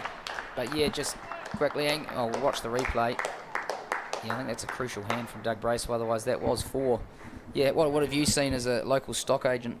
Yeah, it's hard to see what people have had to go through. They've got a great attitude, Hawke's Bay farmers, or farmers in general. So, yeah, you're turning up to some of these places and seeing it. It's not easy to see. And you're seeing signs of a recovery, though. People, well, it's going to be a long, slow recovery. I think it'll be a long, slow recovery. We'll get hit with, the effects for a long time to come. But again, a lot of people have got a great attitude and they're resilient and they just keep going, which is hard to believe, but they do, and it's a credit to them, really. Absolutely, and the rest of the country obviously thinking of them at this time, and we've seen the relief effort, the pitch in ODI. Gee, there's some bounce there for Ajaz Patel. He's almost cut that off his shoulder height there, McConkey, but yeah, nice when you can see the rest of the country banding around and trying to rally for the different regions which have been struck. Yeah, and that's the amazing thing. It's that people in New Zealand are incredible, and we've seen that, from the ODI the other day against Sri Lanka, and to the CD Stags boys helping out at Blair's old man's place and stuff like that. It's been great, and that's very, very little compared to what people have gone through. And it's just people. You're getting people turn up to people's houses that they've never met and helping each other out. So it's pretty amazing to see the people in New Zealand how they react to something like this. Absolutely, and as you said, yeah, can bring out the best of Kiwis. That's the end of the Patel over. There's 3 from it. Canterbury, they are putting themselves in a position to have a little bit of a late flutter here after losing 3 for 8 in the middle. They're 151 for 5. They made a good start, actually. Reece Maria and Mitch Hay, they put on 35 at the top and some quite demanding conditions. Bevan Small and Doug Brace went past the bat a fair few times. Leo Carter, he was caught out trying to whip Ajaz Patel away. Cole McConkey and Mitch Hay, they put on 44 before that was broken by Josh Clarkson, who really did some damage in the middle with Jaden Lennox. And yeah, 3 for 8 we mentioned, but this partnership here is starting to really build for Canterbury. It's 44 off 71. Angus McKenzie supporting his captain, who's 42 not out off 72. As Bracewell in again on the pull shot, top edge, straight over the keeper. It's hard to defend that. A little bit of luck going their way, but the momentum slightly starting to change here, Angus Shaw. Yeah, straight away it's changing, isn't it? So we were talking about 200 and now you're 220, 230. So it's amazing how this game's changing. It's going up and down. One hand you got CD taking these wickets and keeping Canterbury to 3 for 8, and now Canterbury have got a partnership of 48 and they're starting to get on that front foot. So it's a tough game to call, this one, because you are seeing some stuff happen on this pitch and you just really don't know what a good score is. Oh, this is a real captain's knock from Cole McConkey. Bracewell back on a good length there. Yeah, you just wonder when they might look to go back to Jaden Lennox and Josh Clarkson. Combined figures of 15 overs, 33 runs, 3 wickets. They have been the pair, and obviously brought back their 2 gun bowlers here, Doug Bracewell and Ajaz Patel, but they haven't been able to make the breakthroughs, and they've also conceded a few runs, so that's going to put the pressure back on Tom Bruce, the captain, who has been really positive in his captaincy so far. Driven in the air, nearly takes out Mackenzie. One bounce to mid-on, and you can just still see when that ball's on a length, it's not completely easy to drive, is it, even for a guy like Cole McConkey, who's 75 balls in now. And McConkey will know that too. He'll know if they can get runs on the board. He's been out there for 75 balls, and he'll know that it's tough. So it'll give him a lot of confidence going back to this year. It's been out there for a long time, and if they can get a competitive score here, which they're going towards, I think he'll think they can defend it. We mentioned the strength of their bowling attack. Nuttall, O'Rourke, Davey off his 11th foot, Mackenzie, and then the spinners, Coburn, and McConkey himself. Use of the feet, gets right across and just drops that into cover. Easy as you like. Interesting to see McConkey using his feet there, potentially looking to whip it away. That boundary to the leg side, 53 metres. That must be tempting when you're looking for a few cheap boundaries at the end. I think he was a little bit premeditated there. Maybe he got a full toss and he could have put that away, but unless he was just trying to get off striking and get a crack next over. There's 2 to come though, so maybe he just premeditated himself.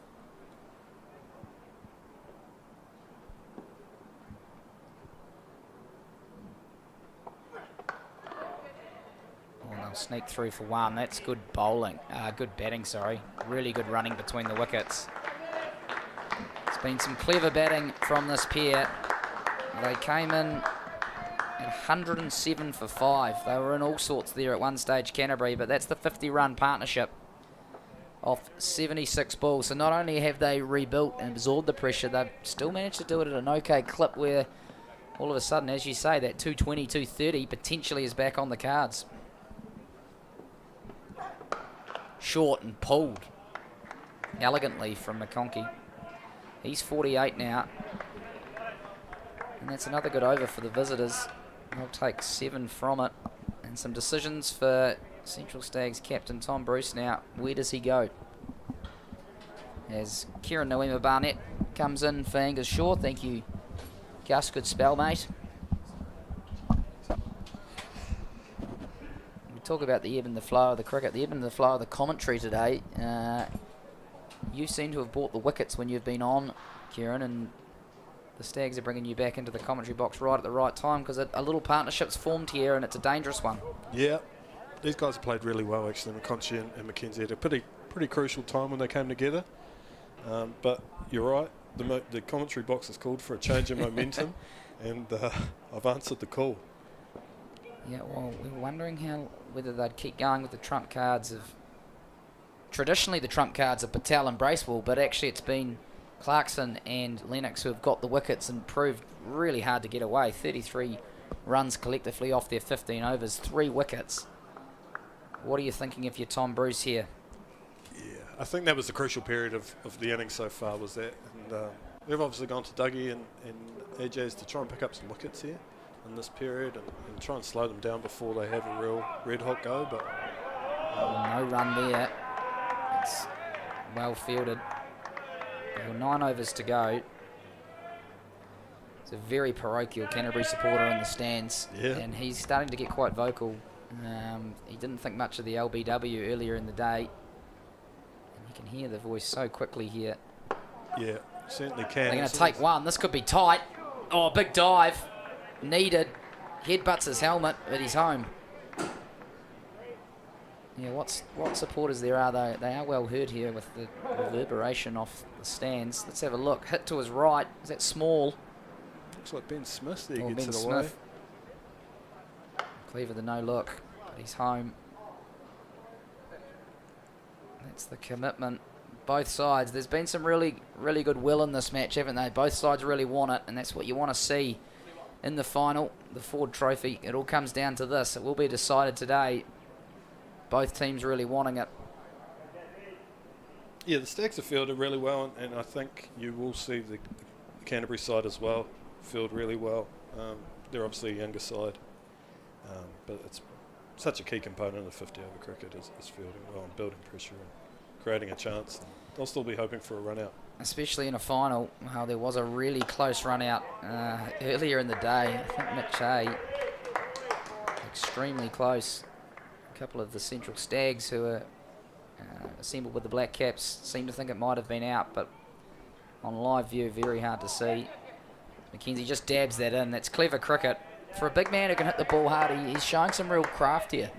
Yeah, he certainly is. He's shown some batsmanship, and it looked like 7 might potentially be a little bit early for him, but he's come out and played really well, and formed a really good partnership with the skipper McConchy as well, and they've been able to get them, up to a competitive spot with 9 overs left or 8 after this. So I'll be really pleased, I think, and hopefully they can finish off the innings for them.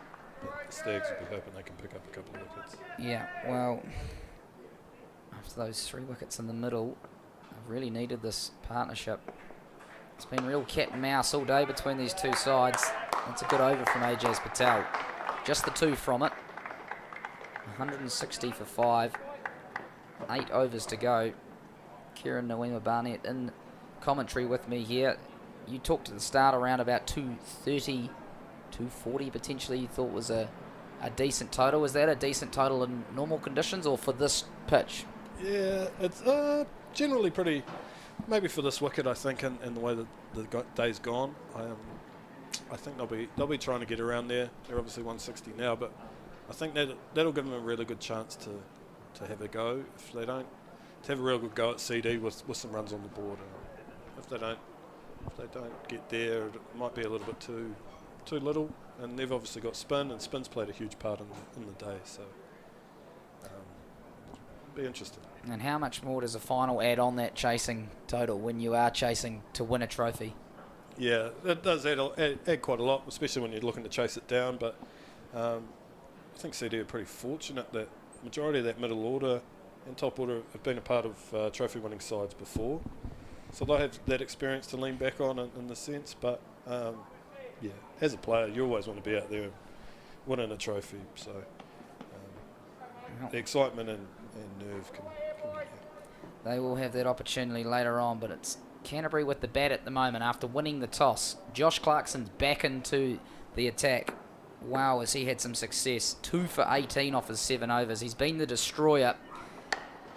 And it's been with bowling like that. He's been able to just hit a line and a length, asking questions. Yeah, any time you're conceding just 18 runs off 7 overs, you're doing something right.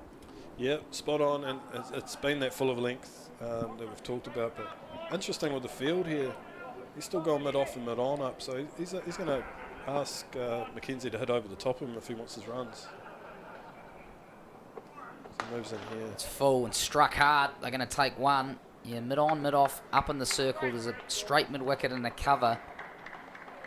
So we haven't really seen, we've seen a couple of drives on the up, but when it's been on that length, it has seemed hard to get away, and that field possibly a response to that. And as Angus Shaw said before, Canterbury will also be learning from this when they bat for where they want to bowl, what sort of fields they want to set.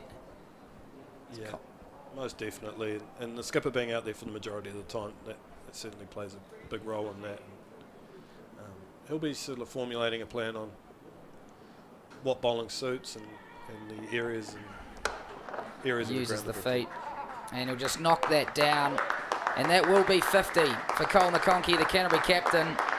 His 8th list day 50, and when his team really needed him at the most, he's standing tall here at McLean Park in the final. Yeah, that's a great innings from McConchy. Under pressure. Under pressure, and side potentially gone in slightly different with maybe one less better than what they normally would, but he stood up and he won't be done yet either in his mind. Well, they were 2 for 99. They lost the wicket. He came. Oh, that's going to be a wide. He came into the wicket at 3 for 99, and he watched them lose another 2 for 8. So all of a sudden they were 107 for 5. We've mentioned slightly elongated tail, so Cole McConkey, he had it all to do to kind of rebuild, but he's found a good ally in Angus McKenzie. Their partnership is 54 off 85, and they're giving themselves a chance to have some fun down the stretch. As he has a fiddle, and he'll get a flick off the outside edge. That'll run away. As they say, it doesn't matter how they come. It's another boundary to McKenzie. He's 30 off 43, and the frustration continues for the Stags here. Yeah, interesting option for McKenzie. Looks like he's decided that he might try and use the pace and try and beat third man and backward point as opposed to going over mid-off and mid-on. So it'll be interesting to see how Clarkson bounces back from that. Yeah, well, that's ballooned his run rate out after only going for 17 or 18 off his 7 before that. So he goes in short. And that'll be his 1 for the over, but not a wide on height. Real interesting period, I think. AJ's got one over left down that at the other end, and then they'll be looking for some other bowling there. Might enter Toole. I know Lennox has got a couple left. But yeah, it'll be interesting to see how these last 7 overs plan out with the Canterbury team coming for the plenty of runs and quick runs too. Yeah, maybe potential variation there, but that's a wide. Yeah, who are their bowlers for the death here, do you think? Obviously we saw Bracewell and Bevan Small. They've both got overs up their sleeve, and Toole as well. Yeah, I think that'll be it. I think Bracewell and Patel will bowl out. I think Jaden Lennox will bowl out as well, and then Doug and Toole. They may have to slip in and over a Smalley, but they'll take a look. And hit on the pads, and the finger goes up. McKenzie, he's got to go. Looking to play to the leg side. The partnership's broken by that man, Josh Clarkson. Just take a look here. Ooh, looks pretty adjacent. Potentially a question on the pitching online, maybe just on leg. Yeah, always difficult, but McKenzie, he's disappointed in that he was given there, obviously. He thought he was... He looks gutted, maybe doesn't he? outside leg, but he's played really well for his 30. And you just take a look here, Willie. Is it outside leg? Camera angles can play tricks. Well, if it's pitching on, it's certainly hitting. It certainly is. The finger's up pretty quickly. Walker is confident. Yep, and he's got to go. The partnership comes to an end. It was a good one for Canterbury, 61. And Angus McKenzie, a valuable knock. And that'll bring Sean Davey to the crease now. Chatting about him and some of his batting in the Hawke Cup with Angus Shaw there. So he can hold a bat. But again, I feel like we've said it all day. It's on McConkey's shoulders, really, the captain of Canterbury, to see them to a total. They think they can put some pressure on later in the afternoon. But Josh Clarkson, what a day he's having. That's his 3rd wicket. He's got 3 for 26 after 8 overs. He's taken a fantastic catch on the leg side fence. And he's having a massive role in this Ford Trophy final. Yeah, he's having a day out so far. And dare I say it, he probably envisaged himself doing really well with the bat, but his role with the ball's been fantastic. And as we mentioned, he's picked up three wickets. He's now bowling at the back end of the innings. So yeah, it's a really good display of his skills, and shows that he's putting a lot of work in to get himself up and ready and performing on this stage as well. Yeah, well, Canterbury looked like they were just looking to really launch there after doing some hard work. Clarkson's come on, he's broken the partnership, and it's going to be Patel to finish here. Does McConkey, he has to keep, he's got to be there at the end really, doesn't he, if they're going to make this total over 200 or plus. Yeah, I think you're dead right. I think he'll be looking at 200 and anything above being a bonus, but he'll certainly try and be there for the next 7 remaining overs, and try and get someone like Davey or all these guys to come. Try and have them get a nice 20 or just a wee cameo and him to build around. I think it sounds like these guys are capable as well. Yeah, and if they can have wickets in hand going into those last 3 or 4 overs, and then you can swing the bat, and you never know how many more you can get, but they can't afford to lose another one here if they want to post that total north of 200, which was spoken about here in the final on a challenging at times wicket. Davey, he dabs at it. He doesn't go. McConkey calls him through. Throw at the bowler's end. It's a cheeky single and a frustrating one for Patel. Yeah, most certainly. He would have been setting his sights on having a few balls at the new batsman there, and unfortunately he gets off strike. Good running between the wickets. McConkey backing up. This one's over pitched, slapped into the block, beats cover. Davies running hard, and he'll come back for 2. That's good running. Really good running. Quite a lot of acreage out there with longer, should I say, straight boundaries. And the fielder having to come around, they were able to get 2. Yeah, plenty of work in those deep pockets here in the dimensions of McLean Park. And Small was able to get around, cut them to 2. Ooh, beautifully bowled from Patel. Conky looking for the little run.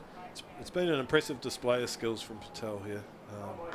Looks like the wicket, the old one, has just bounced as well for the spinner. So he's got some good conditions, but he's made the most of them as well. Oh, and wrapped on the pads, a huge shout. Not out. Patel down on his haunches. His last ball off his spell. Partially blocked by the umpire, our view there. It was a very confident appeal. They'd just got an LB the over before, and it was a big appeal on a big player in McConkey. Yeah, dare I say, height wasn't going to be an issue. Line, potentially, but yeah. He survives. He survives. And that will be the end of his spell. It's a good one from Ajaz Patel coming back after his first 7 overs. He'll finish with 1 for 39 off his 10. But it's this man Clarkson who's having a huge say in this game. He's got 2 overs left. He has 3 for 26. And there'll be 5 overs left after that. Doug Bracewell's got 2. Jaden Lennox, who has 1 for 15 off his 8. He's still got 3 to come. So whether they'll bowl the left arm ortho or not. It's Clarkson in again. He's getting that through, isn't he? Decent pace, which we get the advantage of seeing side on here, Kieran Noema Barnett. Yeah, he is. He looks like he's sort of getting more rhythm the more overs he bowls. He's picking up pace late in the spell. Maybe he can sniff a fifer. A cheeky fifer. Well, you wouldn't say he didn't deserve it. He came on in the middle and wreaked havoc, and he's come back again. He's made the breakthrough, and he's putting the pressure on here. It's just been through hitting good line and length, really, hasn't it? It has been. He hasn't strayed away too much from that ball that you've just seen Davey defend there. He's been there for the majority of his 8 overs, and that's where he's got his reward as well. And it's allowed the fielders to really attack as well and build pressure and stop the scoreboard from ticking over. So it's been really good. Well, there's 28 balls remaining, if my math is correct. Or is that 34? Actually, my math is incorrect. They'll want to get over 200. That's short. Height might be an issue. It's quite well played by Davey, actually. Just the old uppercut. 1 bounce down to third man. 1 for the over. Yeah, there's 33 balls to come. I've finally got the math right. And what sort of total are we looking, trying to get? 200 seems the number.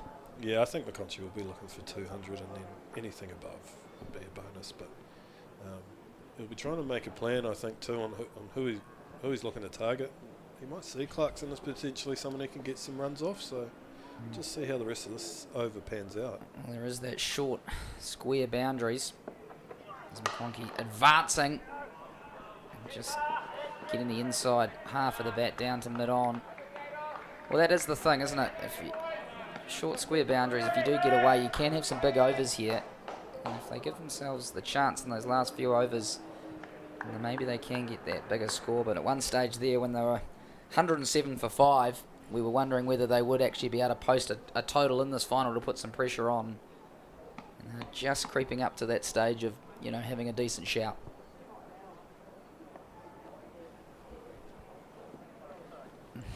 It's not ready there. There's all sorts going on there.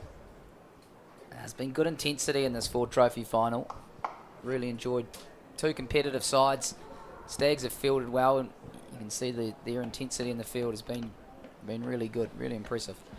Yeah, and it's one of those things. The final always helps, bring some intensity and a different energy to the game from what you normally have. But Home ground advantage as well. certainly.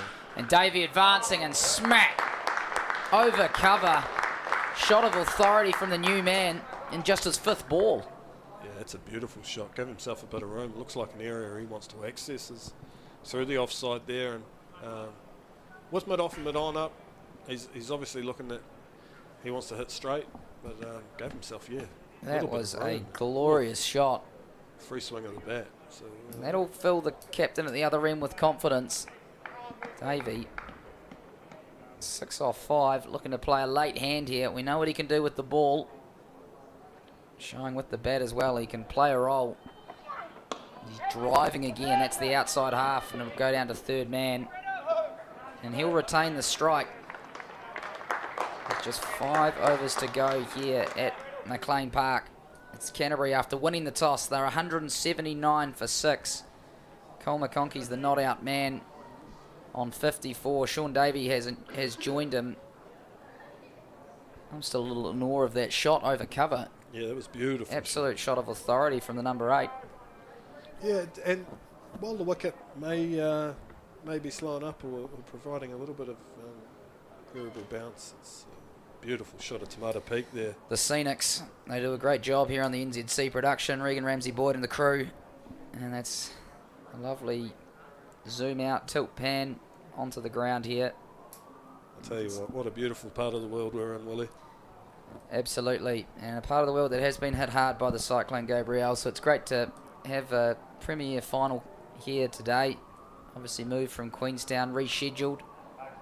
A bit of time off for the competition ahead of this game, but we've got the two, well, I'd say strongest teams of the competition here. The Stags are the top qualifier. Canterbury had to come through the eliminator final.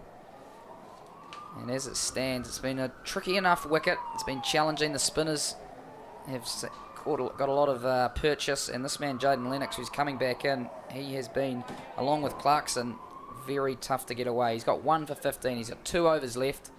He'll bowl 2 of the final 5. And you wonder if Canterbury are looking, who do they want to try and take down in these last overs? Is it spin or is it pace?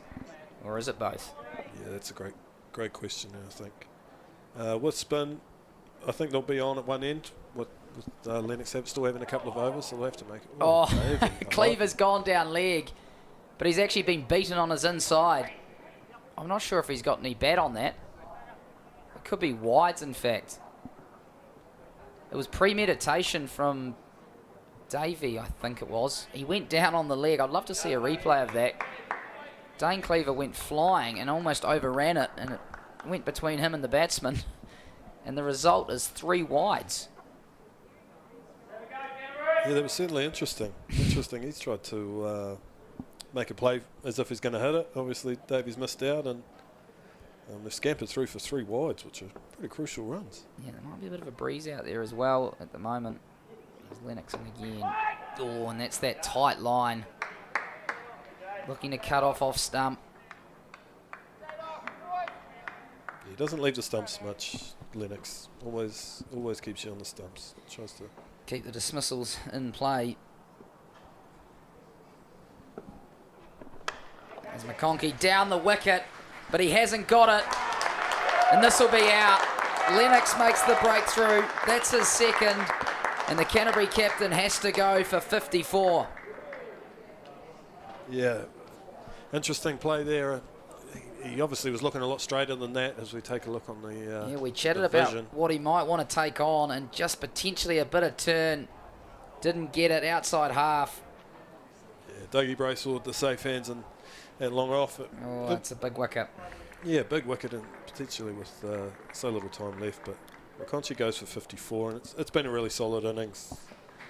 Absolutely. Warm applause here at McLean Park from the visiting fans and the locals alike. It's a crucial innings from the captain.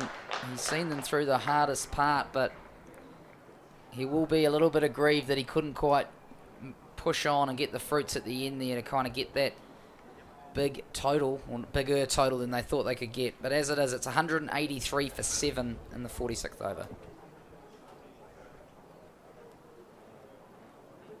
Yeah, interesting thing on the McConchy dismissal. Just looked like he decided that this end was where he was going to go. Looked to take on the spinner, and just unfortunate in execution, but really solid innings to get them up here. And now we've got Coburn on strike out here, and he'll have a role to play in the game as well. Obviously with the bat here now, but with his left arm wrist spin as well. Yep.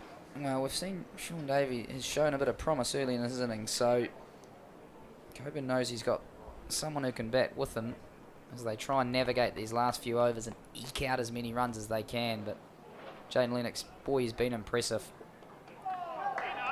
It's with bowling like that. A player you know well. Yeah, certainly, and just beat him on the front foot there. Looks like a bit of turn. So, yeah, it's a really good start. New man, always good to see him, show him that one's turning, just to keep him honest. But yeah, he's playing it well. And he's back in arm ball. He can't get away. Yeah, well, it's your 5th and 6th bowlers today, Jaden Lennox and Josh Clarkson, 5 wickets between them. They have been the destroyers down the bowling lineup for the home side. Coburn will just open the face, and he will get a single. He might get 2, actually. They will get a couple. They're just going to have to eke out as many as they can here. The lower order of Canterbury. That's a good over from Lennox. He's claimed his 2nd wicket. Canterbury 185 for 7. And I will take myself out of the attack as we have Ross come back in to finish us off here at McLean Park. Thanks, Willie. Different complexion on the game again. all happening, Ross. Take 10 overs off on this in this match, and it's been. I was just sitting there thinking about it. There've been different phases, haven't there, in this game? First 10 overs, it was pretty even, bit of everything. CD got on top, got a couple of 3 wickets, got them 5 down. Then all of a sudden Canterbury fought their way back home again. Now the ascendancy's gone a little bit back towards the Stags again. Yeah, it's it has been a bit like that. You're spot on, Ross. And it's one of those things now. CD will be hoping they can ice this without Canterbury being able to eke out 20 or 25 of those sort of niggly runs that can happen at the back end of an innings. So, indeed. We were sort of thinking 220, 230. CD would fancy their chances perhaps under 200 now, maybe. Yeah. Although with a shot like that from Canterbury, make it harder. Yeah, I think you're spot on. Anything 200 or around, CD will be really happy with it. I think they'll be happy. Yeah. And Canterbury would be quite... The way they went in that middle bit, between wickets 5 and 7, probably be a little bit disappointed that they haven't got that extra 20, 30, unless they can eke out a 40 in the last 5 overs or something. Yeah, it'll be interesting. It'll be interesting because obviously we'll need to see CD bat on it as well on the wicket. Explosive looks to take the pace off and wide there. That was pretty wide. Davey reaching, but that's no run through the point. But yeah, I think it'll be interesting to see how Canterbury bowl on it as well, because their strengths with their seam attack. Yes. They've got some real strong wicket takers through there as well. So they'll be coming for CD with the new ball in particular. And I'll have to make sure they're up to it.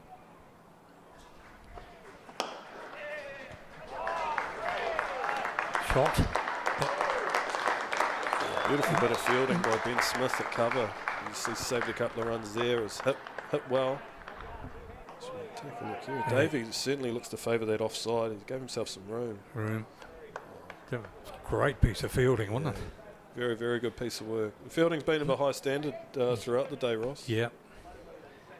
Yeah, and fielding like that just can turn a game, can't it? Yeah, of course it just can. takes a little bit of the bravado out of the batsman when they think they've got they've got a lovely 4 there and have to settle for a 1. Yeah, that's dead right. Bracewell coming in again on his 9th over. That was a lovely shot. Beautifully hit, wasn't it? Coburn sort of cover drive. It's gone a little bit squarer than that. Ended up 4 through point. It was well hit. But again, looks like they're going to try and back themselves to hit through the offside as we see here. Just open. Oh, Yeah. he hit that lovely. Well hit. Just that raced away. Quick outfield Look at here that. on the ground. Yeah. Boyle, no chance on the fence. No. All right, well, Davey and Coburn taking it a bit to Bracewell here. And another one. And just get another 4 off that one. As that races away to the boundary again. Yeah, interesting. Couple of really nice shots here. Bracewell again moving in. Oh, yeah, Coburn, he just leant on that almost. He didn't look to overly hit it hard, but obviously the rewards there on this McLean Park surface. Coming up to the end of the 9th over, with Bracewell walking back with his head down a bit. I think he's trying to work out how to stop this onslaught a little bit. This has been a pretty expensive over for Bracewell. Oh, Yeah, it has been. right down the middle. Yeah, he goes change of pace, rolls the leg cutter out, and there's Coburn fetching for it, which is a lovely change of pace. Beautiful ball. Yeah. But like you say, good momentum there for Coburn. Yeah. Couple of boundaries. They're up at 196 now. We sort of spoke about hopefully they don't get too many niggly runs, but for the contest they're right on this, the Canterburyans. And A 220 is on, isn't it? With 3 overs to left, and then obviously those short sides, which we haven't really seen anyone get at yet. it's quite interesting, isn't it? How they haven't been able to attack that short boundary at all, really. Yeah, I wonder if it's the wicket or if it's the way the CD have bowled. But Maybe they talked about it at the start and said just don't let them hit out that side. It's too short. Yeah, maybe the way, but looks like Lennox is going to finish off his spell here. 9 overs, 1 maiden, 2 for 21. Good return for him, just 2.3 runs per over. It's a pretty good return for the... But can he keep these two quiet? Because they are starting... They did have a good over against Bracewell. Off go the bails, but a foot was well back. No drama there. No. Well bowled from Lennox, actually. Just saw him coming, held it back a bit, and Davey was able to knock it on its head, and Cleaver had those bails off quickly, so he's alert late in the innings. Yes. In fact, I don't know that the foot was back there, was it? I think it was the bat that got back. The bat got back first, yeah. Yeah.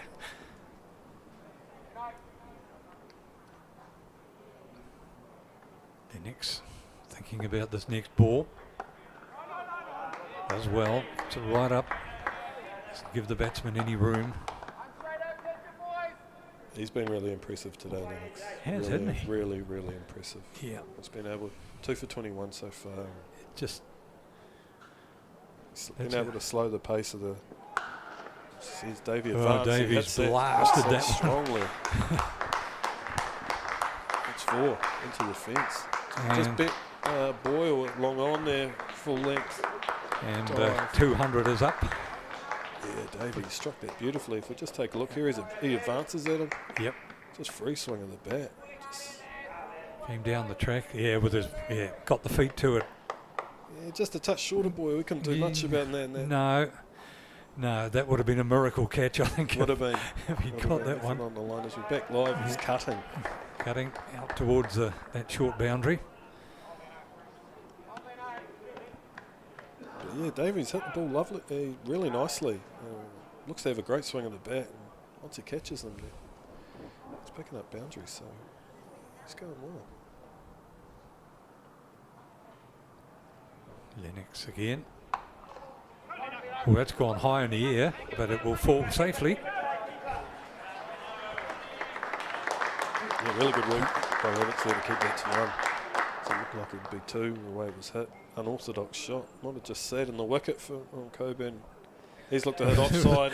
And yeah, he found a good gap there, and it was a bit of a one-hander in the end. I think he got fooled by it, didn't he? Yeah, a little bit. He's happy he's up the other end. Now it's Davey. Bails are off, and he'll walk. Yeah. With that few overs left, he decided to charge down at Lennox and try and take him on. Yeah. I think Lennox might have seen him coming, did he? The wily spinner, he's got a man there. He had him in the air. Obviously, we take a look. Davey advances.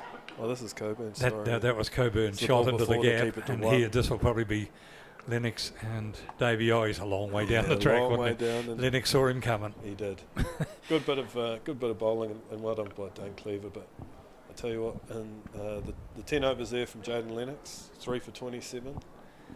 That's an outstanding return in any match, let alone the full trophy final, which he wouldn't have been a part of before. So it's good to see him out there and bowling really well.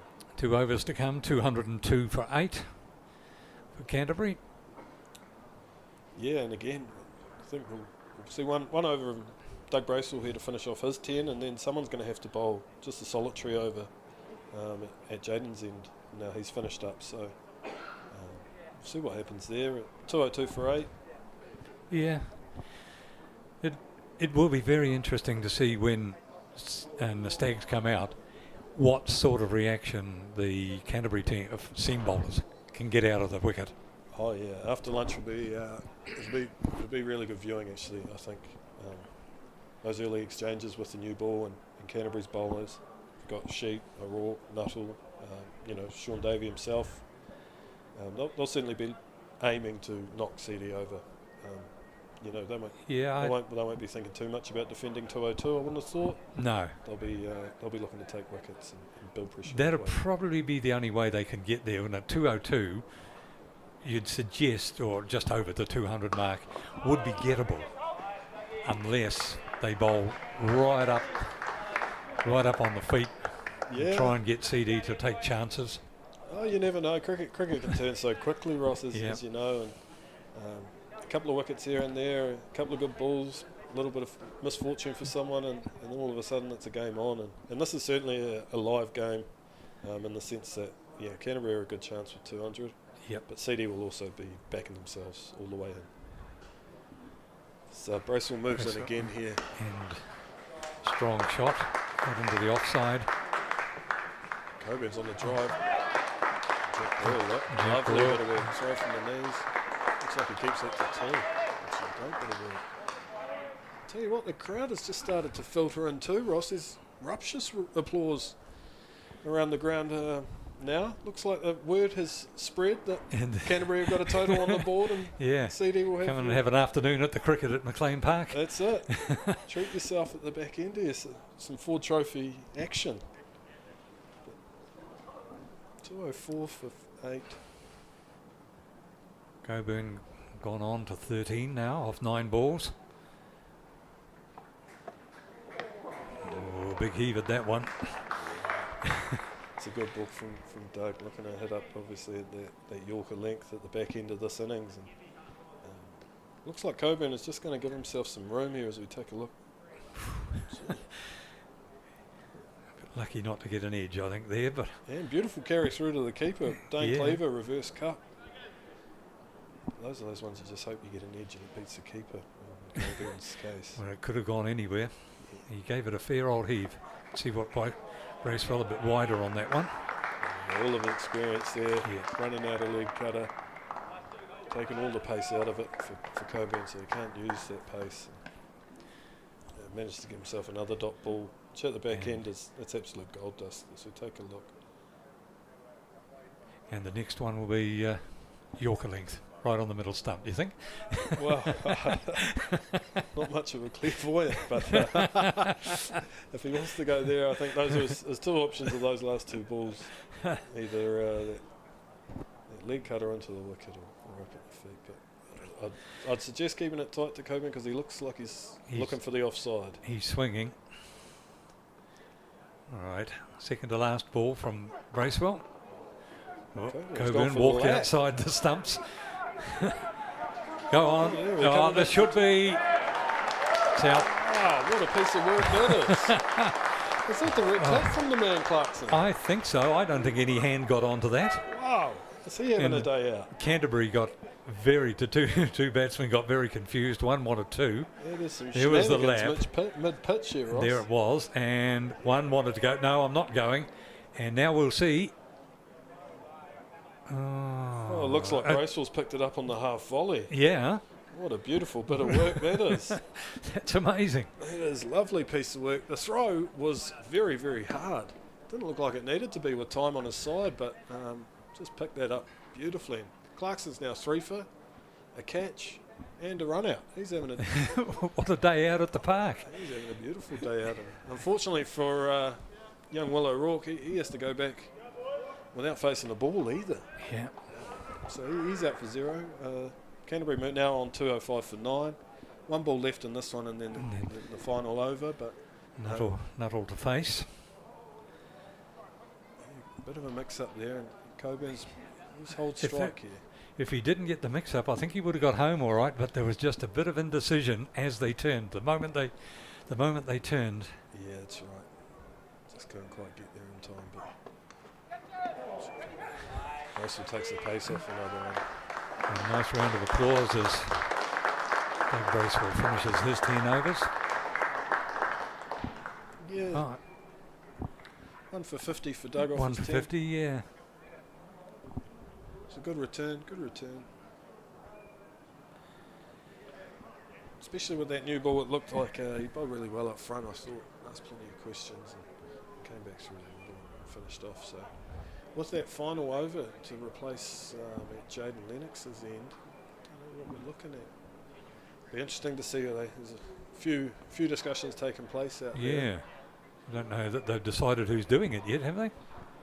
Looks like I think Clarkson might be taking the floppy off and Yes, it handing it is. to the umpire. So he might finish off the innings for the Stags here.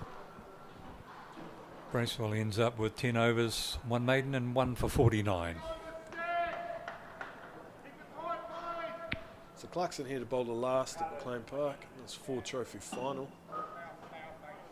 Nuttall's on strike. He's yet to face a ball. Mid-off's up. There's also cover. Yeah. Hard to know where he'd be bowling.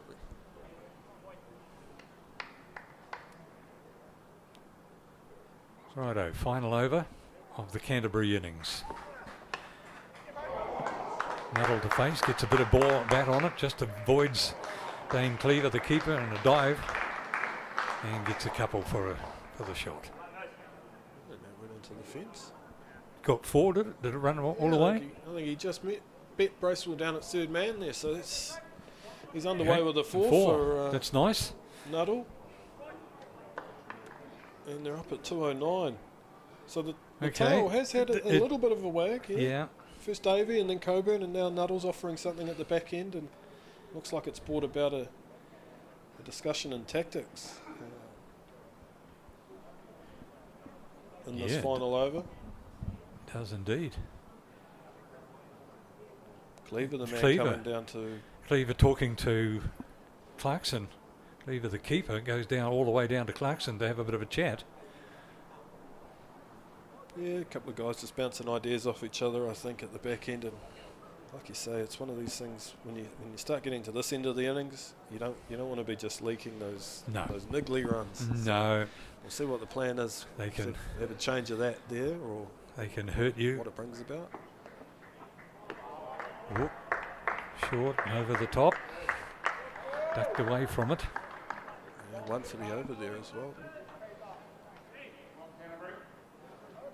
Clarkson.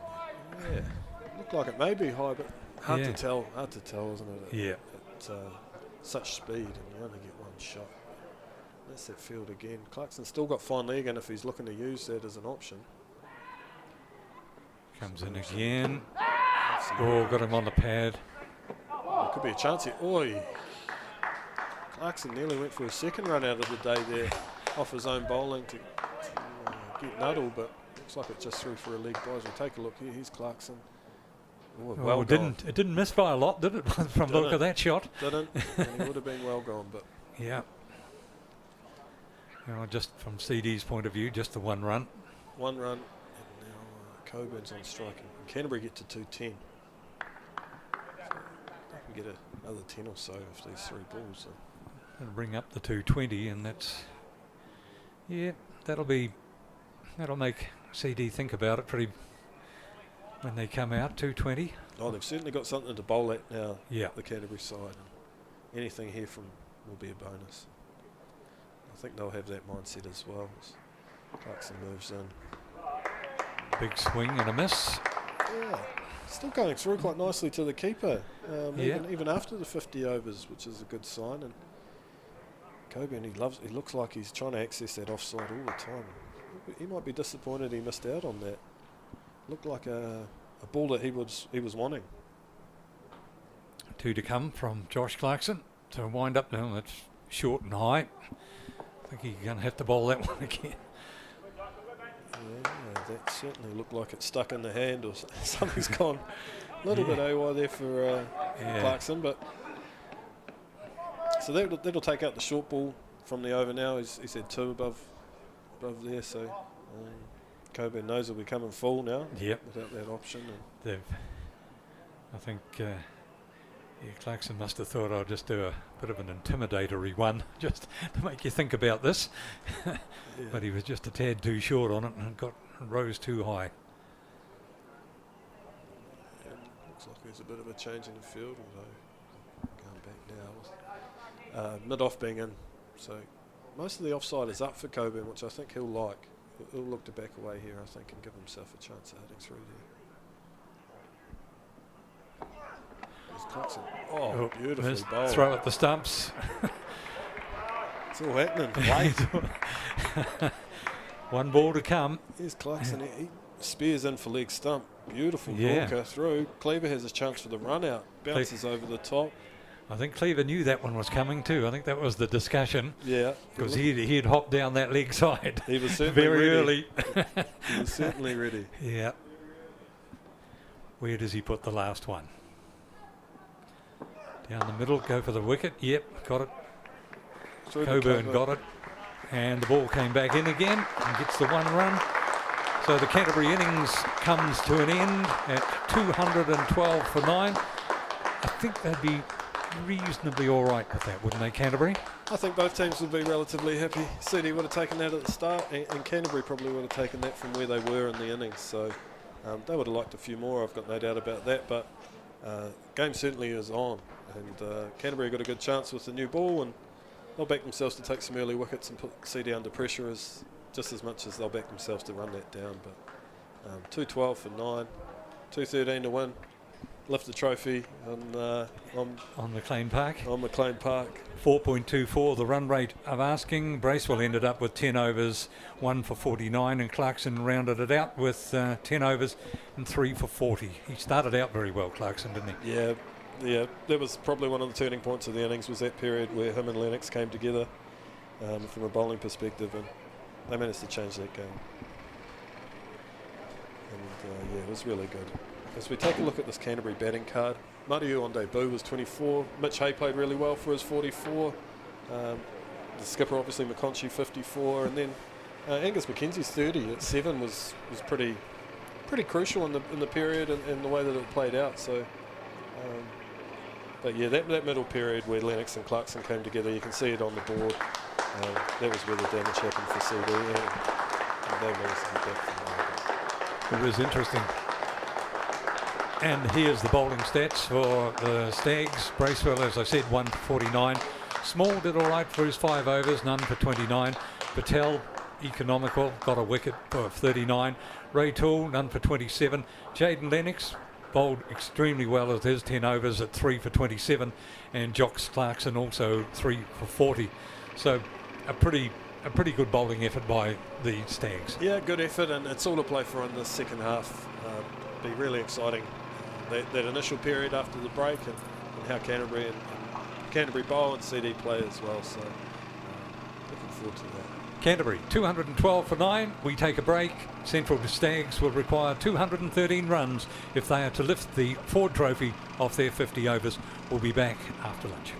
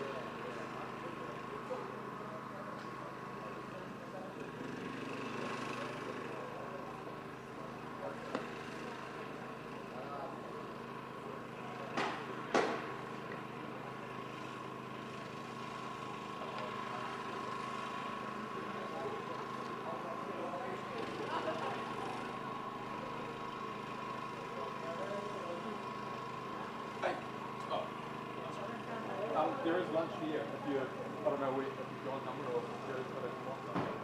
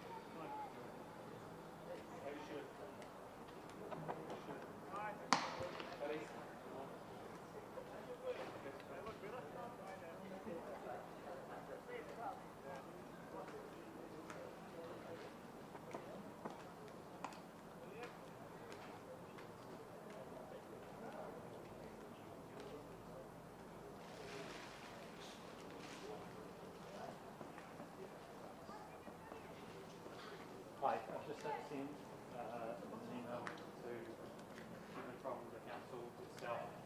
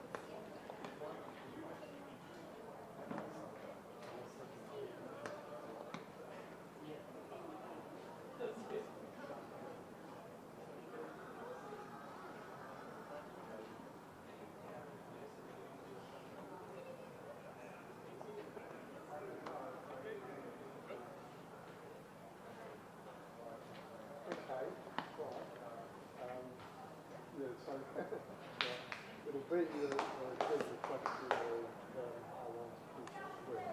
Obviously, put in the price, but as you know, I put into it that we only time basis.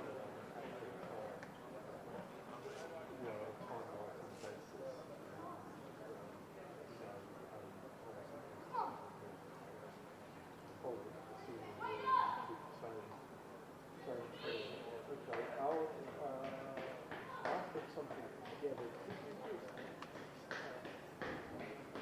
you just send me a very brief email so you just say, and you do an updated offer service to cover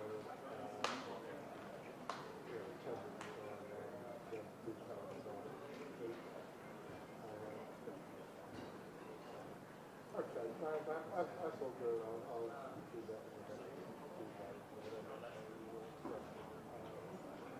So, do you know, or can you find out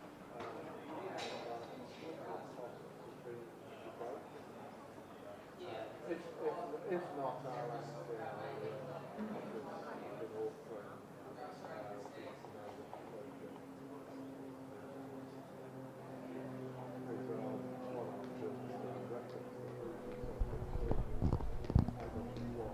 Welcome back to McLean Park in Napier. The second half of this Ford Trophy final, the Central Stags.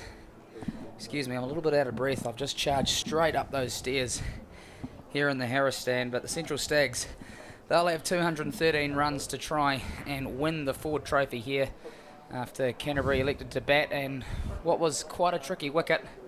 This is the lineup who will try and chase it down. I've got Hawke's Bay captain Angus Shaw with me. Angus, yeah, looking through that lineup, how do you think they'll go about trying to chase down 213 to win the Ford Trophy? Yeah, it's a strong lineup, Willie. You've obviously got the openers there.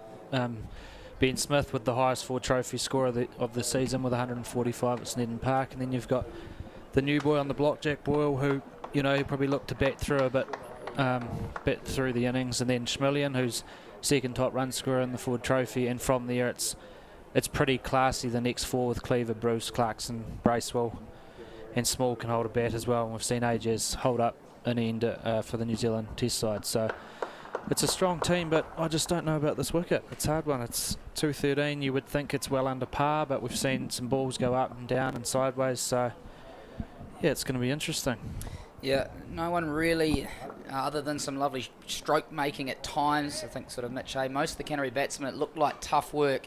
They had to fight for their runs, especially if the ball was in the right area. So Canterbury will take a lot of heart from that.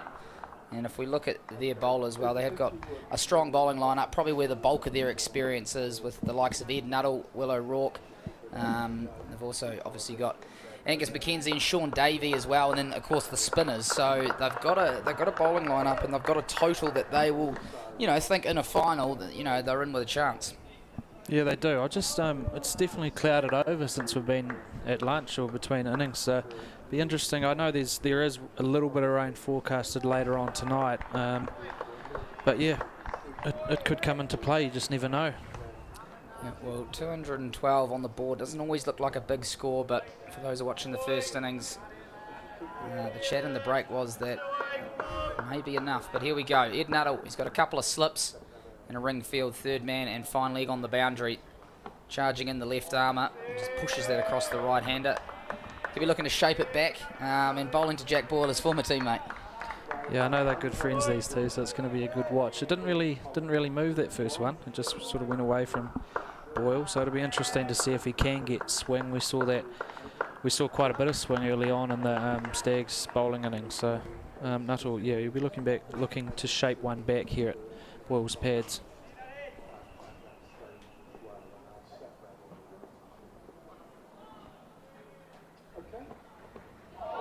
Oh, and that did come back, leaving potentially on length there.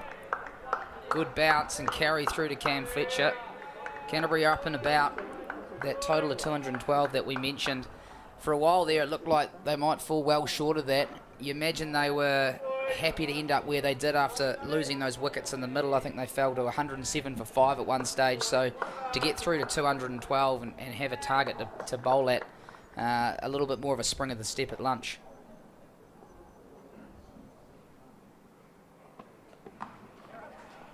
And Boyle will get himself underway, tucked neatly off the hip. He did get some bat on it, so he'll open his account. Yeah, 212. Canterbury, from their perspective, coming out to bowl after what we saw in that first innings. Angus, what would you make of that if you were in the bowling side now? Yeah, I know that they had some very valuable partnerships there at the end, which was key to getting them to where they had. I thought they were going to sort of get to 180, 190. So I think they'll go with a lot of confidence, and having runs on the board, as you know, in a final is very important. So it could be quite interesting. Well, here's Ben Smith. Coming off that 100, as we mentioned. Took the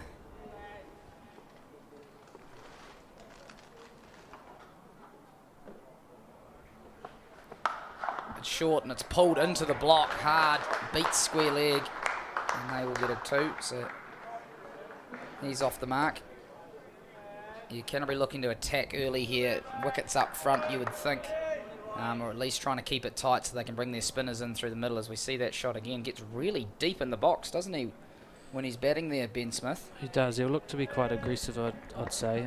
He did score some runs in that T20, and that Sneddon Park knock with Wagner and whatnot was pretty special. So if he can replicate that today, I think CD will go a long way to winning. Yeah, that match you're referencing, you played in that match? I did. It was special to watch. It was we won by 7 wickets, but we were looking like we were going to do 10. So for a while, and watching a guy get 145 off about 95 balls was pretty special against the classy attack. Yeah, well, he's long been touted as a player with a lot of talent. Certainly can bat at the top. Nuttall to finish, trying to bring it back into the right-hander. Been driven but can't beat cover. And it's a tidy enough start. There's 3 runs off it. The first one finished here at McLean Park. And a bit more of a crowd continuing to trickle in here. The home side in a run chase for a trophy. If you are in the area, Napier or the Wider Hawke's Bay, get on down. Yep. And hopefully you can see your side chasing for victory. 213 is what they require after doing the work up front, but we must tell you it's a little bit of a tricky wicket. This isn't your standard belter here at McLean Park. We've seen, as Angus Shaw alluded to, bit of swing, bit of pop, bit of bounce, and a little bit of turn for the spinners. Yeah, Lennox was the pick of the bowlers for the Stags. He finished with 3 wickets for 27 runs. And here we go. This looks like it's going to be Sean Davey, fresh off his 11-wicket haul in the Plunkett Shield. He's come straight in here to play in the final. He's going to have 2 slips. Bowling to his former teammate, Jack Boyle. He's in behind it. You see much of Sean Davey? I've played quite a bit against him actually, and he's dominated us every time. So he seems to be a very good player, and watching those highlights of him last week was pretty special. So he's definitely got a lot of talent. It's interesting. There's not as much swing already, is there, than that the CD guys got. So it could just be getting a bit warmer. I'm not too sure, but something's definitely changed. Yeah, we saw that swing early on, but as you say, the cloud cover's come over. A little bit of shape there for Davey. It's just one of those things, isn't it? Swing. No one seems to really know how it happens, but we all love to talk about it like we do. Yeah, that's right. We all sort of love to talk about what we know, what we think we know, but we don't actually know. So it is definitely not swinging as much, but not too sure why. Sometimes when the lacquer comes off, it can swing a little bit more as the overs go on. Of course, they've got O'Rourke up their sleeve as well if they want. Boyle in behind it. Yeah, great story really. Jack Boyle moving up here to play for CD, and he's now in a final against his brother Matt Boyle, who we saw in the middle order today. He was caught on the deep square leg boundary. Quite unlucky really, a lovely sweep shot, and picked out Josh Clarkson running on the fence, but He bowled a bit of leg spin through the middle. We've also got Coburn and McConkey, so some options for the visitors, you know, behind the new ball bowling. I think they'll be encouraged by seeing the stag spinners as well. Boyle on the drive, and he'll call him through. Yeah, that's well run. That's what they'll have to do if they don't want to play the big shots, then turning it over in the strike. He's been in very good form, Boyle, with the first 100 for CD last week in that game against Otago, and he got runs previous to that too. So he's confident. He's looking good. Yeah, it's a pretty formidable looking batting lineup when you do look through it, with Shamulian obviously potentially could be finishes the top run scorer in this competition. Dane Cleaver, Tom Bruce, Josh Clarkson, Doug Bracewell and Bevan Small. It's a really handsome looking lineup.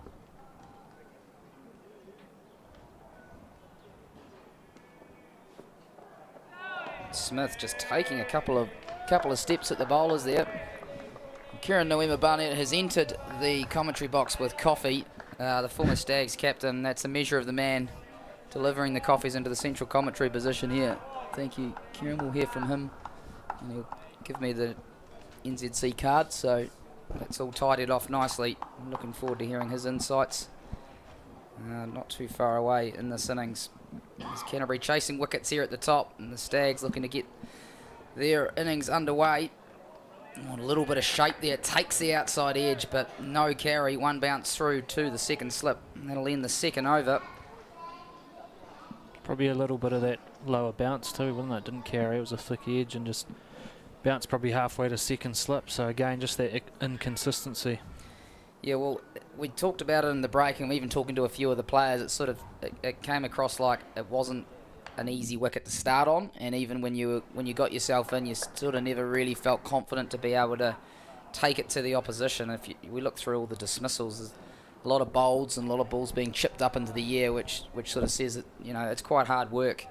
It was quite hard work for the batting, and both sides, you felt at the break, sort of acknowledged that and thought 213 is bigger than it appears on paper.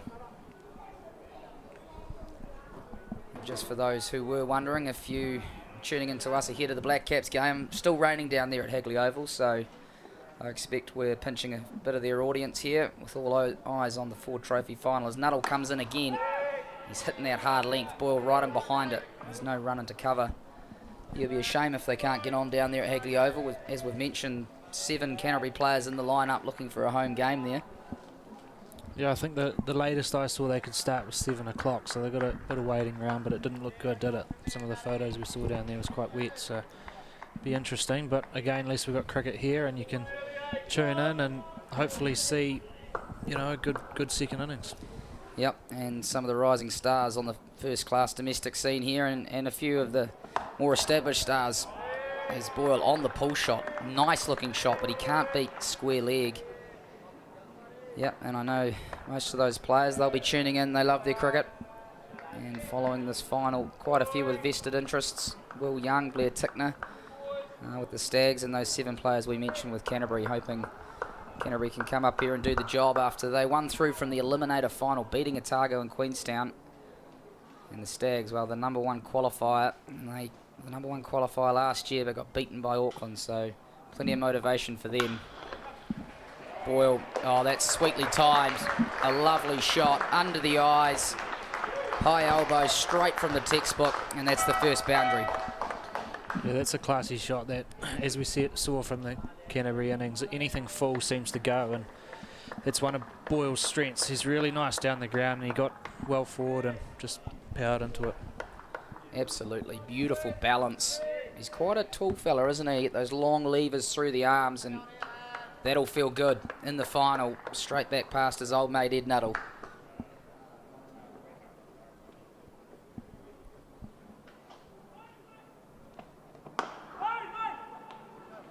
And as we mentioned, not quite the swing early on that we saw the Stags. Small and Bracewell were getting that early swing, early movement. Not quite there at the moment, so maybe that will force a bit of a rethink for Canterbury if they were thinking they were going to try and swing it up top and nip a few out. Be interesting to see how they hold off, how long they hold off the spin here too, just seeing what happened in the Stags innings. with Coburn there. He can be a bit of a mystery spinner and can be challenging when he gets it right, so it will be interesting. Too straight and whip behind square. Doyle, he's away. He's 7 off 12 now. Yeah, we saw Ajaz Patel into the attack in the 11th over. Didn't we, of that innings? And then we saw the work that Lennox could do in the middle. 3 spin options for Canterbury, and judging by what we saw in the first innings, you imagine they've got a big role to play here. But boy, they'd love some wickets up top, wouldn't they, to create a bit of doubt and try and get those bigger boys in earlier in the innings. Yeah, the front 10 will be key too. I know Ben Smith will be trying to be aggressive here and get them off to a flyer. It's a good little single, just soft hands. And that's the end of the over. There's 6 from it, and the Stags, they're 10 for none after 3. Yeah, well, there's 2 schools of thought sometimes when you're chasing a low or a lower total, isn't it? That if you can come hard early and really knock off as many runs as you can and you get ahead of the rate, then you leave it for your middle order with less work to do in terms of run rate, or the other way is to build and deny the visiting team the taking wickets with the ball. And it could be either or of those solutions you think here today. Yeah, well, that's what we saw. Canterbury got off to a bit of a flyer, being 30 without loss, and then 30 for 1, then 50 for 2, and it just slowed them down. So they'll be looking for those early wickets. Davey here just swinging one away. He's trying to set Ben Smith up, just going away from the bat. He's got 2 slips in and a backward point, so you can see what he's trying to plan here, and it's probably just whether Smith can outlast, be patient, just wait for that bad ball. Or is he going to take the role of the aggressor like we spoke about? We've already seen him take a couple of steps down. Davey, excellent line and length, and respected by Smith. Just settling into that first class length that he was obviously last week. Just does enough. The white ball doesn't do as much, but yeah, he's definitely settled into that line and length.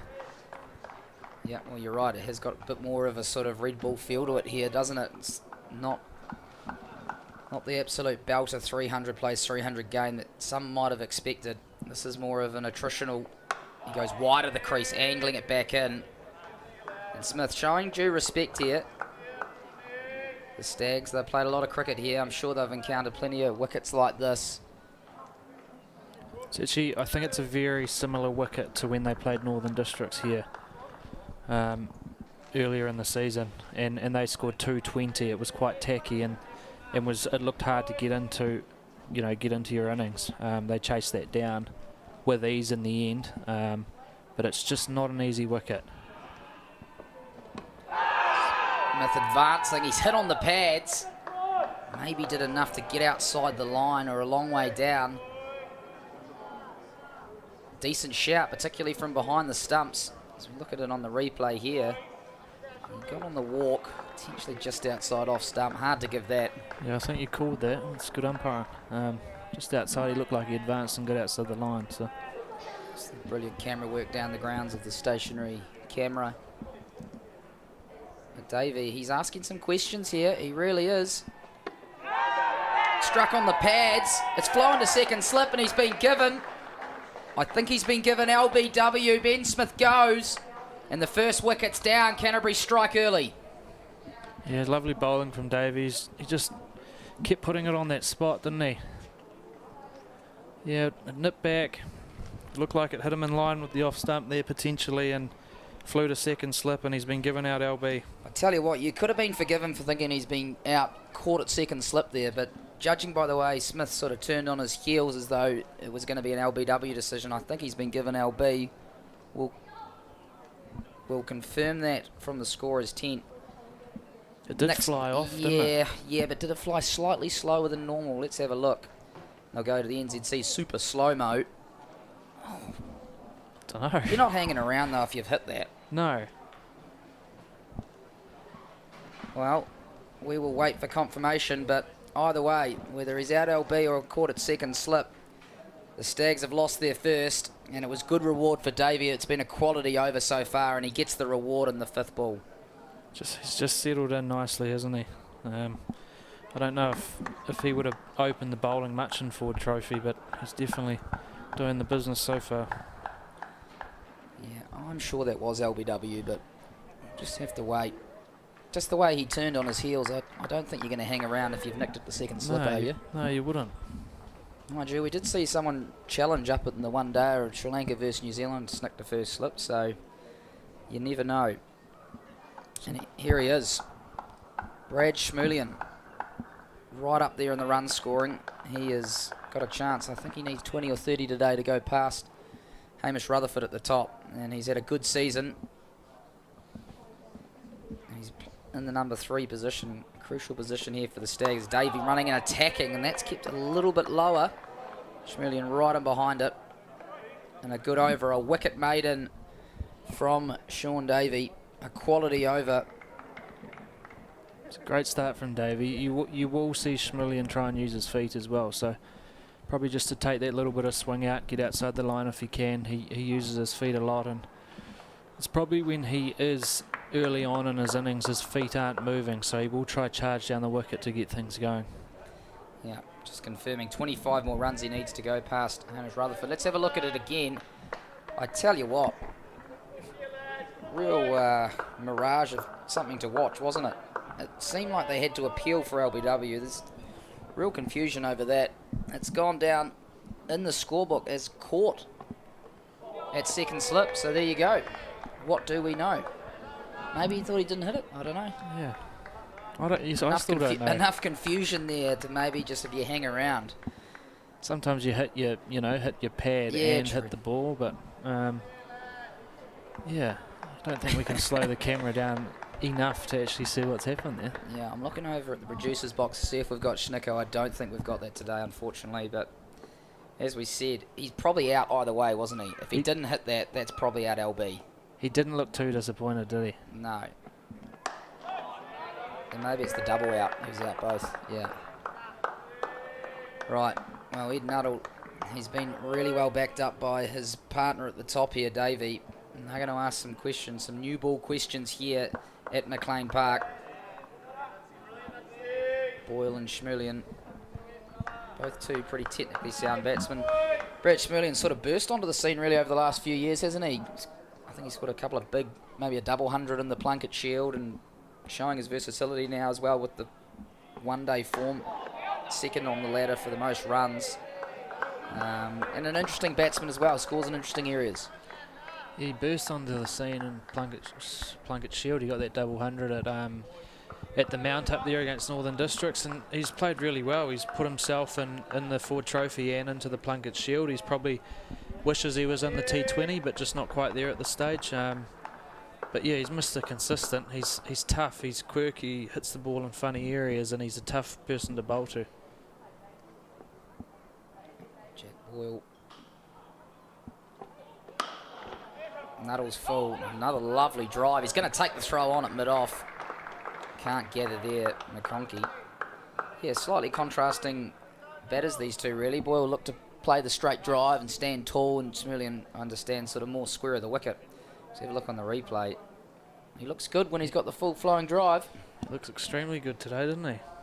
That's what we said about this, just Canterbury getting an early wicket, you know, it just puts a little bit of pressure on the Stags. If they can get another one now, that 213, it looks like 270, you know, so. Yeah, and how they'd like to get the likes of Dane Cleaver, Tom Bruce out here with a relatively new ball, rather than in the middle of the innings where they can potentially try and attack through the middle.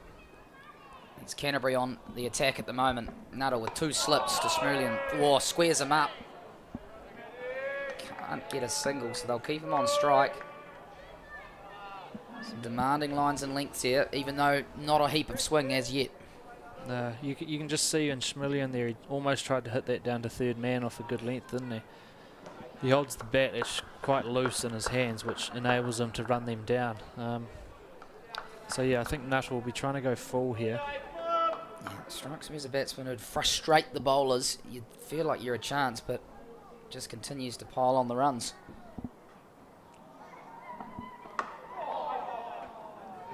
Nuttall gets the inside edge. Still looking for that swing, not getting it. Schmulian misses out there, but that'll be the end of the over.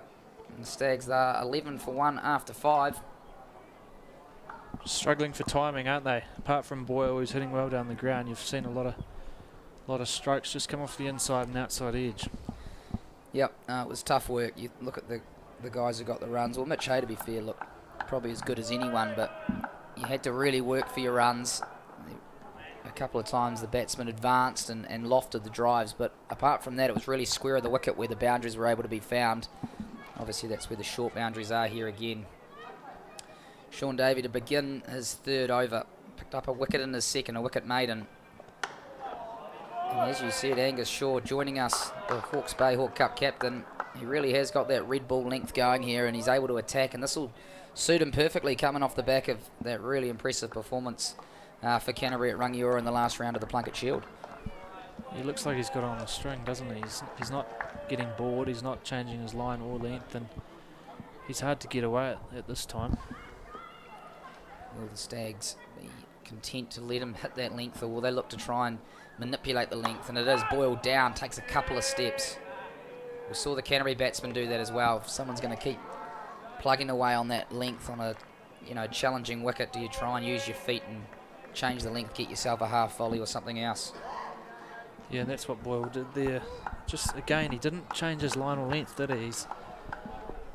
He's got it on a 50-cent piece here. I don't know what Boyle can do. He might be able to give himself room, but right now it's all Sean Davey.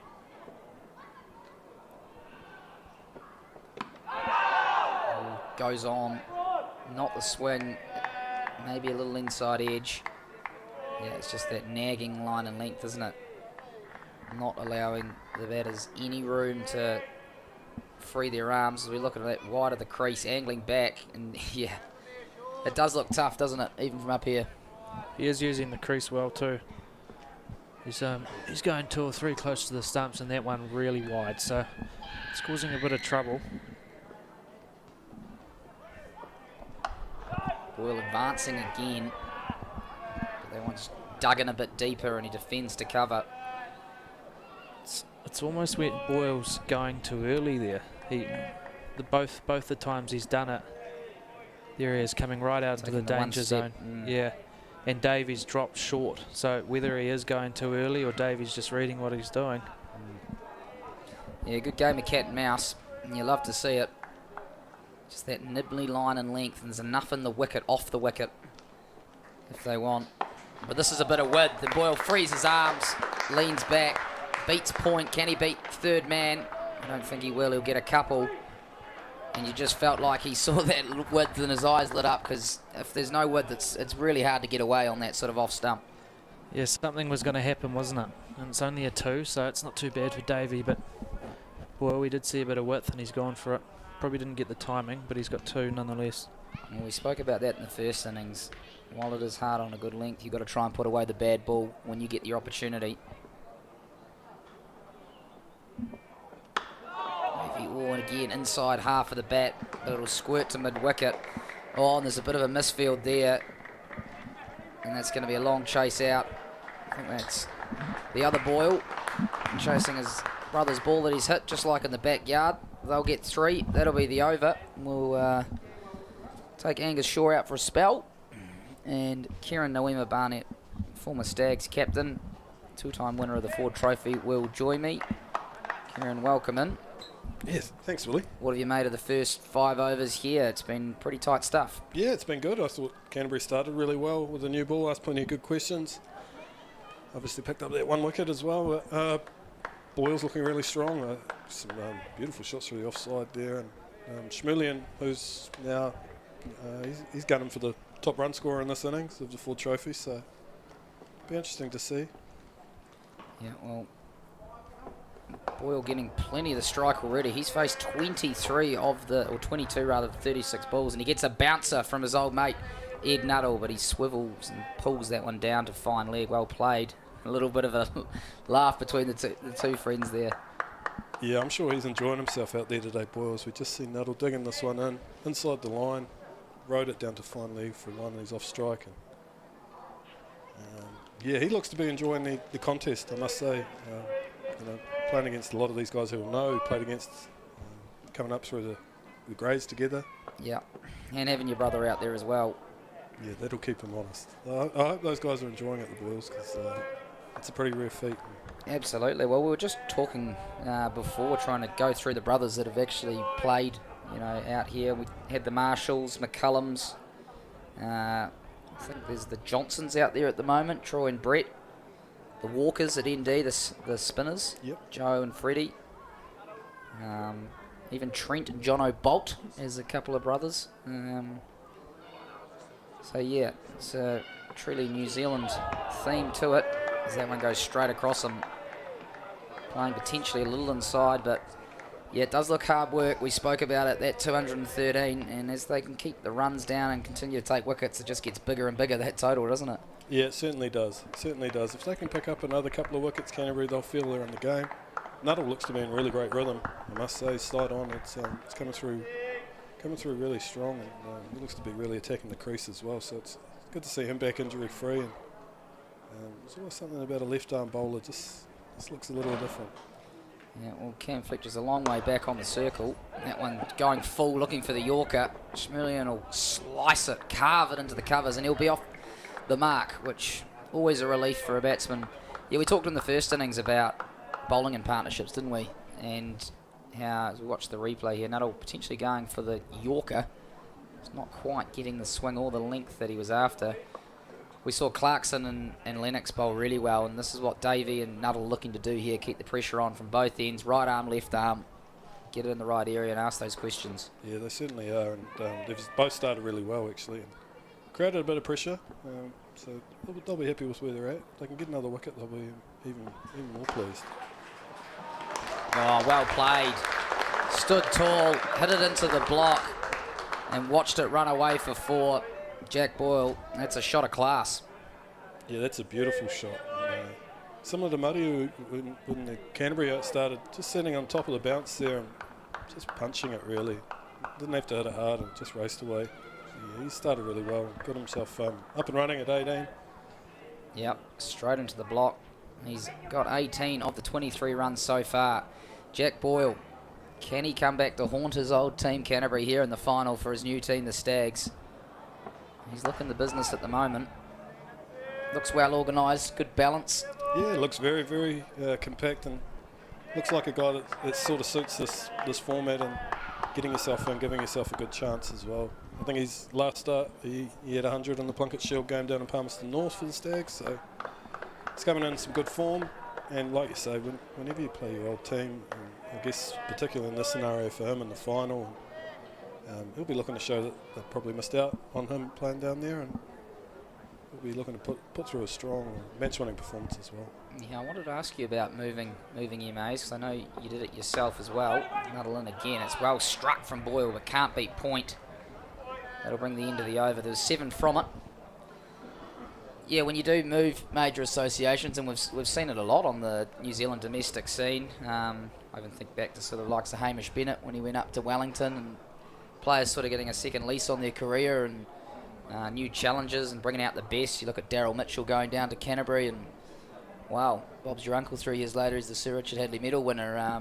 Not that that's got anything to do with Canterbury, but potentially a change in environments, how that can kind of suit a cricketer in a career. Yeah, I think you're spot on, Willie. There comes a point in your career where you're either looking for more opportunity or you're trying to prove someone wrong, in the sense that you go somewhere for a new opportunity to make light of that tough scenario that you're in at the time. So, and can you players, can they come up and be a different player in a different MA? You can kind of get a little bit pigeonholed with how you play when people have known you for so long. As Davey continues around about that 4th or 5th line, is it almost like a fresh start? I remember when you come from Otago to CD.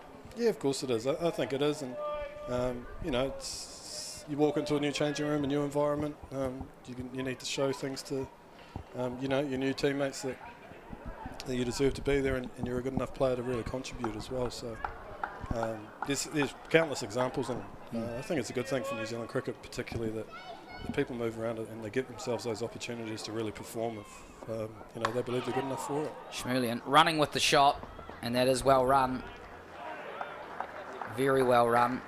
That's what you've got to do when it's tough like this, don't you? Every single little run you can get, you got to take them. Certainly, and you don't want to be, when these conditions are like this, you don't want to be stuck down one end too long. As McConkey, Cole strong McConkey, arm. he's going to feel like they're picking on him today. There's already been about 3 short singles on this skipper. I would imagine on the tip sheet for the Canterbury is that Schmillian can be involved in the odd run out, and he will look to drop and run. So Right, so they'll know that and they'll be creeping in. yeah, there'll be a chance there for them. They'll obviously see that themselves. We saw a run out in the Canterbury innings down the end. There was almost a run out early with Mitch Hay. Very close indeed. A few of the Central Stags who are not here at the game with the Black Caps sending me a few messages thinking he might have been out, but as there is no television match official up here or the third umpire, he remained. Davey continuing to work away here and wide of the crease again, and just that length, isn't it? And we spoke about it. It's very hard to get away if you're going to hit that top of the stump's length. Yeah, there doesn't look to be too much on offer in terms of driving down the ground or through cover. It looks like it might just be either bouncing a little bit more than I expect or just nibbling around a bit. And these guys have Canterbury have bowled really well in the sense that they've kept the ball up there, they've asked questions, and they'll be looking for their reward. But Stags are playing well as well. It's a good contest. Width on offer, not a lot of bounce. You can't force it through. Yeah, it's going to be hard work, isn't it? You feel like this one's going to go pretty deep. Yeah, it certainly is. Plenty of time for the Stags batsmen at the minute, but they'll be tested. And Canterbury are a good fielding outfit. I'm actually really looking forward to Willow Rourke. Watching him live, just saw him down the boundary rope. He'd be 6'4", 6'5", big man, raw. So I'm looking forward to see how he bowls on this. Yeah, an exciting young prospect. Come down from Auckland, I think, potentially to Canterbury. Studied at the University of Canterbury down there. Still a young man as well, only 21 years of age. As that ends the over, Davey continuing with his accuracy. It's 4 for 1 after 8 here. The Stags looking to pursue 213. And as we've spoken about, not exactly straightforward on a wicket that's offering enough to the bowlers, particularly if the ball's in the right area. Tough to start, and you never really feel like you're in, was the comms around the lunch table, which we were lucky enough to jump on the end of. How does lunch compare as a commentator to being a player, Kieran? Yeah, I've treated myself down there plenty of times, both as a player and now as a commentator. The ham on the bone was the man of the match for me at lunch. Exquisite. Yeah, it was beautiful. I think we got our wish here. It looks like O'Rourke's going to take up the attack. Here he comes. He is a big, strong-looking, strapping fella, isn't he? The right armour. Charging in. Oh, and he's nearly knocked Schmillian over first ball. Good carry through to Fletcher again. Yeah, he'll be looking to replicate that 6 times over. That's a beautiful start. Schmillian looked like he just got caught on the crease a touch, and a little bit of movement there for O'Rourke too off the seam, and he's got that frame's hard to move by, but he really attacks the crease as well. He looks like a real prospect. Yeah, he'll be in there. The Dale Hadley Fast Bowling School of Christchurch. This one's short and it's well punched up on his toes.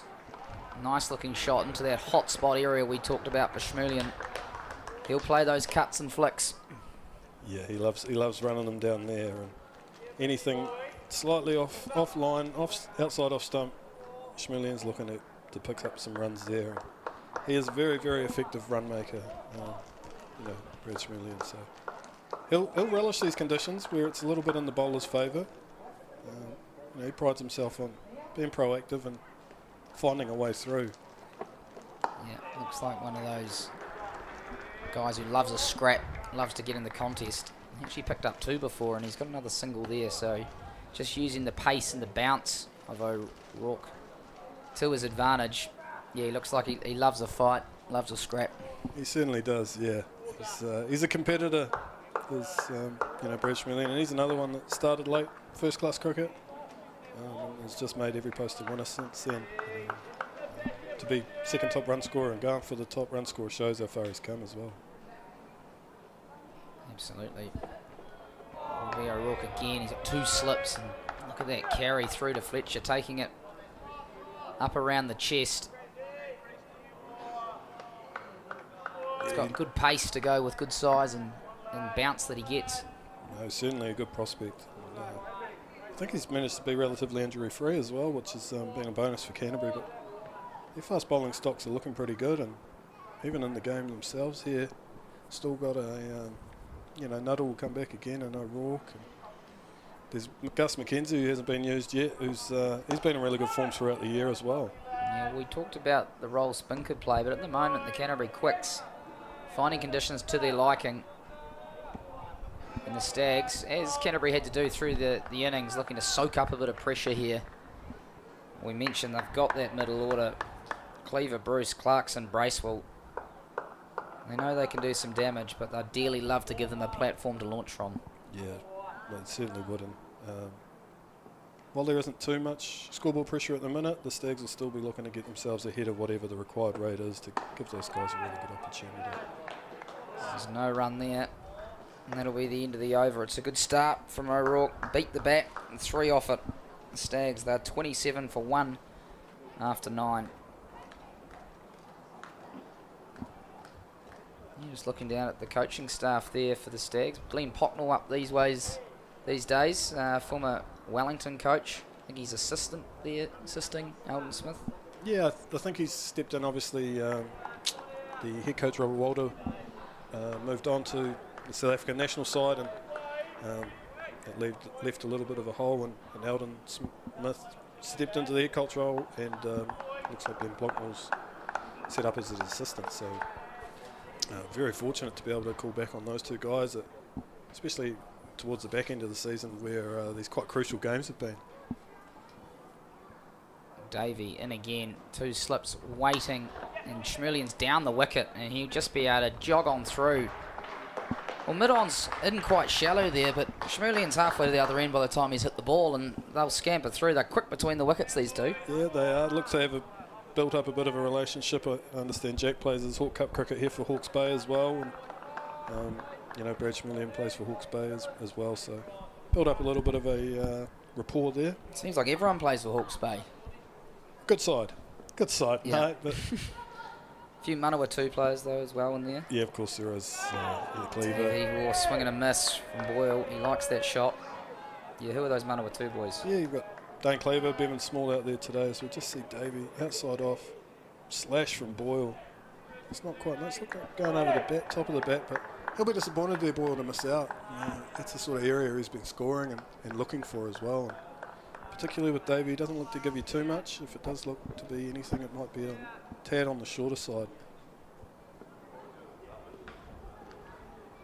Yeah, it looks to be in good rhythm. This one's driven on the up and squirted. Has it carried?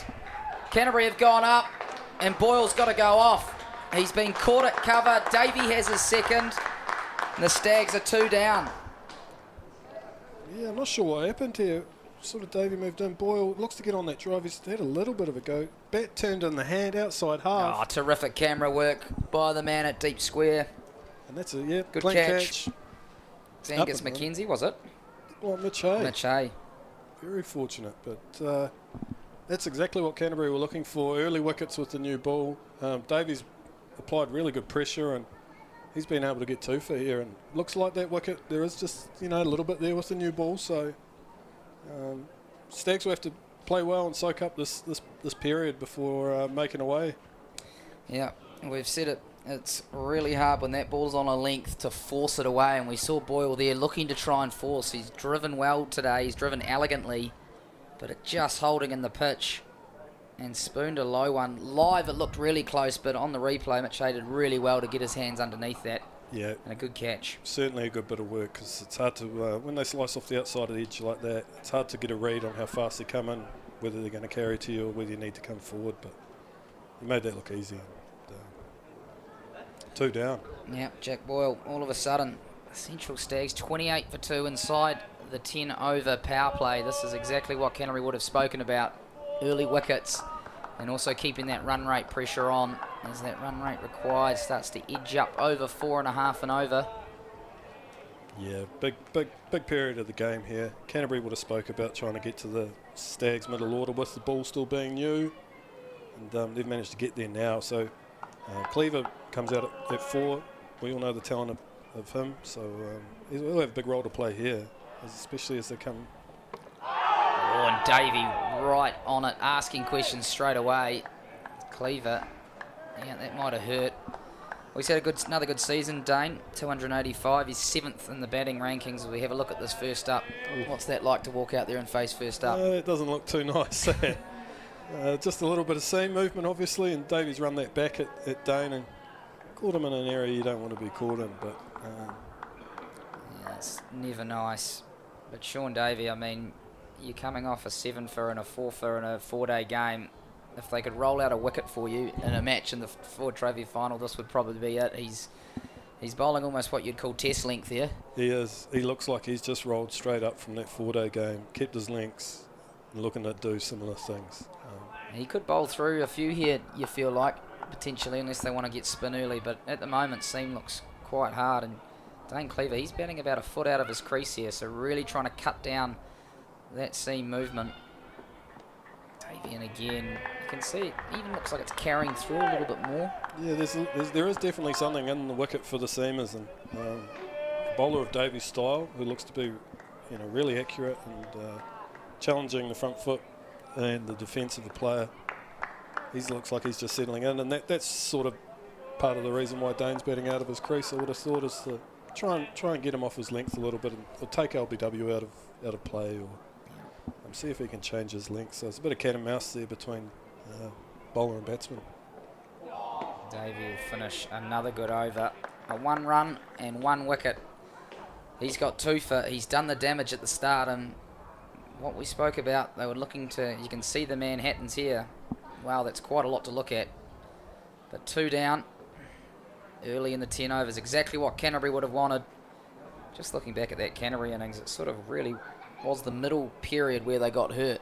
Yeah, spot on. That was my second stint in the box, and yeah. It just went nowhere for them, unfortunately. Picked up some wickets, but Yeah. they'll be looking to do the same, with all respect. If they can keep picking up a few wickets and get some scoreboard pressure going along with the pressure of them bowling well, Yeah. run for a real tight one. They've got what they wanted. We spoke about trying to get Cleaver and the likes of potentially Bruce out there with a new ball. And they've got Dane out there, but Brad Schmurley, the second top run scorer in the competition, he stands in their way. Will O'Rourke charges in for his second over. Yeah, he's asking really good questions overall. Looks like someone doesn't look the easiest to face either. And, Pace and bounce, isn't it? pace, bounce, a little bit of he's got a pretty strong action, but it just doesn't look like the easiest guy to line up. So these guys will certainly be under some pressure here.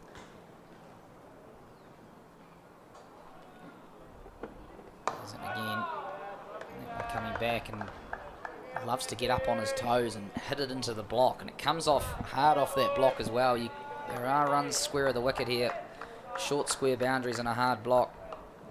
Yeah, certainly. And gully and backward point always in business with Schmurley on strike. There'll be 2 busy areas. I'm interested to see how he plays the pace of O'Rourke in comparison to the accuracy of Davey down the other end. You've seen him be quite proactive. Yeah, well, sometimes a little bit more pace on the ball. You can actually prefer it rather than the old nibbly line and length. I think of the likes of Colin de Gronholm, nibbling it around and when the conditions are, rather than trying to beat him in the air or for pace. And we speak about the potential of Will O'Rourke. He has been selected in that New Zealand A squad. Quite a few players on display today have been picked to take on Australia A, and 2 4-day games there at Lincoln. That'd be a great opportunity for those guys, won't it, to take on the second best of Australia. Yeah, certainly, and it's a good reward for someone like young O'Rourke, who's obviously proven himself over the season, and he's got some skills there that they want to take a look at. And like you say, that's a great opportunity to get down there and lock horns with the the A side of Australia. Yeah, a lot of players on display today have been picked for that series as well. If I just go down the lineup, Tom Bruce, the Stags captain, he'll captain that New Zealand A side. Doug Bracewell's there as well, and then Cam Fletcher, Mitch Hay, and O'Rourke, as we mentioned, from Canterbury, along with Cole McConkey, the captain, and Ajaz Patel and Brett Randall as well, the other bowlers. So plenty of players on display today who will also be featuring for New Zealand A against Australia A in that 2 4-dayers at Lincoln. Schmerlian up on his toes again. I think that those selections probably highlight the season that Canterbury and Central Districts have been able to have. They both performed really well and had really successful seasons. Yeah, well, the development pathway is so important, trying to get that next tier of cricket down. Did you play any NZA, NZ11 in your time? No, I didn't actually. Well, interesting story. Here it is. No, yeah. And cut away from Schmerlian. He's beaten 2 men at point, and he's beaten third man. And that'll race away for 4. That's his first boundary, and a much needed one as well. We've seen this shot already today. Yeah, it's an area Schmerlian loves. A little bit of width, just off the back foot, and runs it into that block and streaks away for 4. So he's fortunate enough to get that away last ball of the over. Well, they'd packed them in there at point, but he was good enough to split them, and I will step out and we'll bring in Ross Holden will come in because we want to hear this New Zealand A, New Zealand 11 story coming up from Kieran Noema Barnett. No. You got a story for us, mate? Oh, Ross, welcome. No, just back to that New Zealand A, Australia A. That will be streamed live on YouTube as well for those followers out there that are looking to take in a little bit of that action, as well as Davey begins his 6th over down this end. But no, I was selected in I can't remember what it was, maybe a 2020 tournament in Malaysia, and it ended up getting canned. And that was it. Never played again. Never to be seen again, Ross. What did you say to someone? I don't know what happened. I don't know. I was ready to go, but these things happen, mate. Yeah, they do. These things happen. They do. Just like in this game. Yeah, we've got a great game ahead of us. Yeah, there's a lot of cricket still to be played here, and this is pretty. Well, I think you'd say that Canterbury's just got a slight edge here, given that the Stags are 2 wickets down. Yep. But it's not great. But CD will certainly back themselves to run them down. They'll back, like you say, a couple of early wickets, scoreboard pressure on the final. You know, it's a good opportunity for someone to stand up and. Really it's sort of for the Stags' point of view. That's one of these two really need to stand up now, don't they? Yeah. Certainly one of these two will look to do the majority of the batting through, and obviously you've still got Tom Bruce to come, Josh Clarkson as well. So there's plenty of batting. It's just making sure they go through. But the scoreboard pressure shouldn't be too much in a chase of just over 200. And I would suspect we will see pretty soon. We'll see one of the Canterbury spinners on. I would suspect. Yeah, the skipper McConkey's got some tactics ahead of him as he navigates what could be quite a tricky period. How long do you go with your opening bowlers? How long do you go with seam before you introduce spin and all those types of things? So Rourke's still got plenty of overs left, but we're over halfway through Davy's overs. But he's bowled well, hasn't he, Davy? Yeah, he's just bowled beautifully. 1.6 per over. He's been right on the mark. He's got a couple of wickets. He's been good. He uses the angle of the crease beautifully there as he just comes slightly wider. And that one didn't swing. Looks like predominantly he looks to take the ball away from the right-hander with that. But when he's wide on the crease, if he runs one back at the stumps and it doesn't swing, he's in business. And he hasn't left a good length very rarely during the 6 overs so far. And the Stags have to be really proactive to make sure they're... Big shout here. Big shout. What does the umpire say? Not moved. Ooh, I'd like to see that one back again. Yeah, I think the players were very, very confident. They were. There's a few dejected figures out there, but yeah. I think the one thing saving Schmerlian is he was on the walk, got down at him. He might just be outside. Might be outside, wasn't it? Yeah, potentially. Good decision by the umpire. Yeah, I'll go with that. But no, he's looking to be proactive against them, Schmullian is, and that might have saved him there. Just that small half shuffle at the crease. Just moved him enough forward to created enough doubt. Yeah. Here's Davey again. It's just being worked. Deep backward square. It's nice too. Good running. I thought about that as well. Yeah, that's another good over by Davey. Another one. 6 overs. 2 off the last ball. Schmullian, you see there, he's still out of his crease quite a long way. Yeah. Managed to get that one a little bit closer to him because of that, and just worked it down deep backward square. So that cat and mouse is continuing between those two. I think it will for a while. Be interesting. He's bowled 6 overs now, Davey. Whether they'll run him right through or call it a day at that and bring some spin in from that end. Leave O'Rourke who's only bowling his 3rd over now. I think they'll need to have a look at Gus McKenzie. Angus McKenzie, he's another strong bowler, and he just sits that seam up as well and looks to get something out of it. So I'd be inclined to have a look at him before I went to spin, but I'm not sure what the skipper's thinking. This wicket is being tricky, I think. I thought Canterbury really did struggle for runs right throughout their innings. I didn't think anybody really got on top of it, but the Stags are really struggling as well. Yeah, I thought Mitch Hay, he looked when he got himself in for that period, he was looking really, really well, and he looked to have the pace of the wicket. But like you say, Ross, since then, not too many have come out and look like they've got the pace of it or have got control of it, which... yeah, this might be something, as you've said all along, maybe just a bit sticky, not coming quite onto the bat. Yeah. As quick. I think the bounce is even enough, isn't it? I haven't really seen much variable bounce to fool the batsman. No, I haven't seen anything there as well, and I must say it's nice to see a really good contest between bat and ball. Yeah. In a limited overs game. Yeah.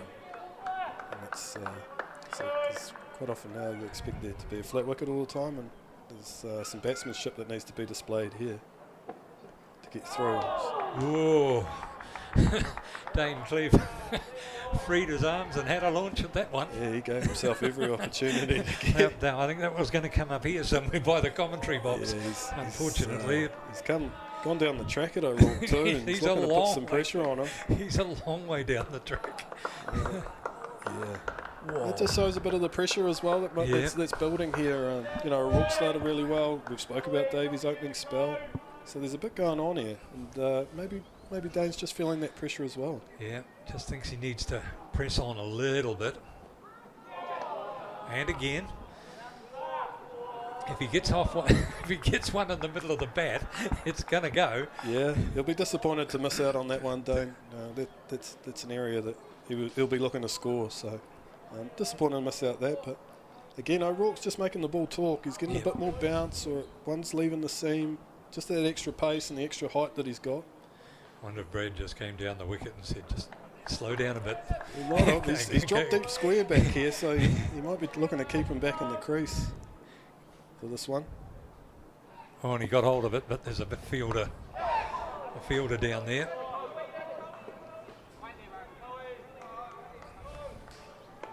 And particularly when someone's bowling like this and you're not quite picking them up, getting up the other end's not a bad spot to be, Ross. And, perhaps that's what Brad said. Just a single, mate. Yeah.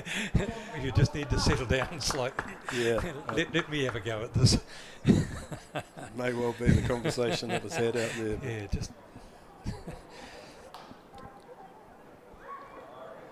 When you're having a big heave like that and you get it off the middle, you're a hero.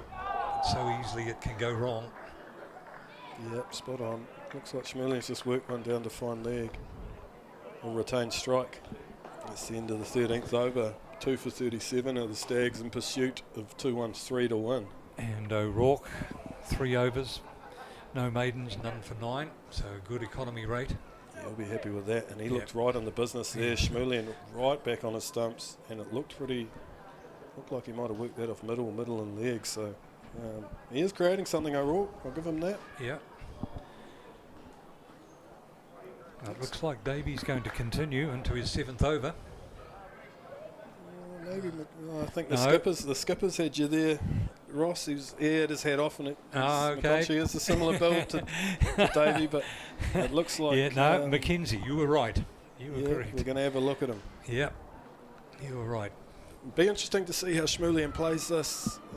He's done the hard work of getting through those really probing spell of Davey, and he might see potentially maybe Mackenzie is someone he can put a bit of pressure on and look to score off, but Mackenzie will be telling himself, obviously, if I bowl well here, I stand the seam up, there's a bit in it for me, I'm a chance as well. So this be very interesting, sort of the next 8 to 10 overs. Can the Stags get on top? Because at the moment I would put Canterbury on top. The Stags 2 down, but are not scoring runs either, so good start, nice ball. It looks like Mackenzie's going to just follow up from what Davey did in that sense of hitting a fuller length, making them drive at him, and looking to bring catches in play.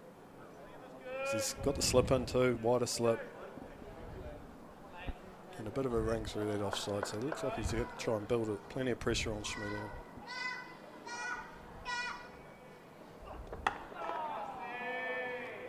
Schmulian staying back in his crease there, not coming forward like he was, just getting a bit of a sighter on Mackenzie, maybe just see where he's going to pitch it. Yeah, a slightly different bowler as well to Davey. Davey's more short in stature, and probably wouldn't get the bounce that Mackenzie would. He's got a big man and nice high action, comes over the top well, and I think he'll just get a little bit of kiss off the wicket. Rip Schmulian on the pads there, and again Schmulian's down that wicket. He's coming for him. That was pretty high on the pads, I think so, and he'd moved well down there. Yeah, very high. But one thing that will be keeping Mackenzie interested is his movement off the wicket for him. Yeah, he's a chance. Yep. It looks like Schmulian understands that as well, and is looking to try and get out. His way of playing that is by getting down the wicket and looking to put some pressure on him, try and create a scoring opportunity that way. But yeah, Mackenzie will have his tail up, 3 balls, and Schmulian really hasn't got the bat solidly on any of them yet. See what he can do with the 4th of the over. Got that one, and he'll get that one away. Nice 2. Yeah, just pierce that gap there at point. Speak about it all the time probably, but it's a really strong area for him, and just raced away there and just got away on the fielder, but back for 2. No damage done there for the Canterbury side, but good signs I think for Mackenzie, and that Schmulian's trying to work him quite square from straight.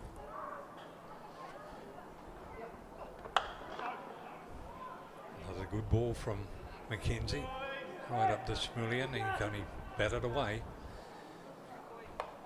At least he's got bat the middle of the bat on the last couple.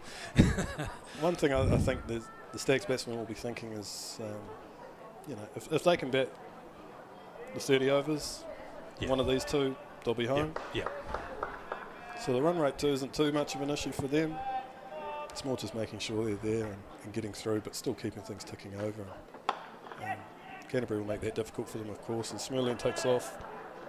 Nice single into the offside to finish the over. Yeah, I guess when you're playing this type of cricket, I guess at this stage of the game, the run rate doesn't become all important, does it? No. Holding onto those wickets, getting your eye in, just keep it ticking over slowly. Oh, certainly, and the longer you're there, the easier batting gets. Yes. And the longer that one of these players is there, the more Canterbury will have to try and take a risk to get rid or to try and get ahead of the game. So I'm pretty sure these 2 would be aware of that, in the sense they just need to give themselves a good chance to get as big a score as they can. And to be honest, the run rate hasn't gone up too much. It was 4.4 to start. It's now 4.8, so it hasn't got out of hand at all. So saving your wickets, taking the runs when they're on offer. Yes, but looks like O'Rourke's going to continue. nearly moved the gully out of there, but see, he's opted for it still. It's a good option for Schmelian in particular. A few nice gaps out there. Gee, that got big on him. That really climbed. Got some glove on it, potentially there, but yeah, he certainly gets some bounce and some lift off the surface, O'Rourke. But it'll be interesting to see what happens here with Dane Cleaver back up this end now, and you know, a little bit happened in the last over from O'Rourke to Cleaver in the sense he tried to put some pressure on him, look to attack, and it'll be interesting to see how it plays out now. Whether he continues to looking to keep putting him under pressure, or is going to soak up, you know, this spell potentially. Nice shot from Cleaver. Just coming forward, making sure he had bat and pad and everything in behind it. Yeah, obviously, he just wanted to just have a sighter. Yeah, rock solid. Just see where the ball was being bowled. You're right there. Hopefully he can just get himself in and get himself underway. Because he certainly has potential, doesn't he? He's got some big scores. Yes. He's got plenty of big scores. And, one of these outside the off stump and have a dig. Oh, he's smiling at himself as well. Yeah, there's a couple out there. Yeah, that's about 3, mate. That one looked like it didn't get up. The other two have gone over the top of his bat, but this one looks like it might have just stayed a bit low and gone under him. Oh, even out of reach. Yeah. I think it moved away slightly on him, didn't it? Yeah, he just needs to get himself back up and running, and once he gets a couple of those away, it's amazing how it can change. What's going to happen this time? Oh, he's got the middle of the bat this time. So he gets his single. And it's always nice getting up the other end when you've hit it out of the middle. You know, you hit the sweeper hard. It's a beautiful shot. He'll take a bit of confidence out of that now. Look at the way that obviously came off the middle. It went like a rocket, didn't it? Yeah, it's beautiful. Beautiful shot. Lucky the man's back there. Right, had a man back and it went straight to him. So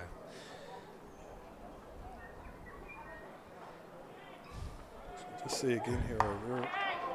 And you got another one. You got sort of a bit edgy, but oh no, unlucky there. Catch gone down in that backward point gully region. The young fella on debut, Mariu, just dropped one. Yeah, just looked like he just snatched at it a bit.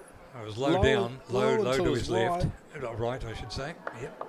He'll be disappointed there, and especially when you don't have too many to play with, you need to be looking to make most of those chances. And they're the ones in this game that can really turn a game, can't they? Of course they can. Low scorer and those sorts of. Off the pad, not much of a shout. Bowler wasn't really interested. Another good over. Yeah, finishes off another strong set for O'Rourke. He is making things happen as we just take a look here at that drop chance. Oh no, sorry, that's the LB. Just nipping back and a little bit high probably. But he's certainly bowling well. He's in good rhythm, making something happen. And obviously the chance goes down there. 4 overs, none for 11 for O'Rourke. Very good return.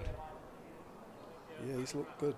He's looked good, and Canterbury will just be looking to make sure. Obviously, they just worked really hard to get themselves the chance there that they weren't able to capitalise on. But this next period, we'll try and build and hopefully get themselves another chance that they can take and put some more pressure on CD. But you can see from that shot, there's a bit of cloud around, but we've all decided that there's no rain.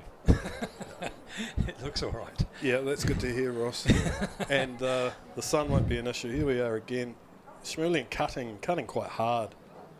Just looks like it burst through Mariu's hands. Disappointed in himself, obviously. Of course he will. No one ever means to put them down, but it does happen from time to time. First ball from Mackenzie's next over, not put away for a single. 43 for 2, 15 overs gone. 14 overs gone. Yeah, I'm just wondering about. Now you see, O'Rourke's bowled 4 overs now. He might be interested in taking a look at some spin from down one of these ends as Mackenzie moves in. Oh, Schmoelin. Got hold of that one. That races away to the boundary. He loves that. He loves that region over there, and that's a square drive that's hit beautifully. A little bit of width on offer, full in length, and Schmoelin, he don't miss out on them. That's his onion. No, nobody back there. Rourke will be Mackenzie will be disappointed with himself putting it out there. It was kind of a gimme.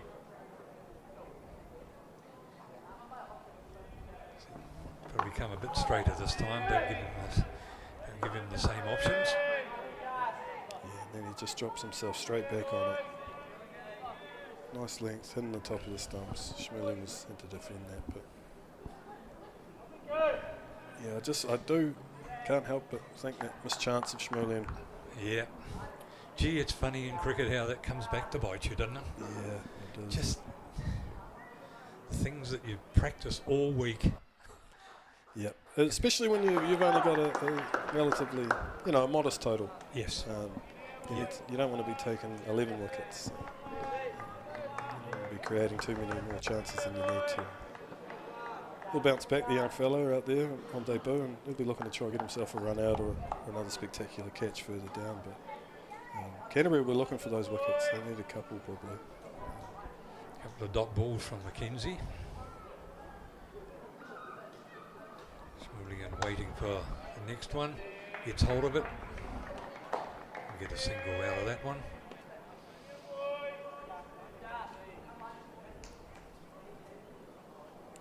Very, very evenly poised Ford Trophy final here at McLean Park.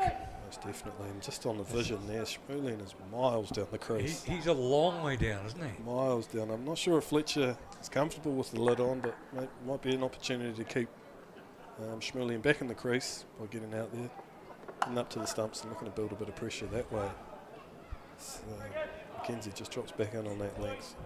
Schmoelin's obviously decided it's better to take the ball early. I think he has. But that's me, Ross. Thank you. Okay, we'll see you back later on. And Angus Shaw comes in to join us. In a very evenly poised match after 16 overs, 48 for 2. Yeah, I wonder how costly that drop will be, Ross. Just saying to Kieran, things like that come back and bite you in this type of game, doesn't it? Yep, I've dropped Schmoelin before on 5 and he's gone on to get 120, so... Yeah, the guy's got talent, and if you give him a chance, he just might do it.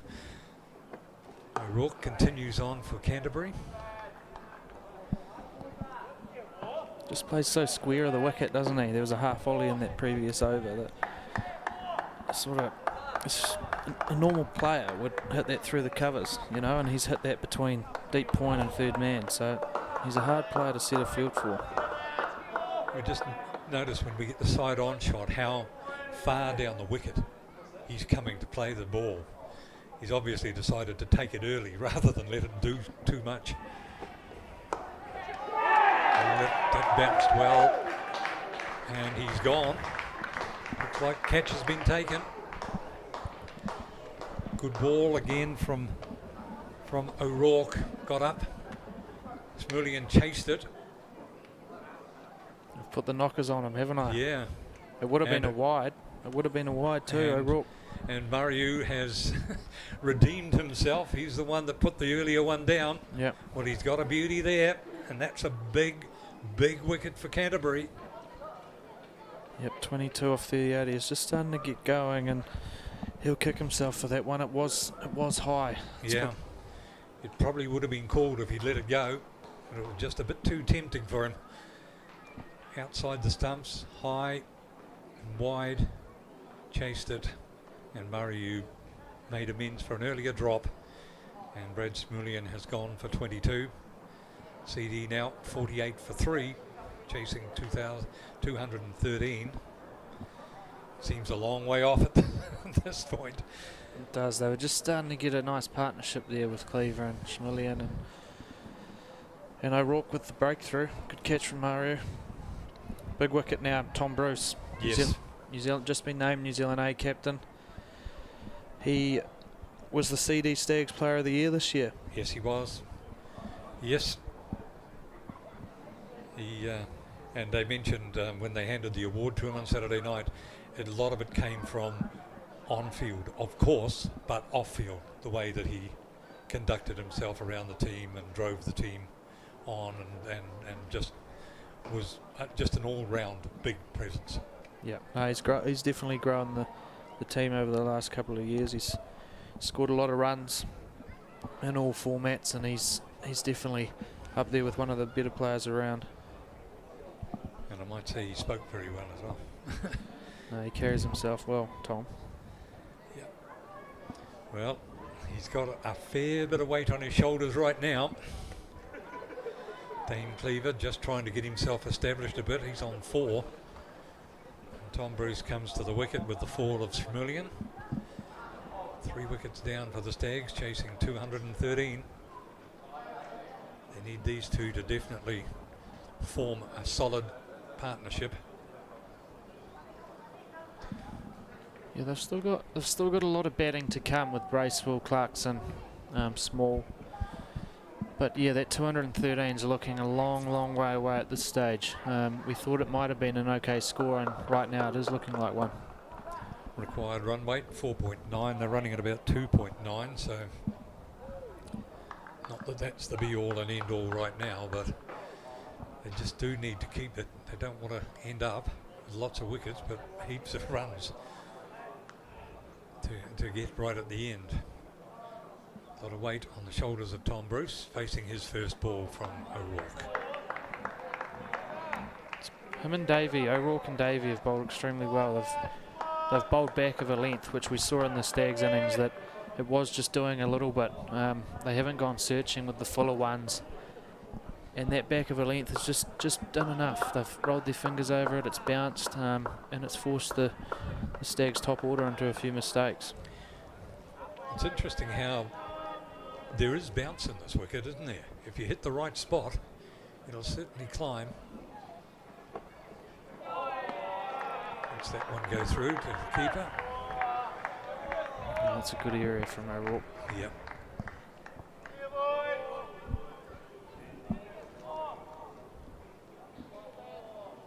Still plenty of life left in this game. Stags will be looking to consolidate through the next 10 overs or so, just to get some of that 213 target put away.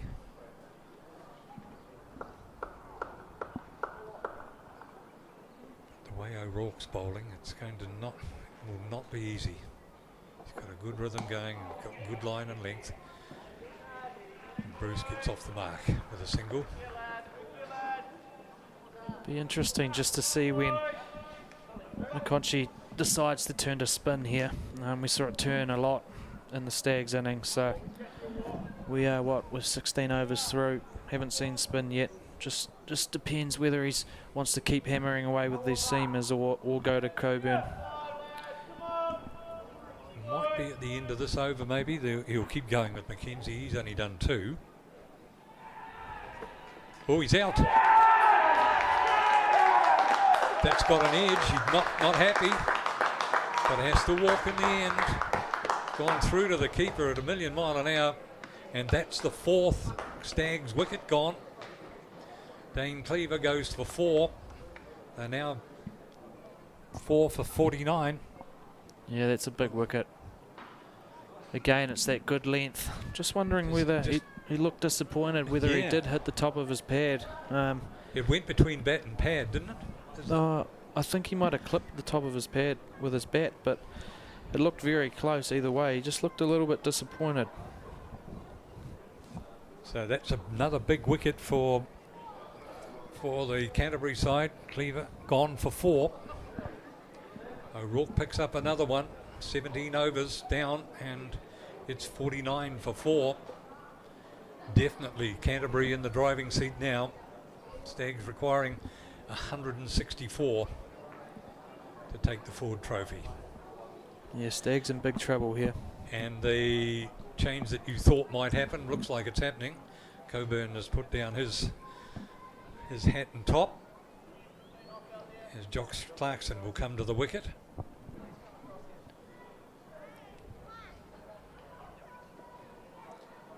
Clarkson certainly he bowled well today, and he's had some good scores in the last few games. But now, there is a lot on his shoulders now. It would be quite interesting to see a replay of that wicket. Yeah. Just to see if he did get a touch on it. Dane Cleaver certainly did not seem very happy when the finger went up. Whether he thought it could have clipped his pad and not the bat. To me, it certainly did seem to be angling between the bat and the pad. But it's in the scoreboard now, I'm afraid. Cleaver gone for 4 and 4 for 49. As Coburn comes on to show us whether he can get any turn out of it. Tom Brewster to face the first ball from him. Bruce on 1. The new batsman will be Josh Clarkson.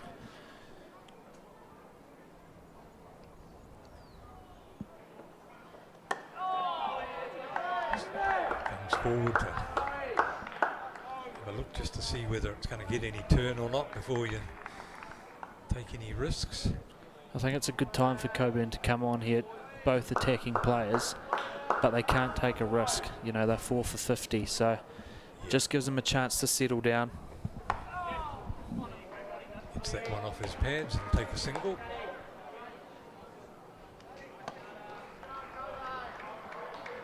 And the 50 comes up for the Stags in the 17th over, but with 4 wickets, 4 down. They almost might see an opportunity too with Clarkson here early in his innings with spin. How's he? What sort of ball is he going to get first? Right up on him, and he gives himself a bit of width. He didn't struggle with that one first ball, did he? No. He's absolutely pummeled it to deep point. He got that one out of the middle of the bat all right. He obviously saw it okay. He's coming in with a lot of confidence. First class 100 last week, and another 50, so he's definitely in good form. Outside the leg stump, and keeper took the bails off, but Tom Bruce hadn't moved.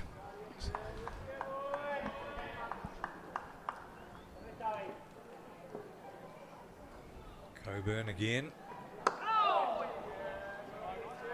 Bruce gets a single.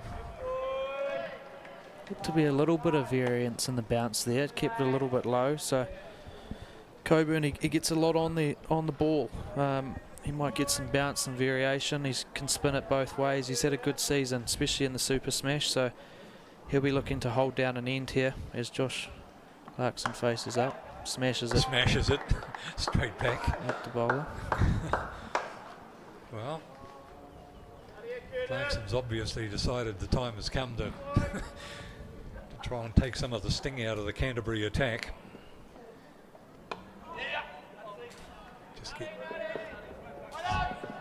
Ran the first one pretty quickly. I think he might be keen on looking for 2. No, just takes the single. Quite interesting. Canterbury 83 for 2 at the same time. So yeah, CD just a wee way behind them here. These two are going to have to set a platform. Let Brace will come in. They wouldn't want to lose another one very quickly. O'Rourke's bowling well here. Coburn's first over cost 5 runs, so he'll be pretty happy with that, I think, the way that Clarkson was looking at him, trying to have a slash at him, but couldn't really get it away successfully. Rourke comes back for his 6th over, only given away 12 runs from his first 5, so 2.4 runs and over. And he's picked up 2 wickets, so he has been the pick of them so far.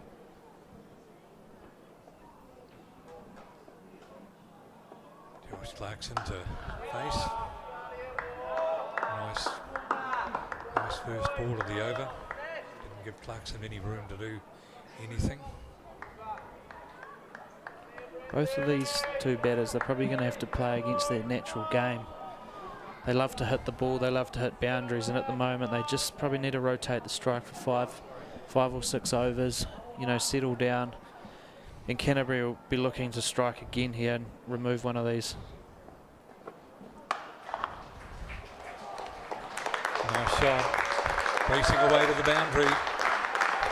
That's what the Stags needed. Josh Clarkson with a trademark smash, but this time gets it away all along the ground and runs away for 4. He just looks like a man in form, doesn't he? This is early. He's only faced 5 balls, and to play it like that, it sort of suggests that he's seeing it all right, doesn't it? He's just trying to fight attack with attack, I think. Yeah. It's the way he plays, and if he can go on the offense and take these Canterbury bowlers off their, you know, good line and length that O'Rourke's been bowling with, it just might change the way things are going. It's funny how that can happen, can't it? If a bowler's right on the mark, gets a couple away for 4, all of a sudden start second guessing themselves whether they're actually in the right area or not. He can be a very scary batter to bowl to. Not sure if it's going to come back at you or... Clarkson again. Oh, he's gone this time. He's had another go. I don't think we've seen this intent in the match, to be honest, have we? He's come out blazing. 10 off 7. No. I don't know whether the captain said to him, go out and have a go, but look at that. Only faced 7 balls or thereabouts, and he just launches out of that one. One and a half bounces, and it's over the rope. Although I think O'Rourke would fancy his chances. Oh, he's got wrapped on the pads. No, he'll get a single off that one, but it would be an extra. But he's a big man, isn't he? And it looked high. It hit him on the thigh pad. Yeah, it's he's shown that this is the way he's going to play it. Yeah, he signalled that quite clearly. Yeah. Single. 63 for 4. Josh Clarkson, 8 balls, 11 runs. Tom Bruce this time, a bit wide outside the off stump, just takes a single off it. Good over for the Stags. That 10 off it just changes the tune of the game. They were struggling to score any runs. Take 10 off and over after just losing 2 quick wickets is it just a momentum swinger. Still behind the comparison, but 84-64 as we come up to the 20th over. It's interesting with Josh Clarkson. You're right. Nobody in Canterbury really had a go at it, did they? Sort of stood there and just swung and slashed. And wonder if he can keep that going, or whether his captain will say, "You've done well. Perhaps we need to consolidate for a moment." It's an interesting approach, because if he gets out going like that, you know, he's the worst enemy. But if he gets a few off the centre, he's a hero, isn't he? Yeah. So Tom Bruce tries to hit that one backward a square, but managed to pick out the fielder.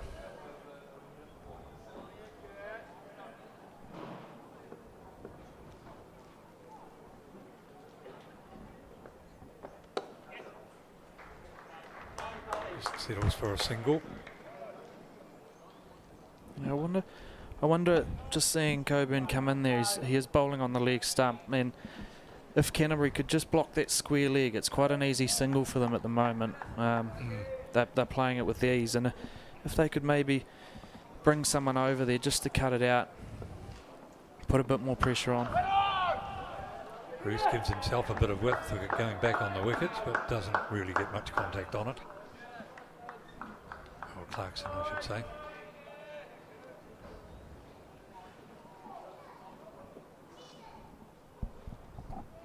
Obviously, the way they're hitting it off Coburn, they're seeing it all right. They're not too concerned about it getting some unbelievable spin. I'll go for 2 here.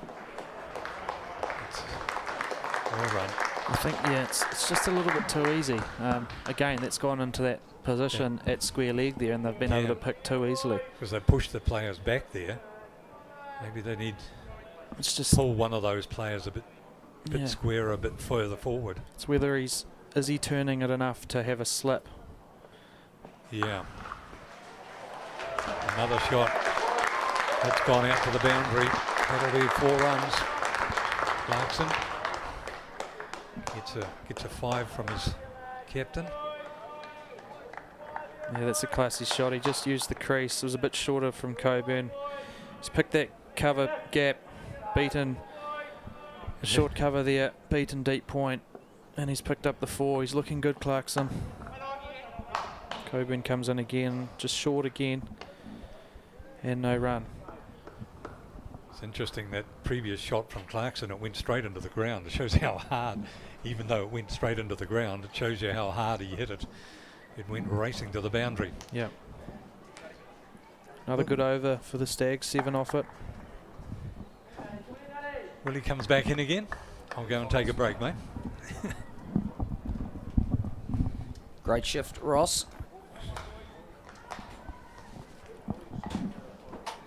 All right, Angus, this one is getting pretty interesting. Canterbury 4 wickets up top, but Josh Clarkson, he's been the man for the day so far for the Stags, and just seen him plunder 3 boundaries. He's 17 off 12, looking to take up the attack.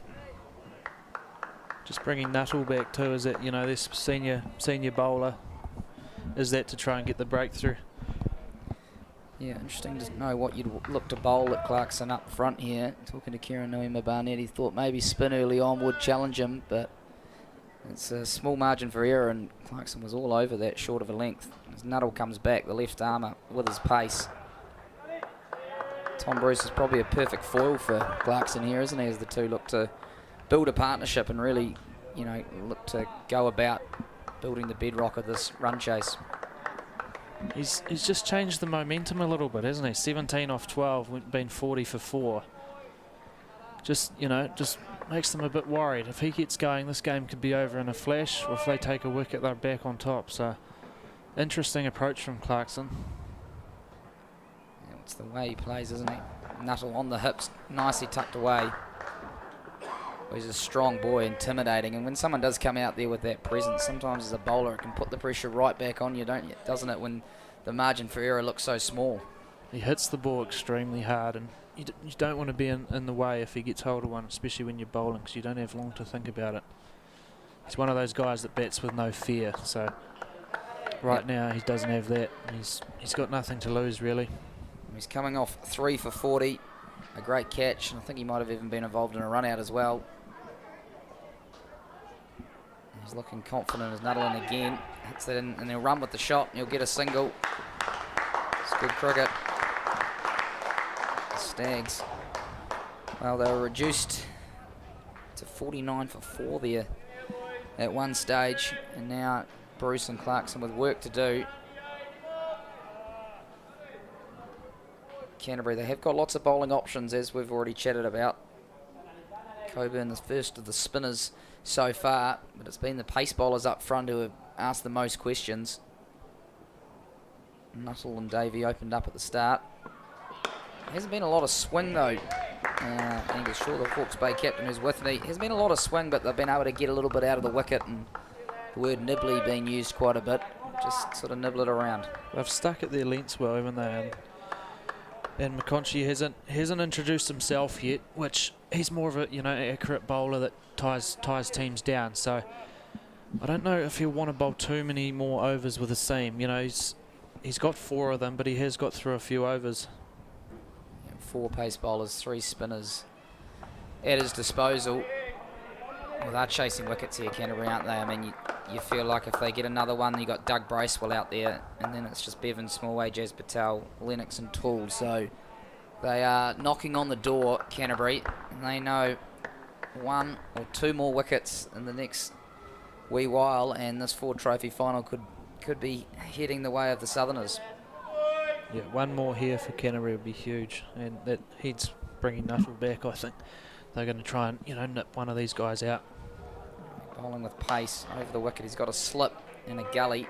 That's full, but Bruce is in behind it. That's the end of the over. Nuttall's first in his second spell. The Central Stags 73 for 4 after 21 as they pursue 213 to win the Ford Trophy final. Have a look at the partnerships here. Just 20, the only one, and 24, this latest one, but Cleaver and Schmerlian in the middle there. Canterbury have been able to get the early breakthroughs that we spoke about. And this is a really important partnership here between Tom Bruce, the captain, and Josh Clarkson, who's having a whale of a game. And a good number of locals in here now for the run chase, enjoying what's been a pretty nice day. And the sun still poking through just in little spits and spots. Yeah, that bank's really filling up now, isn't it? There's a few more people there after work, and it's a good crowd building. Slowly dripping in, keep coming after 5 o'clock once people finish. Yeah, well, this is going to finish into the early evening here. Plenty of light, so nothing to worry about there. 140 off 29 overs. They've kept that required run rate under 5, which is going to be important because it's not easy, as we've discussed. Blake Coburn's going to continue to work away. The left arm, who's been put under pressure by Clarkson, and he's got another short ball, and that is laced to the cover boundary. Josh Clarkson, he's having a real big piece of Coburn here. He's putting pressure on him. He's not sure if Clarkson's going to come at him, come down the wicket, hit over the top, and that time he's just dragged it down and Clarkson's put it away through the gap. Beautiful shot. A carbon copy of the other over. The pressure is on him here. And he drops short again. And it's the same shot, the same result. Wow, questions being asked here of Blake Coburn. He's under pressure here from Josh Clarkson, who's all of a sudden 26 off 15. Yeah, interesting here. This is just going to throw a cat amongst the pigeons with Coburn going for a couple. McConchy will see how this over pans out, and he's probably going to have to bring himself on. He doesn't want to be getting cut off the back foot there. But when you've got a guy the size of Josh Clarkson with that big bat looking to hit it hard, it's tough work. He's going to again always drag that down, but he's almost dragged it down so far that Clarkson couldn't get a piece of it. I thought that might have ended up right up here at one stage, so this is an interesting duel. The pressure's on Coburn. And that's better, in the better length, potentially even a googly. Yeah, I'm not sure. Clarkson, I think he might have, eyed that 60-metre boundary up a bit too early then and just hit it straight to short mid-wicket. He's certainly looking to try and take advantage. Another googly. He'll get the one out to the sweeper. Well, you yourself know, Angus Shaw is a spinner. When the batters are coming at you, it does pose other challenges, doesn't it, as opposed to a batter looking to defend or just flick you for ones. And from personal experience, having Josh Clarkson do that, it puts it up here. So I can see where Coburn's coming from. He's just under pressure a little bit here, and it is a scary, scary thing to have into here with Josh. He just needs to pull his length back. Bruce continuing to play his role, the captain. He'll work it out to the mid-wicket boundary. They'll take one. It's 10 off the over. It's a good one for the Stags. They're 83 for 4 after 22. Looking at the comparisons there, Canterbury were 99 for 2. They were going pretty well at this stage, but they did run into an absolute brick wall in the form of Clarkson and Lennox through the middle. I think they lost 3 for 8 at one stage. Fell to 107 for 5, and then there was a recovery effort with McKenzie and McConkey, and they got through to 212, which by the evidence so far in this run chase is a pretty decent score in a final. It's been hard work for the batsmen. It's Josh Clarkson and the captain, Tom Bruce, the Central Stags Player of the Year, who are out in the middle, and they have this run chase. Really, they're the ones who are going to have to do it for the Stags. Nuttall comes in again off the inside edge. Bruce, they'll take a single out to deep square. The majority of these runs are going to have to come from these two, and then obviously Doug Bracewell Also Bevan Small to come, can hold a bat. Yep, Bevan Small can bat. He's had a couple of handy innings for CD in the last probably 2 or 3 weeks. Getting them home against Canterbury in that previous first-class game, so he can definitely hold a bat. Just feels like this could be one of those finals that goes down to the wire here. Canterbury, they'll want to try and pick up another wicket here to really put the pressure back on. Clarkson thrashing into the leg side. He'll just get the one, but while the intent is there, he is looking to put the pressure on the bowlers. It's almost like Bruce has said to him to go, isn't it? Just play your natural game, and right now he's doing that. These two, you know, Bruce, he's quite a strong head, so he's probably a good man to have out with Clarkson at this moment, and if he can get a couple more away here, it could be quite deadly. Well, it suits Clarkson's game. That's how he likes to play. And Bruce, with all his experience the other end. And he can whack it too as well, can't he? Tom Bruce, don't make no mistake, but he understands his role in this partnership. He's got Clarkson, the aggressor, at the other end, 28 off 19. And although the wickets are the key, keeping that run rate, that required run rate, just in check. You don't want that getting up to run a baller over, particularly in tricky conditions. Yeah, no, I agree. And 4.5 right now, 4.65. It's not out of the way, you know. If you need sixes with wickets in hand, I think the batting team would be in favour. Absolutely. It feels like a good old-fashioned run chase. And the NZC live stream, wherever you're watching, welcome in. For those of you who have been only on the stream and haven't caught up, the second ODI from Hagley Oval has been abandoned, unfortunately, without a ball being bowled. I don't even think the players left the hotel. They're too busy watching this live stream of the Ford Trophy final. So they'll move on to the third and final game in that series in Hamilton on Friday. And I'm sure they'll be tuning in to watch most of them, their teammates. 7 Canterbury guys and 2 Central Stags here as Nuttall continues to work away at Bruce, who plays that back to mid-off, showing the respect. Yeah, it's an absolute shame to lose that game to weather. Especially with the 7 Cantabs in there, they would have loved playing at home, so it is a shame. The weather just hasn't been with us this summer, has it? It's been a shocker. Yeah, that is an absolute understatement. Here in the Hawke's Bay, obviously hit hard by the weather. As Nuttall continues, he's got 1 to come in the over. He's looking to try and take the wicket of Bruce, and that hits the outside half, out to cover. It won't beat cover.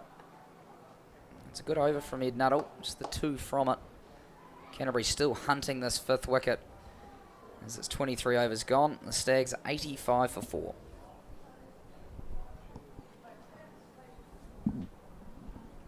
Yeah, well, Angus Shaw, there was some chat that the weather forecast wasn't too good for today, but it's been a lovely day here in Napier. Yeah, it has. You can see Tomato Peak there. When you can see Tomato Peak clearly, you know there's going to be no rain, so it's looking pretty good for the next couple of hours. Yeah, and that's come from Angus Shaw, who's obviously, when he's not captaining Hawke's Bay, he is out there as a stock agent, sheep and beef, so it's a man who knows the weather. Don't make no mistake about that. Pride myself on that. Get it wrong a lot, so don't count on me. Knows the weather, and he knows a few of these boys out there in the middle at the moment. And there's going to be a bowling change for Canterbury. It's the captain, Cole McConkey, coming into the attack after Blake Coburn. Well, he copped a bit of tap in that last over. Josh Clarkson on the cut shot. Back-to-back boundaries through cover. So the captain's bringing himself on to try and build some pressure from this. I guess you'd call this the, I don't actually know what the end there is. Call it the bank in, wouldn't you? Yeah, the grass bank in, and first ball onto the pads, and Clarkson will just get a cheeky leg bite. Just be looking to stem the flow of runs here, McConkey. He's more of a bowler that'll, you know, dot the batsman up and build some pressure. So with the runs flowing at the other end, Nuttall pulled it back there. We're just going for 2. Cole will be looking to do the same. Yeah, we've seen what he can do in the T20. Very economical bowler, and of course called into that Black Caps T20 squad for the Pakistan tour as well. So consistent performer. Already got 50 with the bat. Not a huge turner of the ball, but he can turn the ball as well, as we saw in Bangladesh last year. He's over on, or 2 years ago on that tour. Just looking to bowl a tight line here, I imagine, from one spinner to another, Angus. Yeah, it looks like he's just varying his pace like Ajaz Patel did. He's not a big turner, so if he can vary his pace and keep Bruce in the crease, I think he's going a long way to winning this battle. Yeah, I think that square boundary if he's going to try and take him on, but at the moment it's just the accumulation stage. He's in again and he works that out to deep square. Not overly attacking, just looking to, as you mentioned, to try and bring the dot balls. He's got a long on, mid-off is up, and then 2 back here on the leg side. So, long off is mid-off is going back now for Clarkson. This will be a good battle. Is he going to continue the aggression, Josh Clarkson? Press forward and he can play that cut shot, can't he? For a big man, such fast hands. You always feel like something's going to happen here, with Josh Clarkson at the crease, whether it's a boundary or a wicket, something. It just looks like something's going to happen. Yeah, he is not tapping the ball as he slugs that one down to long off. Yeah, he just hits the ball hard, doesn't he? Intimidating batsman when he's in the middle. No, when that backswing goes high, he's going to have a good dollop. So, good over from McConchy there. 3-2 off it. He's just the last 2 overs gone for 4, so they're just stemming those runs. I'm not sure Clarkson will want to be hanging around. He won't like dot balls, so it could be interesting. Yeah, we saw him in the Dream 11 Super Smash this year.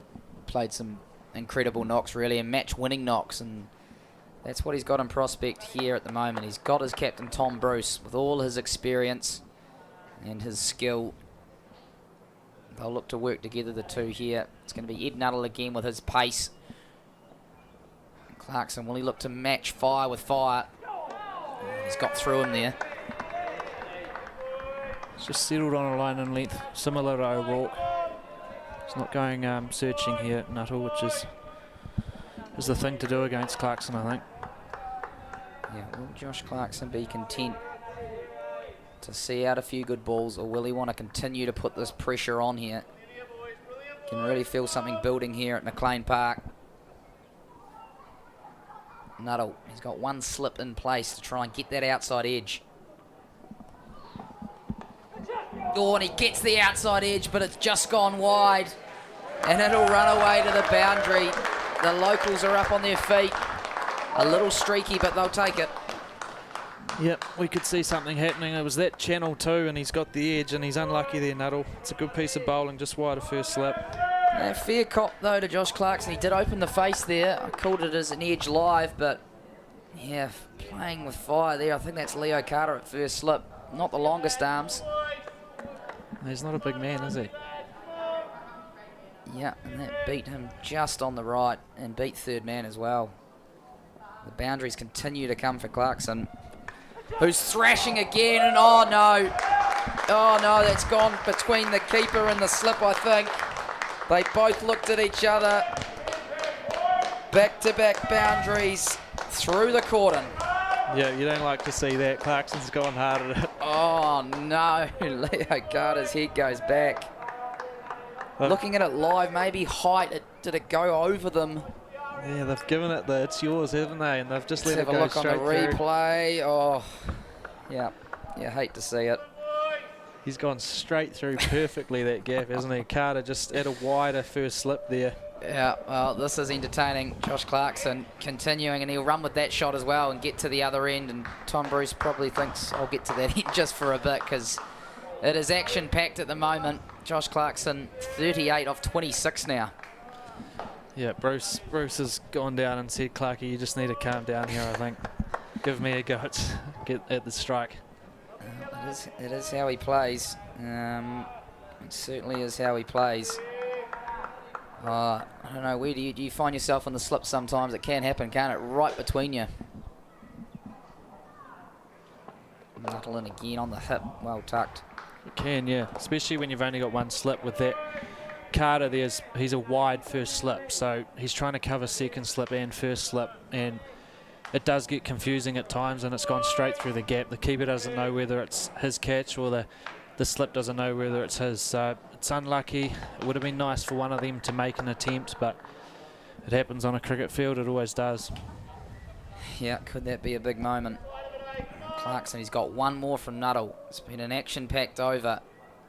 How will it finish? It's full and struck hard. Absolute crack off the bat, but Nuttall was good enough to get him behind it. 10 off the over, although it could have easily been a wicket. The Stags 98 for 4 at the 25 over mark. Angus Shaw, the Hawke's Bay Hawk Cup captain, will swap out for Kieran Noema Barnett, former Stags captain. Kieran, have a look at this, mate. Yeah, This was an action-packed over, wasn't it? well, there's just wide a second slip there. Toying with Leo Carter at first slip. One to his right, and then a genuine outside edge. Well, the call of yours by the pair of them. It's disappointing. They certainly need to pick up Clarkson relatively quickly and create a chance and not go to hand. There's a slight issue, so they'll be better for it. He's probably at 1.5 slips there, and just one of those ones straight down the middle.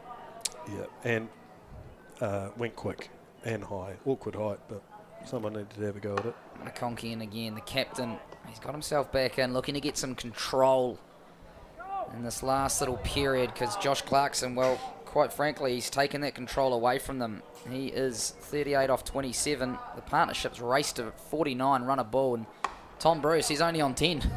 Yeah, he's just sitting up the other end nicely, watching Clarkie get to work. So, yeah, perfect foil, I think.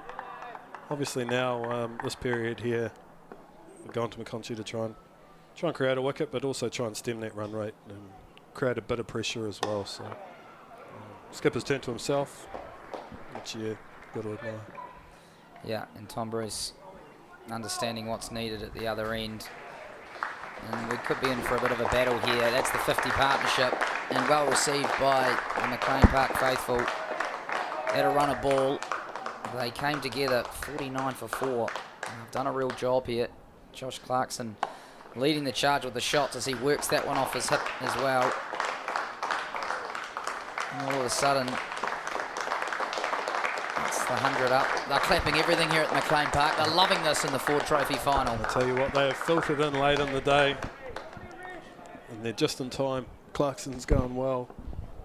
Really, really important period of the game. So it's all happening here. Well bowled by McConkey, getting up and over that. Yeah, he's just got the long on. He's got mid-off up to Tom Bruce, the deep cover sweeper. I think Bruce just looks content to try and work the ones. He's got Clarkson at the other end, playing aggressively.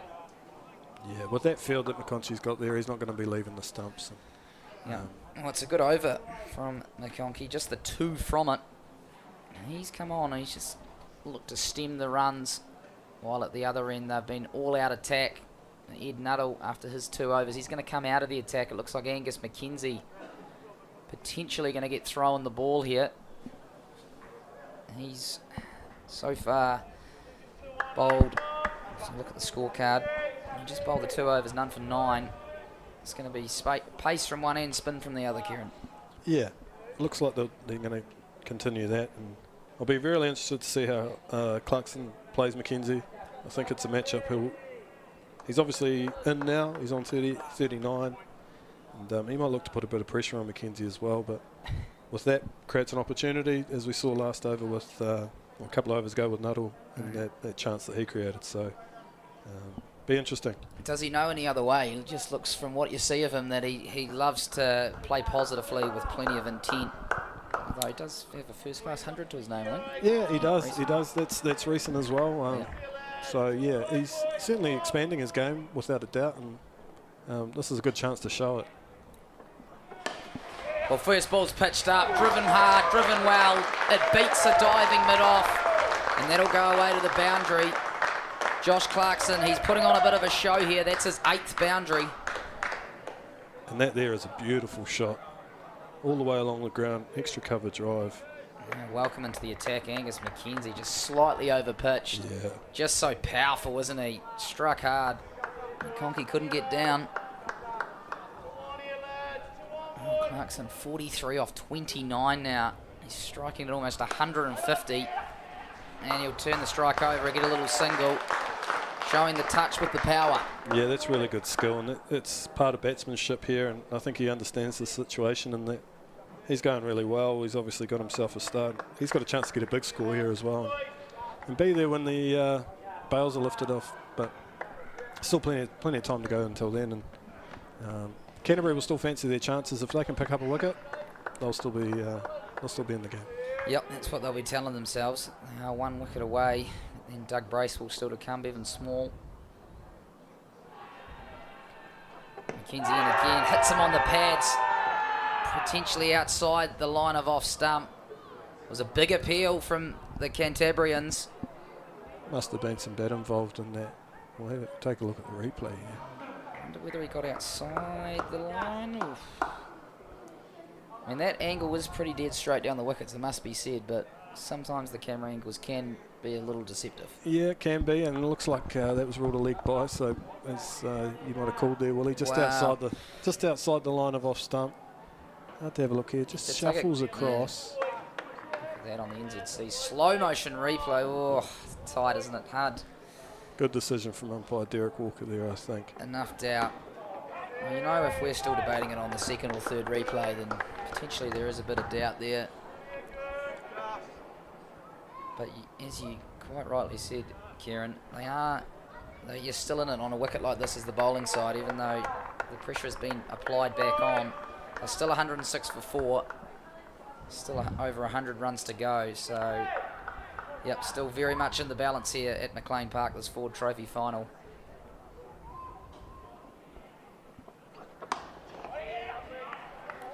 Good running, very good running. Knew he'd timed it well enough to beat mid-wicket, who was trying to get across there to cut the single. Rotating the strike. Yeah, that's the thing about Clarkson, when he's hitting it so strongly, mid-on and mid-on, they have to be on the ring, just because he's hitting it with so much power. So those ones there are there for him, and it's really good to show that he's aware of where he's at in the game, and he can just push to mid-off and mid-on and take a single. Wrapped on the pads again. That's definitely outside off. And Tom Bruce will jog through again for another leg bite. That'll end the 27th over. Let's have a look on the replay. And you know, when the ball is cannoning into the pads a lot, it's still not easy out there, is it? You know, Tom Bruce, pretty accomplished batsman. It's getting inside the bat 2 in a row. Yeah, I think whenever you're seeing that's still happening in the 27th over, and he's been there for 30 balls now, there is a bit there. And I think the one thing they'll be keeping Canterbury, you know, their spirits high, is that Clarkson's done the majority of the scoring as well. So if they can manage to pick him up, Bruce will then have to pick up a bit of that scoring rate as well. So, like you say, it's evenly poised, and 23 overs to go. I don't think runs will be the issue. It's whether they can pick up those wickets. Yeah, and you don't often say that about Tom Bruce playing second fiddle in a partnership, but he's understood his role beautifully here. And 11 off 31. Conky back in again. He can't beat square leg there. He'll be annoyed. He just wants to get himself off strike. Let Clarkson, the man who has been doing the damage all day, take control of this Ford Trophy final. It's captain on captain, this battle. Mid-off still up in the circle. He's got a point. He's got no one back there. That's well played. Just knocked it on its head. And he will get 2 for it. Clever shot there. Just sweating on a bit of width from McConkey. Yeah, particularly with this field, you know, Tom will realise that anything off the stumps over that side, good chance for runs through the offside. He's got that square leg in to try and his mid-wicket to try and keep him up this end. He's got 3 back on the leg side, long on, deep cow, and a deep backward square, and that's the man in the circle on square leg. So a straight field, trying to bowl stump to stump. Try and just peg this run rate back, try and push the required run rate up.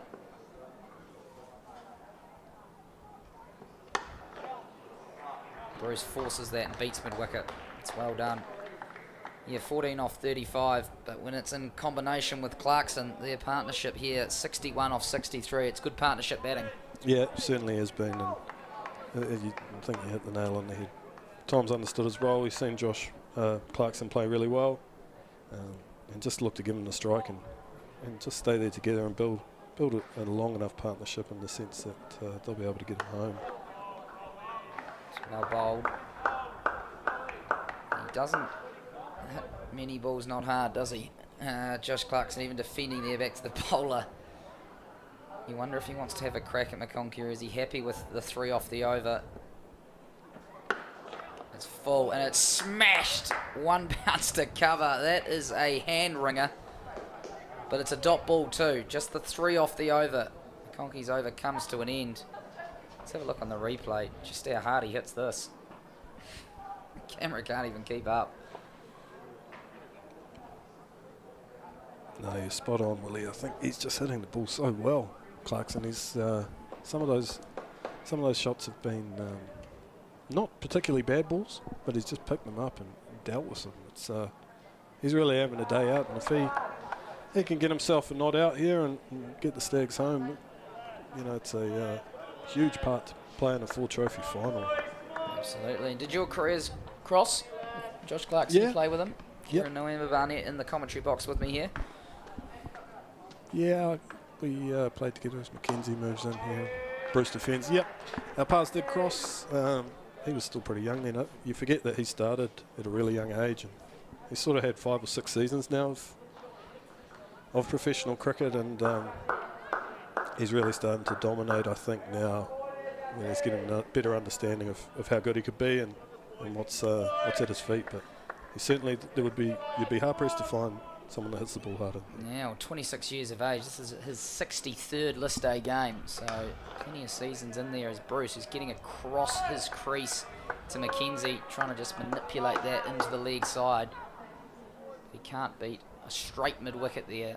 Mackenzie's got a mid-on, a mid-off, cover in the circle, point, and then he's got a deep cover sweeper, 3rd man, deep fine leg, and a man on the deep square leg fence just in front of square.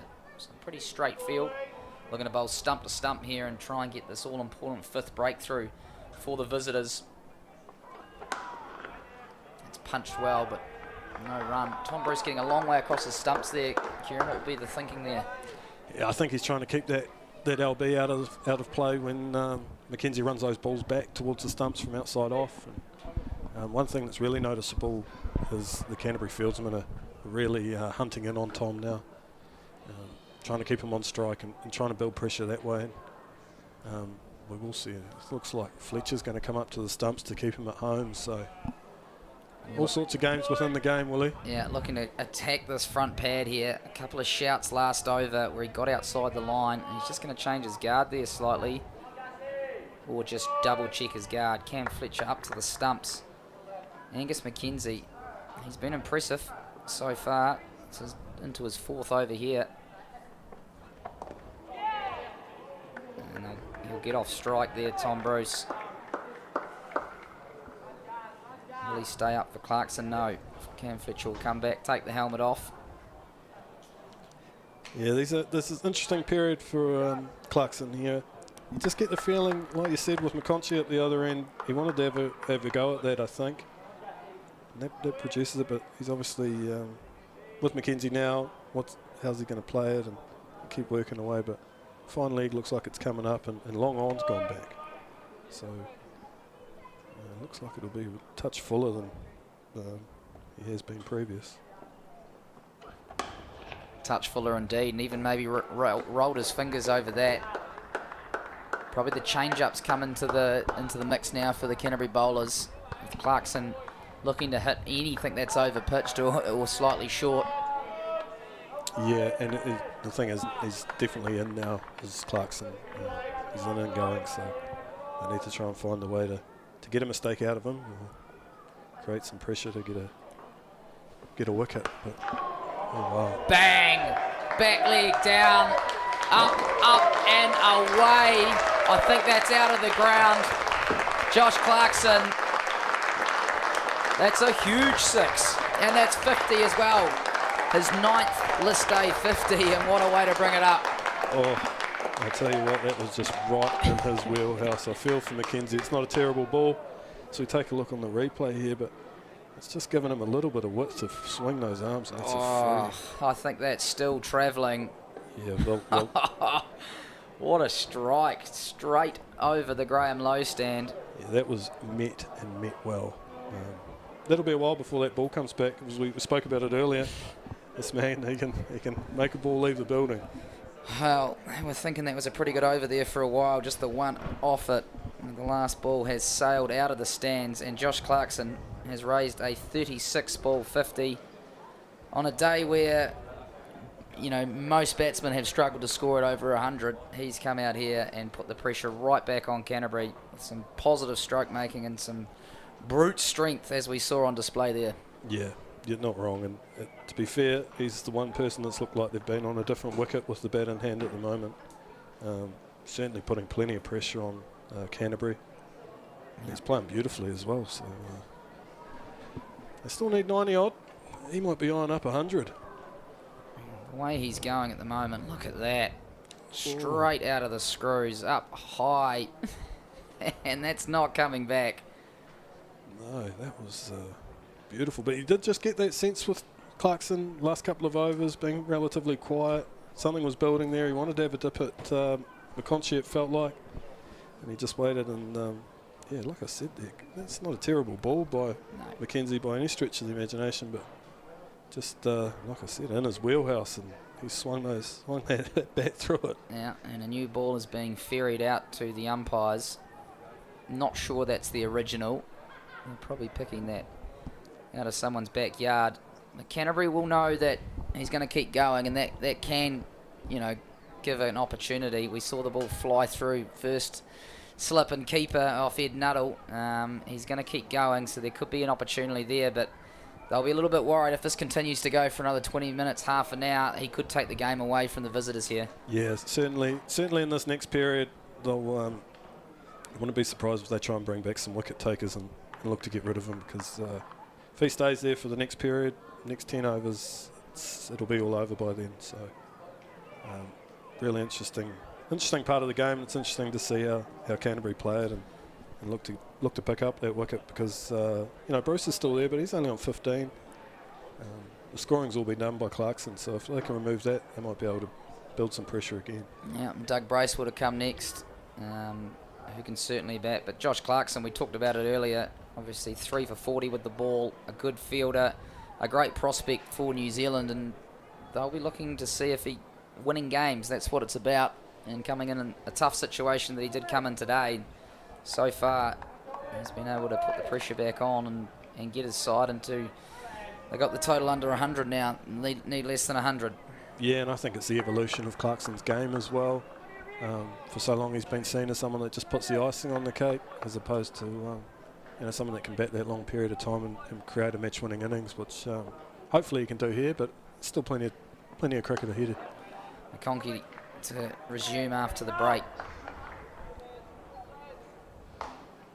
He's bowled well, he's been tidy, but there's been carnage at the other end, so just looking to stem the flow. He's none for 7 off his 3 overs.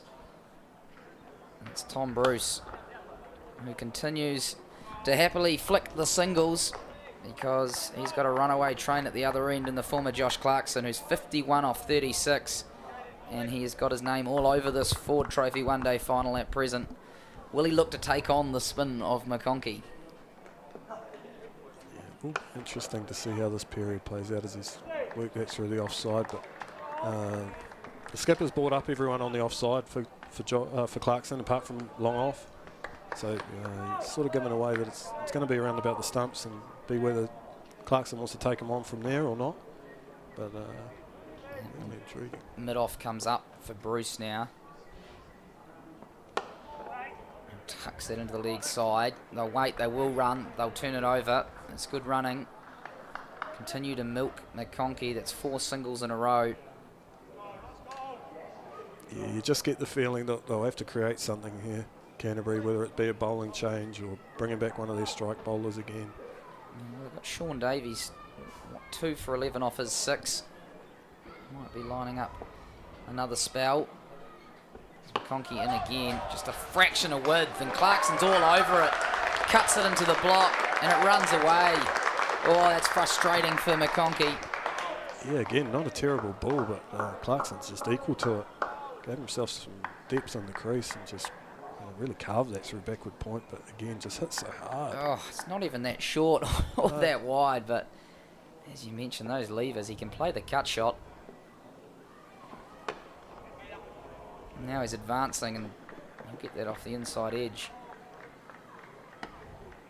And the boundary and the 4 singles, so it'll be 6 off the over. It's 126 for 4 after 30. And all of a sudden, 87 off 20 overs with 6 wickets in hand. You've got to say it looks advantage to the home side. Yeah, I'd say Central District's certainly in the box seat. Sort of cruising a bit, but you know, you don't want to give anyone a chance, particularly in a final where funny things can happen. So while these two will be really pleased with how they've gone and the position they're in, they'll also be looking to make sure that one, if not both of them, are there all the way through, because it'll be difficult. We know it is hard to start out here. We saw that in the Canterbury innings. They lost wickets in clumps.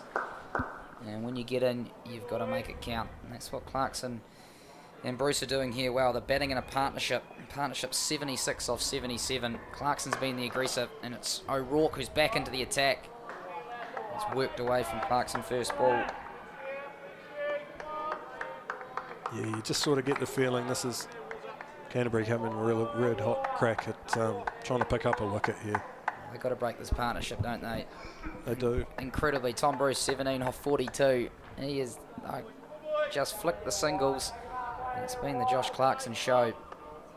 Canterbury, they want a breakthrough, and they've gone back to their big man, Will O'Rourke, who's charging in. He's going for the Yorker, but Bruce just edges across his stumps, crabs across his stumps, and works the single into the leg side. Yeah, what sort of dismissal is he going for here? Yeah, it looks like he's looking to run up in York, you know, based on those first 2 deliveries, but I think a big guy like that, a little bit in the wicket, if he's just in and around off stump, I think he might be able to get a chance, but again, Clarkson is, he'll be looking to take him on, I think. Is he going to continue to take him on, as Kieran Noema Barnett says? This one's full again, and it's the back leg laid down and slaps it, but he can't beat mid on. Well, it's edge of the seat stuff. You don't want to look away when Josh Clarkson's in the middle, I tell you. Especially not when he's going like this. Oh, that's a good bit of work too. The big quick, you'd nuddle there. That is a great piece of work. Bowlers union looking after each other. Yeah, we feel like really Canterbury, they need a wicket here if they are to continue to stay in this final. It's Clarkson and Bruce working together in tandem. Bruce happy to let that go. Yeah, Nuttall still has 3 overs. Davey has 4 left. He's got 2 for 11 up front. Bowled beautifully off the back of his 11 wickets in the Plunkett Shield. Angus McKenzie, he's got 6. And there's been 7 overs between Coburn and McConkey, the spinners. But it really seems that the seam bowling has been the most challenging or the most demanding so far, Kieran. Yeah, I think that's obviously proof in the pudding. Coburn wasn't allowed to settle by Clarkson. They sort of had a go at him early, which allowed them to get underway, but certainly looks like the seam bowling is going to be a little bit more threatening so far, and I think that probably holds the key for the game for them as well. O'Rourke continuing to attack, but it's cagey batting from Tom Bruce. He's getting right outside the line of off stump. Anything too straight, and he's just rolling the hands over it and getting off strike. And this is the battle that we want to see.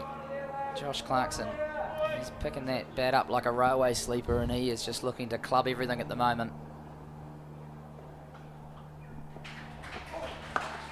Bang! Square of the wicket. Deep square. Well, he might be 10 metres in front of square, but he's got no chance. Another boundary 4.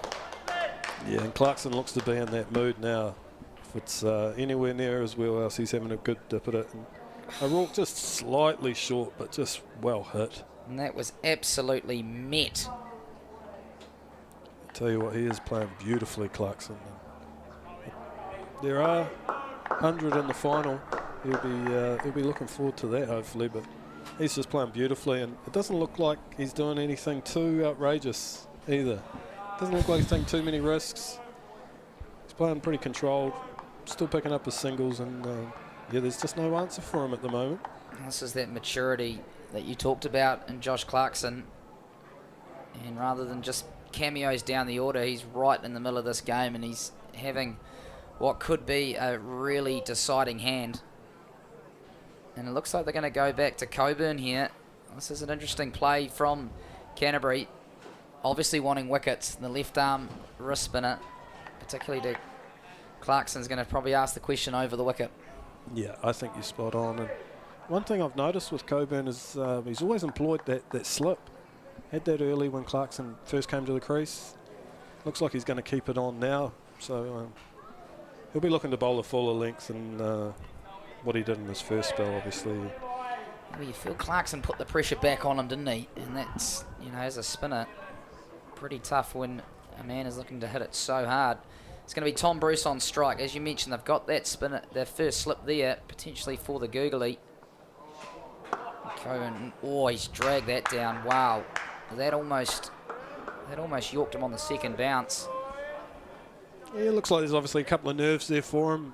He'll be looking just to settle back in and get himself into some rhythm. Left arm wrist spin. Oh, that one's the other end of the scale, but Bruce can only put it away for a single. You got to think Clarkson's going to be sitting here waiting, and anything short or over pitched he might try and pounce on. Yeah, if that comes out again, this one, he'll be in a bit of strife, but certainly good backing from the skipper. Looking to go to, you know, his left arm wrist spinner. It's an attacking move, isn't it? Attacking move, and I think he understands that, you know, we need a wicket. And potentially this is the best option. Well, the slips come out. He's gone to cover. Coburn to continue. Oh, and that's the delivery. The wrong one. Straight across the right-hander. Clarkson didn't know much about that.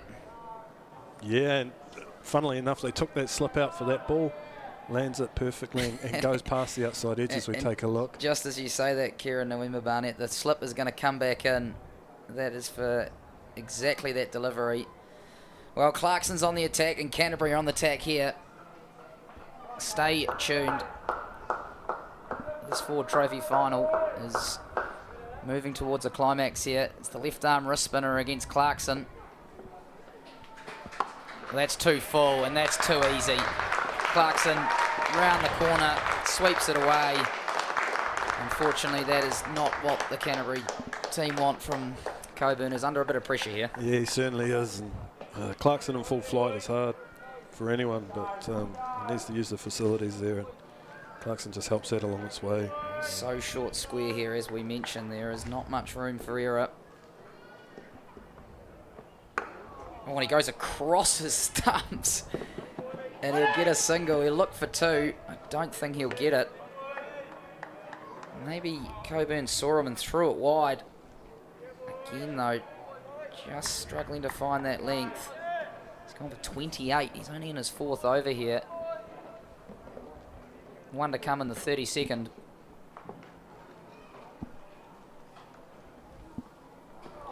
Into Bruce. That's short as well.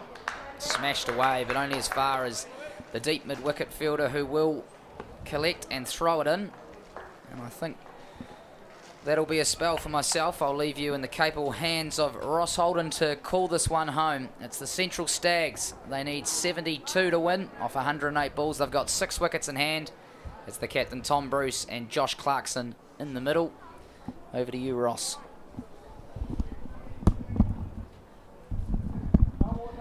Thanks, Willie. Have a safe trip home. You can see the result when you get home. Good man. Here's a partnership. 92 between these two, unbeaten at the minute. Clarkson contributing 68, and Tom Bruce 20 of those. But the longer this one goes, Ross, this partnership, the closer it is for the Ford Trophy band Central Districts, I think. Yeah, this is the winning of the match, isn't it, really, for them, if they can just keep this running the way, particularly the way Josh Clarkson is hitting the ball. Yeah. It's just so crisp and clean. It has been, and it has been measured as well, which is something that's been really, really great to see. He's still taking his ones, he's still respecting the good balls as well, but he's just been so destructive in anything he likes the look of, and it's been the difference in the match so far. Yeah, it is. Tom Bruce on strike now, outside the off stump, quite wide, but doesn't really get hold of that. This is a really unique role for Tom, for Bruce as well. He's used to being quite free-flowing himself.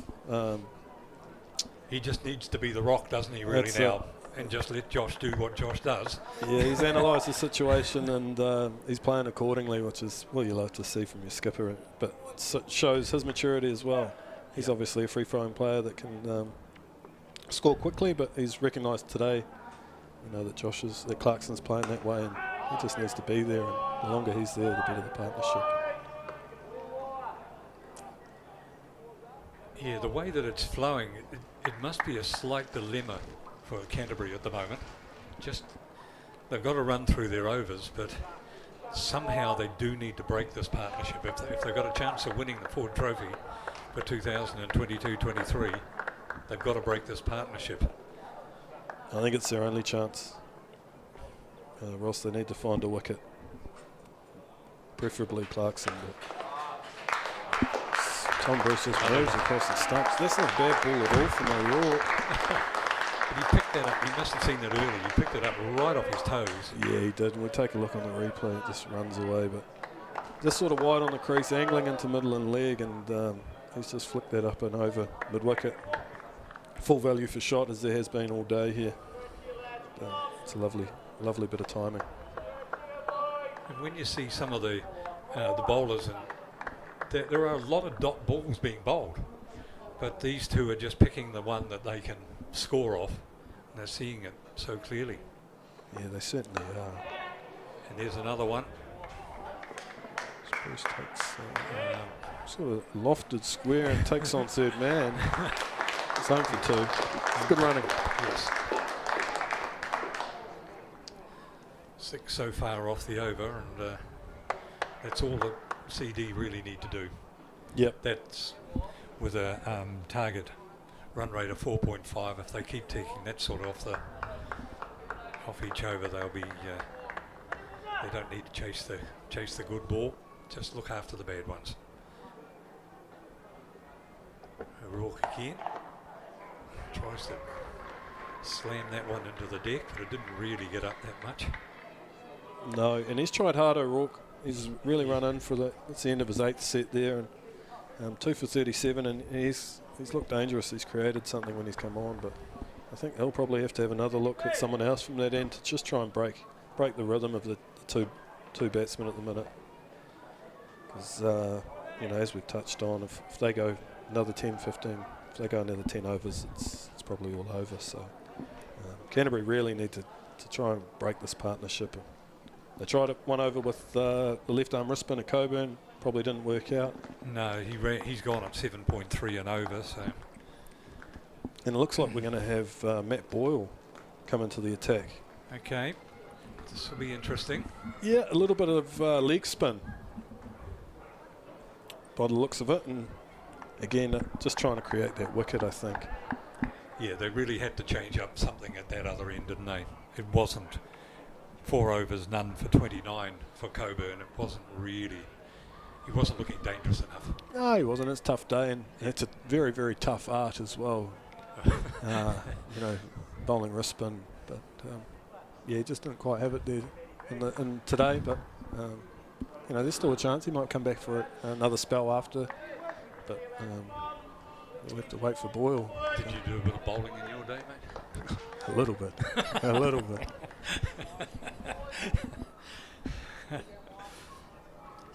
So let's see what Matt Boyle can do. Can he stem the runs? We'll get a single. They're looking for 2 here as it's gone out towards the boundary. Probably take on the throw for 2. He did indeed. That's a decent start. That brings up to 150 for Central Districts, just off 33 overs. Well on their way here. 100 partnership. And another single. Might be, for a one-day match, it might be ordinary cricket just taking singles, but from Central District Stags' point of view, that'll do them just nicely. Yeah, certainly no issue. No issue with that. As long as they keep the board ticking over, they'll be fine. But Boyle started pretty well for his first 2 balls. Yeah. Haven't laid eyes on his leg spin before, but We'll get a to come single out off right. this one.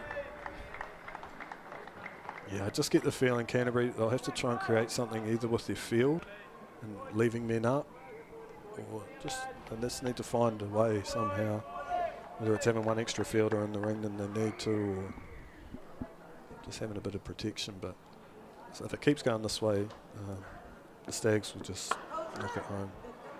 One at a time. One at a time. Yeah. But after a very shaky start by the Stags with the bat, it's certainly settled down, and Tom Bruce and Josh Clarkson have done an admirable job. Clarkson 69 off 46. Yeah, he's played beautifully, and I think the wicket did favour the new ball, bowling-wise, made it difficult to score. They managed to get through that, and Clarkson's And he's just going driven to that. get a four. He'll go away for four that And again, just a lovely shot. Lovely shot. Through extra cover, bet the man in the ring. And then that just raced away. It's been a real highlight of Clarkson's players, just how crisply he's hit the ball. He's timed it sweetly, virtually since he got in there. And he has looked like he's been on a different wicket to others throughout the day. It's really interesting, isn't it? When he first came in, he started slashing away. That was the thought. Nobody else had really done this, and he was either on a hiding to nothing or he's going to be a hero. Well, so far the hero is what he is. Yeah, and he's obviously a man. The way he came out was the man that's really confident in their game and feeling good about their form. So 96 balls remaining, 56 runs to win for the Central Stags. 9 off that over. yeah, and it looks like we're going to see a change from the western end. Looks like Davey is going to come back on. He had a pretty good first spell, didn't he? Bowled beautifully with the new ball, yeah. Yeah. 56 off 96, yeah. The run rate's not the issue, never really probably has been, but it's just about those wickets. And this will be an interesting to see Davey bowl at a different period and against players who are in. When he had the new ball in his hands, that was a slightly different period, but now he's got two guys who are pretty well set and in. So it'll be interesting to see how Canterbury think they're going to get their wicket and how Davey's going to bowl accordingly. Just one other thing that might come into play as the sun goes down on this Tuesday afternoon. It generally gets a bit low over the stand and can create a little bit of a problem in the batsman's eyes. And the shadows are now coming across the ground. So it won't be long, another 15 minutes or so, and that wicket could be in shadow from the Harris stand. So just another little complication that Spanner in the works, Ross. Another little quirk that might come into play. It might not as well, but no, I like it. So here's Davey running, bustling in. He sort of bustles, doesn't he? yeah. He's onto a good spot there, and Bruce defends. His first spell of 5 overs, netted 2 for 11. Yeah, really strong. Really strong That was first spell. good. With a maiden thrown in there as well. So that was a good spell from Davey. Yeah, I'll be interested to see. Clarkson sort of looks like he's in that mode where he's going to take anyone on, and I'd imagine Davey would be something he's probably looking at and thinking that's a favourable matchup for him. So if he gets down there, I'd be interested to see what happens and how Davey bowls. He might be down. They will only take the one, so he'll be down there this time. Yeah, and he just ran his fingers across that, Davey, so he's aware that the Stags might be coming for him. And it looks like he's going to back himself and back his skills to pick up a wicket here, which is what you like to see. He's got plenty of overs in hand as well, so yeah, he certainly does. So they'll probably bowl him right out, I would think, now, with the way it's state of the game. Yeah, depending on how they're going. And he's probably the pick of them at the moment, the one most likely to make the breakthrough, perhaps. He has been, and it looks like he's dropped his long arm back, slips at gully as well, so mid-off is up if Clarkson fancies that. And there's quite a few gaps on the leg side as well. I think Clarkson might be eyeing up that Graham Lowe stand and looking to go over again. We'll see. Oh, just played it back where where the bowler wasn't. Classical on drive. It was perfect. Wasn't it? If you were coaching that, that's the way you'd want to coach an on drive, wouldn't it? Yeah, there's nothing wrong with that. Move your foot to the ball, Full face. and play through with the full Yeah, face. straight back down where it came from. But it's another good bit of running. He's back on strike for 2. Knowing that the bowler's very unlikely to be anywhere near that. Davey comes in again. Clarkson wanders down the pitch. Doesn't really get too much of it. No, he certainly is looking to put pressure on Davey. Just signalling his intent there by saying he's looking to come down and get after him. But yeah, Davey was equal to it. I guess he's trying to get Davey to throw it in a bit short, and then Clarkson stays back on the stumps. Yeah, I think he's looking over long off. Is he? Through the offside, yeah. But I don't think Davey will give him too much out there again. So he just takes the pace off again on the stumps there, which is clever bowling. And it's nice to see Clarkson also just not having a hoik at everything. Oh, just pick the one that he thinks he can get to. The good ball, treat it with respect. He has played brilliantly in the context of the game, with it being the Ford Trophy final as well. And like you say, it hasn't been reckless, but there's certainly been enough power, and he's played beautifully. It's good to see. And like you say, it's really pleasing to see him not give it away either. At the moment. Just to push the runs along. Yep, and he's fortunate enough to be there with the skipper Tom Bruce, and he'll be keeping a lid on things, I dare say. Certainly. And he's played well, Tom Bruce as well, 33 from 59. It's not to be sneezed at. He's kept his end intact and kept the scoreboard ticking over. He certainly has. He's played really well and understood what the situation required and batted accordingly as we take a look at the runway. Beautiful. Yeah. Just shows you the CD innings, few wickets there and things like that. But since these two have got together, caught up with the run rate, and obviously hasn't been a wicket in a while either. So it went a little bit wrong through about 23 to 28 overs for Canterbury, where they lost those 3 wickets. It affected their run rate dramatically when those 3 wickets fell. I'll certainly look back on that period when they review the game. I think maybe they could have done things a little bit differently, but not to be. Boyle again, and take a single off his first. Yeah, Bruce just working him into that gap there at mid-wicket and asking Clarkson to come down the other end. But big test on Boyle as well. Yeah. Ball in hand and against the man in full flight. Need to keep this ball well up to Clarkson. It was all right outside the... And just a slight hint of turn. He's got the slip in there, so obviously I think they're a chance. And if Boyle can get one in the right area, they've got the man there waiting for it. So good bit of jostling here.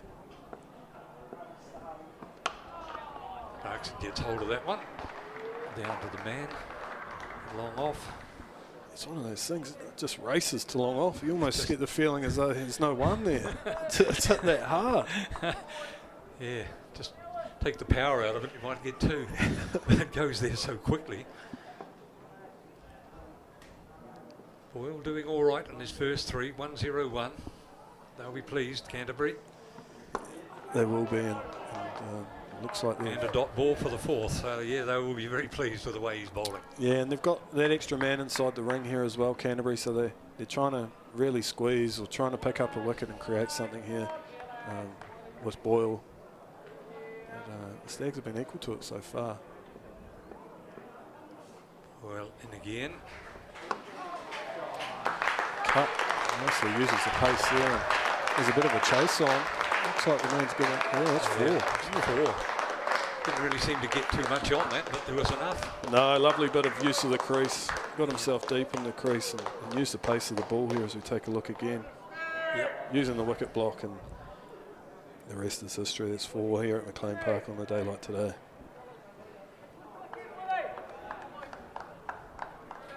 Clarkson moves on to 76. Bruce is on 38.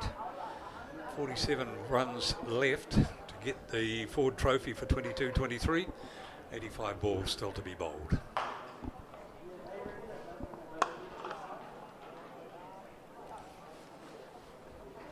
Apart from that 4, a pretty good over from Boyle. With a couple of dot balls and a 1. But the 4 kind of... So we'll make a change in the commentary position.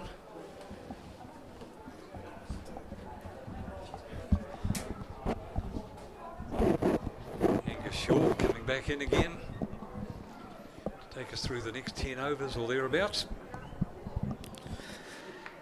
Well, it's changed hugely, hasn't it, Ross? It's a Clarkson show big time. From when we were sitting here last saying, well, Canterbury are in the driving seat.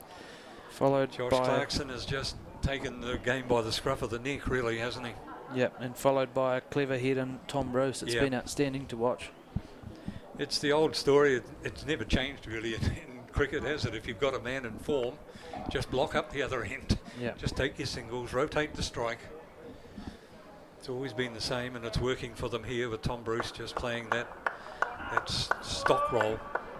Just take what you can get, but just let Josh have most of the strike. It looks like a player playing with a lot of confidence.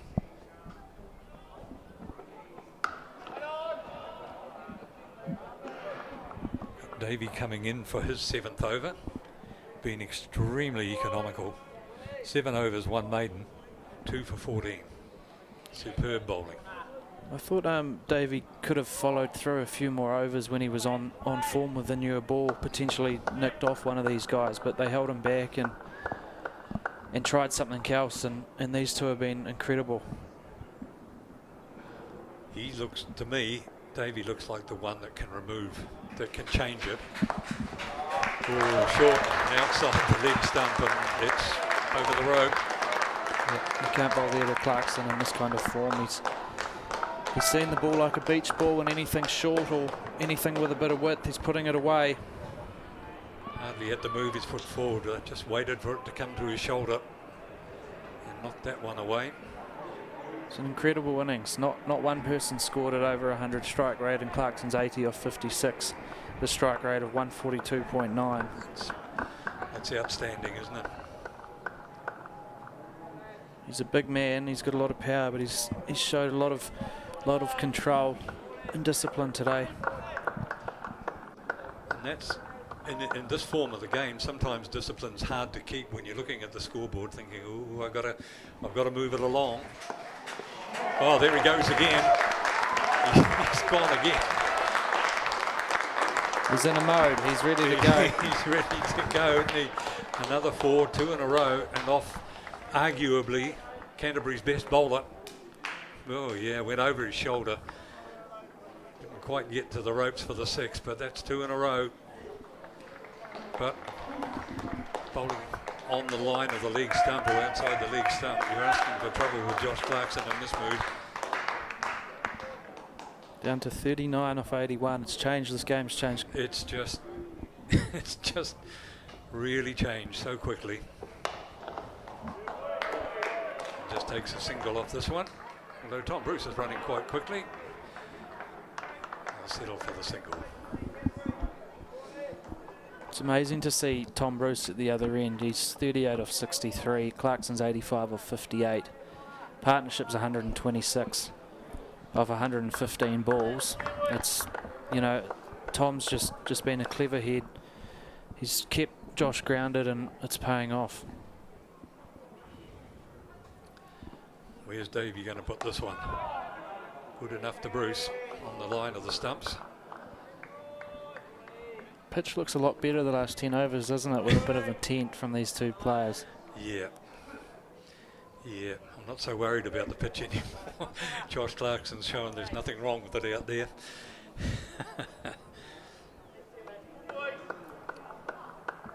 Maybe my prediction of the shadow from the stand coming over won't, the way that the mood Josh Clarkson's in, we may not even worry about that. Another good ball from Davey. Just brings Bruce forward and Plays it onto the pitch in front of him. End of the 37th over. 175 for 4. 9 off the over from Davey. Bruce, yeah, he's kept out the good balls, hasn't he? And, Yeah. And he's rotated the stroke when he's needed to. They haven't bowled badly, Canterbury. It's just exceptional batting. That is a really good point. I think you've got to remember, you can't say that Canterbury have dished up a whole lot of lollipops or anything like that, or they bowled too short consistently. Their ball's been pretty good line and length, but the odd one that goes wrong, CD Stags have really capitalised on.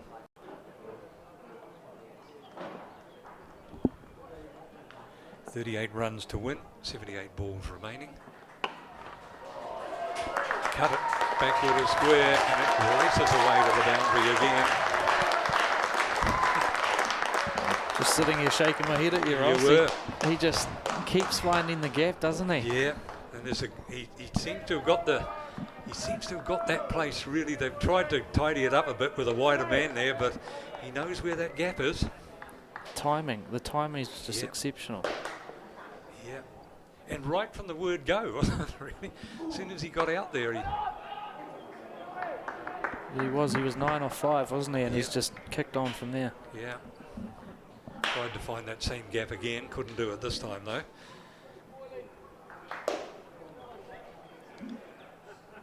Single-handedly, Clarkson has turned this game around.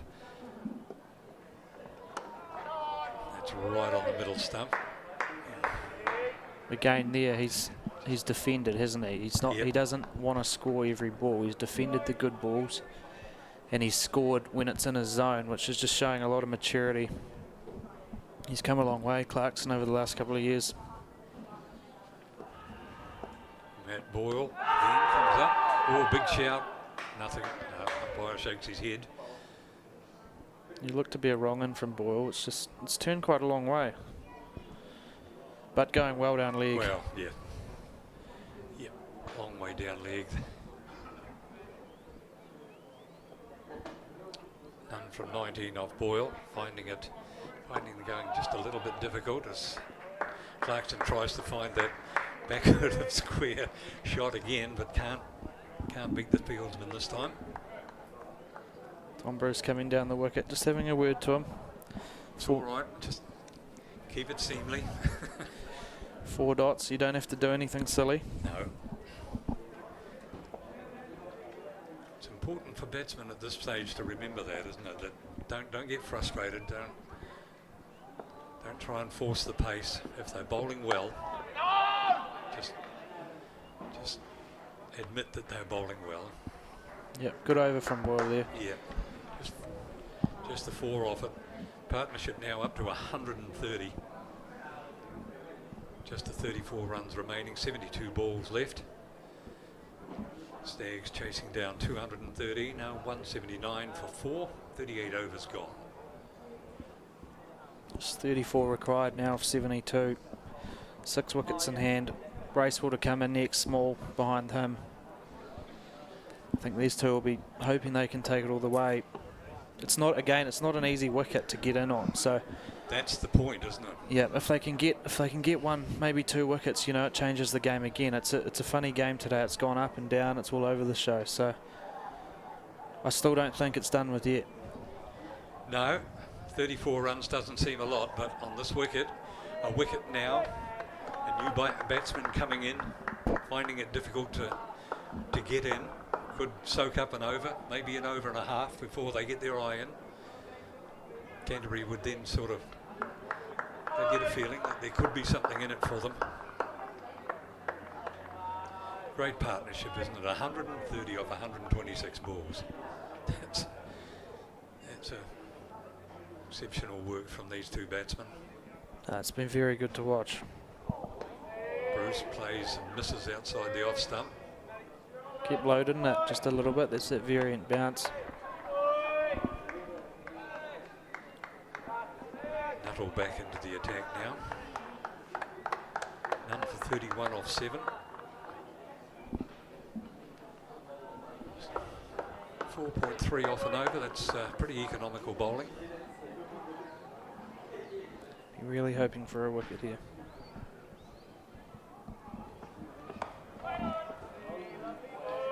Stay with Nuttall and Davey, I'd say, for a little while, just to try and...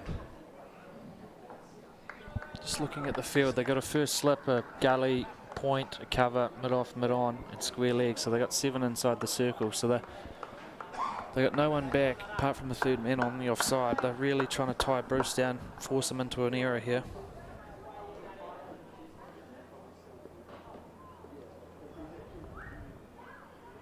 Nuttall in again, over the wicket. Bruce plays well. Shows it the respect that it deserved. Again, just keeping out a good ball. It's good from Bruce. Still plenty of balls remaining for Central District. 70 balls still to go, 34 runs required. Be interesting to see who they go with, if they go turn back to spin or they keep the seamers. Yeah, O'Rourke must have some, perhaps got a, oh, that's gone high. One bounce out to the fielder. O'Rourke must have an over or two left, has he? Yeah, he's got a couple. He's bowled well too. Yes. Something's got to happen here because they've got to try. They've got to try change the. They bowled that good line and length early on, but they've got to just try something because these two guys are settled. They're walking across their stumps. They're using their feet. It's just becoming a little bit too easy, too predictable. This might be interesting for Nuttall with Josh Clarkson to face.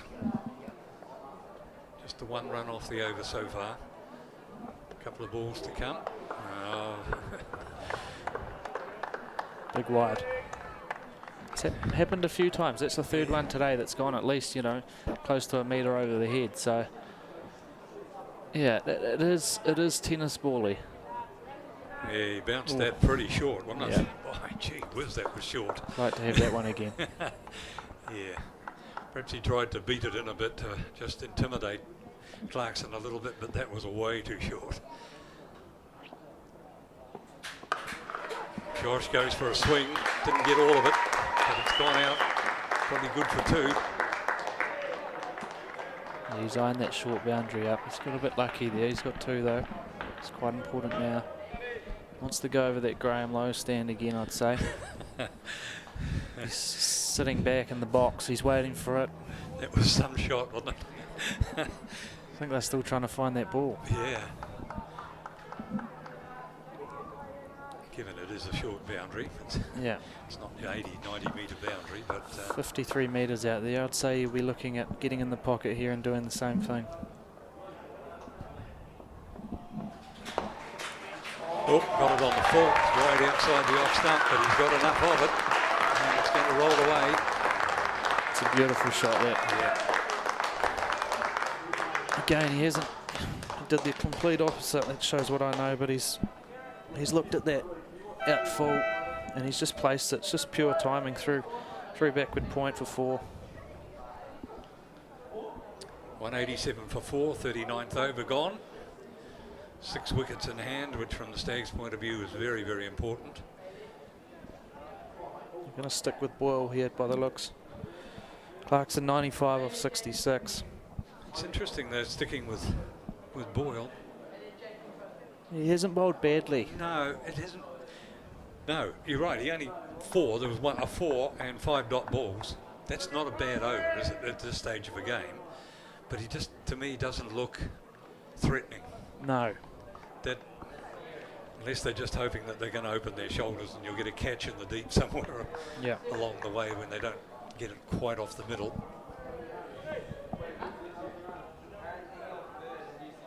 So here he comes for his first ball of his 4th over. It'll be a dot. Brought the field up too. That was an easy single before, so Boyle and McConchy, they brought mid off up, just trying to force something.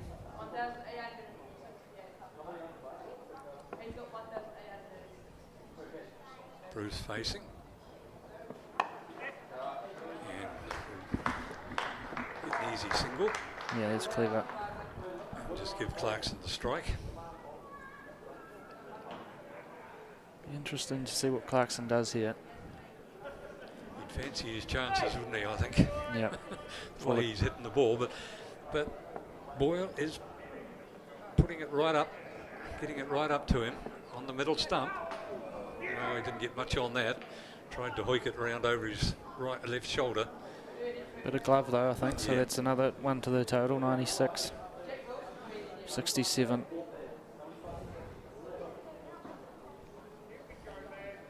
Tom Bruce certainly done his bit today, 40 off 71.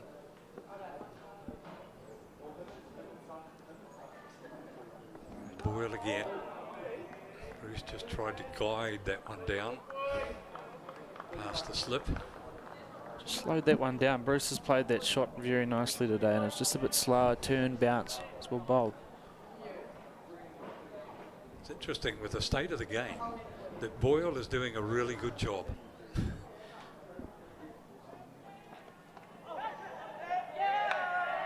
And that's been, must have come off the pad. Well, they're blowing up here. Has he nicked that, has he? That's I think that's what Tom Bruce is saying. It came off my pad. Oh. Did that come off a bat? The umpire straight away shook his head. Yeah, I think he might have missed that. Well, Canterbury had tried to sell it. It's well bowled again, slower, and it turned. And I think it's just hit the keeper's gloves and gone through the first slip. Good ball from Boyle. Here he comes in again. And Tom Bruce just lets that one go through. That's a good over. Just 2 runs off it.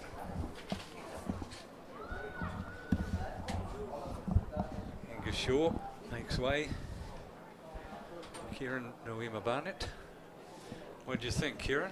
That get a bit of bat? Didn't look like it. Bruce was unmoved, but the Canterbury side certainly liked the look of it. But They did.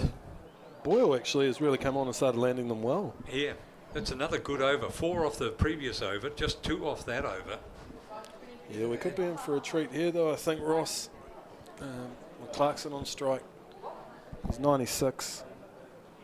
He's looking to bring up his 3rd list day 100. Third, okay. If he can. And I'll tell you what, it'll be a big statement in the 100 in the Ford Trophy final to see his side home after his performance in the field. Yeah. It was a serious day out for him. I hope he can get there. Here we go again. 40th over being bowled now. Gets a single off that one to go to 97. Yeah. Nuttall continuing for the Canterbury side. And Done a good job. yes. Of 8 overs, 40 off 8 overs. Yeah, unfortunately for them, they just haven't been able to break this partnership, which has been the difference throughout the game, obviously. Canterbury weren't able to get a partnership of this sort of... No, they didn't, even through the middle, they didn't really get anything going, did they? Just lost wickets at crucial times.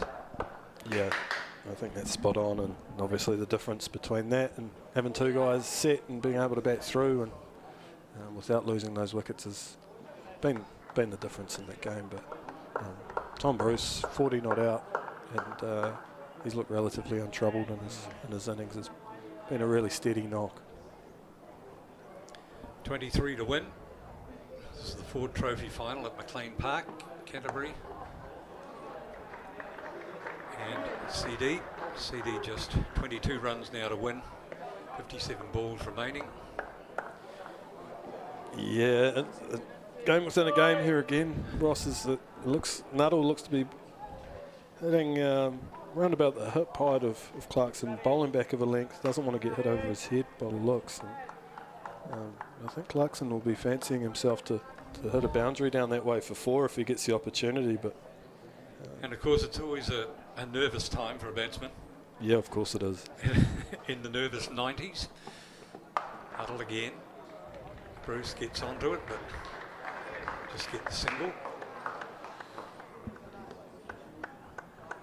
Yeah, nervous time in the 90s, regardless of the format, but particularly in a final to see a side home, which would you know, that's sort of what you dream of, and Clarkson will certainly be he'll be eyeing that up. And red ink, everyone loves red ink. Good over from Nuttall here. They'll just take the single off that one. Clarkson back in to strike for the final ball of this over. And again, the last one, we're down here, Nuttall continued on that length, just changed the pace on Clarkson. So if he looks to go pace on, I think Clarkson he'll be looking for that boundary behind square if he gets that opportunity. But so we're just about to see Nuttall move in again. Wide outside the off stump. He's gone for it. He's got enough on it, and that'll roll away to the boundary for 4. And that's Josh Clarkson's 100. What a knock! And he deserves all the applause he gets. Doesn't he like it too, the big man? Look at him. He's got to be a happy man, doesn't he? He could not have got that helmet off quicker. But what an innings that has been. 102 not out, 70 balls. Game in the balance when he comes to the crease. Wow. He has really made a statement here today. And you've got to remember his bowling was on the mark.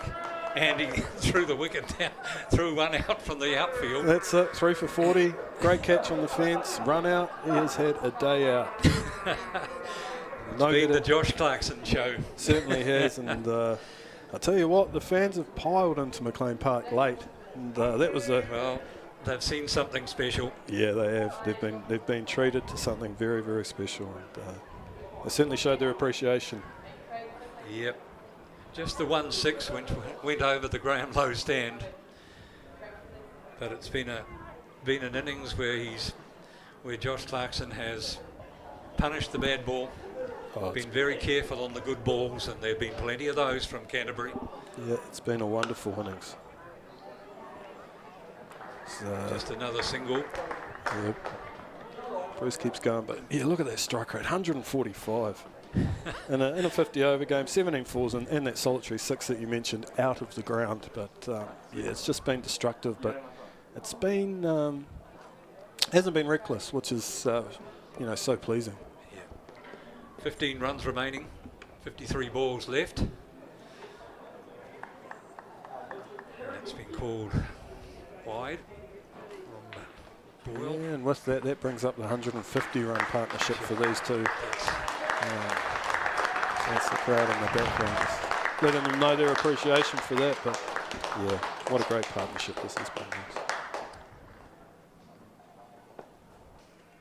And we got to make mention, of course, that when they came to the crease, Stags were in a little bit of difficulty. They certainly weren't down and out, but they certainly needed a partnership to be put together, and that's what these two have done. Yeah, they've been outstanding. And Boyle will take a bit out of this. I know it's probably last game of the season, but he's shown he can bowl in the format. And Landers there he goes. Josh Clarkson's had another whack at it. And the crowd tell you. Yeah, he did not get all of that, but looks like he's got enough of it. He got enough of it for a 6. It's the power of the man. Yeah. He might be looking to go again. You just get that feeling with Josh as we take a look on the replay here. Boyle, he's onto that slog sweep, and he hasn't got all of it either. But it's gone out of over the ropes enough. Yeah. The crowd say, "Look at that, umpire! Put your hands up. It's a 6."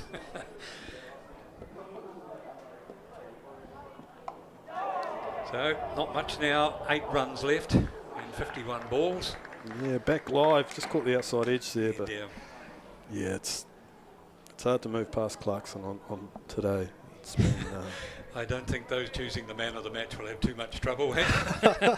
Should be a relatively straightforward task today, yeah, Ross. I don't think there will be too much discussion. Yeah. Josh Clarkson, 109 off 73 balls. Wickets from his bowling. Takes a catch in the deep. Throws the wickets down. The Josh Clarkson show rolls on again. Dreams are made of that. Yes, yeah, he'll remember this. He will. It's a really big statement game for him as well, to show that he can be really dominant all the time at this level. So, Take a Bruce works that down to, there's some, Oh, they're going to try for 2. all happening there. That's the end of that over the 42nd, 2:08 for 4. So 5 to 1 for the Stags. I hope they're both there at the end to bring the stumps up. It'd be nice. The crowd will give them Clarkson will walk off first. I would have thought so, yeah, and he'll get a well-deserved round of applause. But a beautiful But game. a word for Canterbury. Really, they didn't get enough runs when they batted, but they put up a good fight. Really. Oh, 100%. I couldn't agree more. They're actually missing quite a large number of players as well. 7 of their top line players are not here for one reason or another. Yeah. Plus they had 2 others from their squad who were injured who couldn't be selected even if they wanted to. So, yeah, you had 9 players out. They put up a really, really good fight. Their bowling has been pretty much on the mark. It's just been the bad balls that have been punished by these 2, Bruce and Clarkson, particularly. And they were right in it until this partnership. Yeah, they most certainly were, and a lot of young players will be better for this day. A bit of understanding of what it takes to try to win a trophy and to win a final. But they'll be a lot better for it, obviously. Looks like Mackenzie's back into the attack. And there it is. You can see that the sun's gone down far enough now for the shadows to come right across the wicket. Yeah, and it looks like Clarkson will just get a concussion check here, maybe. It looks like he's top edged that one into his grill. But the drama continues. Oh, just letting it build for these fans that have come out here to see the Stags lift the Ford trophy.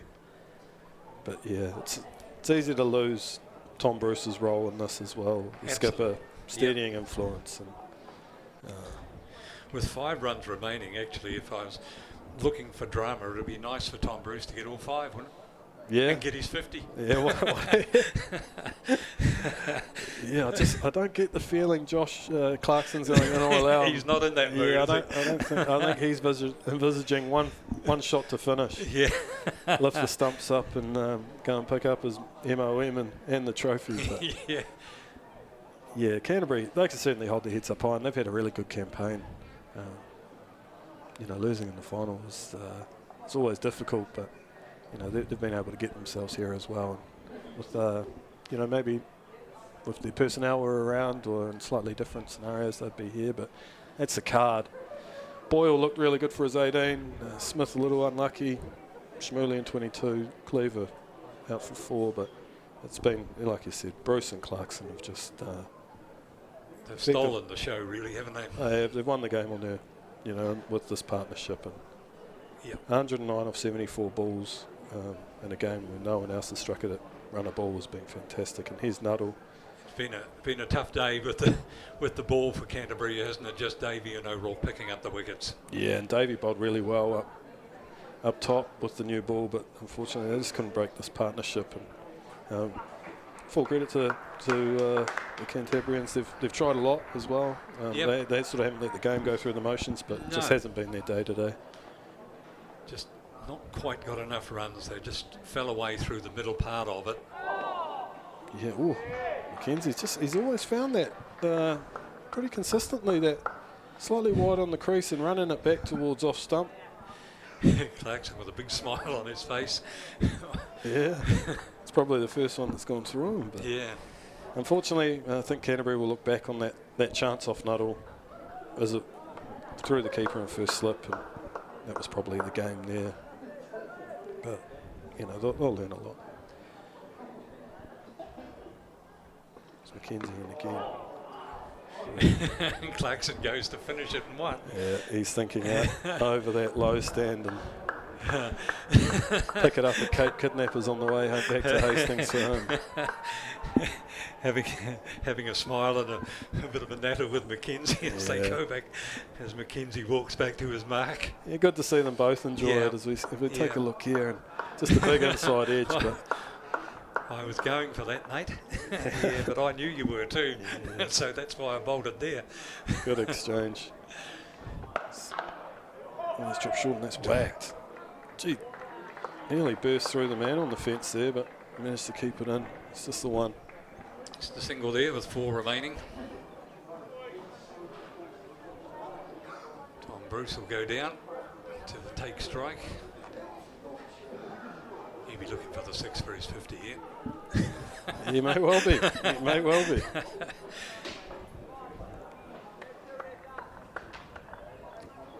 An enthralling game, really, with all the ebbs and flow, twists and turns. Yeah. Oh, he went for it. Been a good day's cricket. Yes.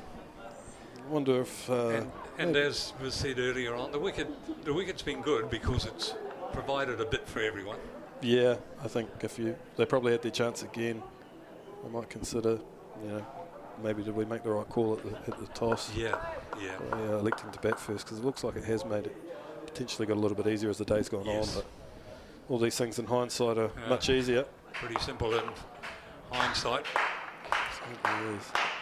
Down to long leg. Oh, that's a good bit of work there. Keeps it to 1. That's the end of Mackenzie's over. Two off it. That's good. Yeah, Bruce, a long way out of his crease. He's coming. He wants to try to finish this. Yeah. Oh, Josh Clarkson, outstanding. 110 off 77. yeah, it's been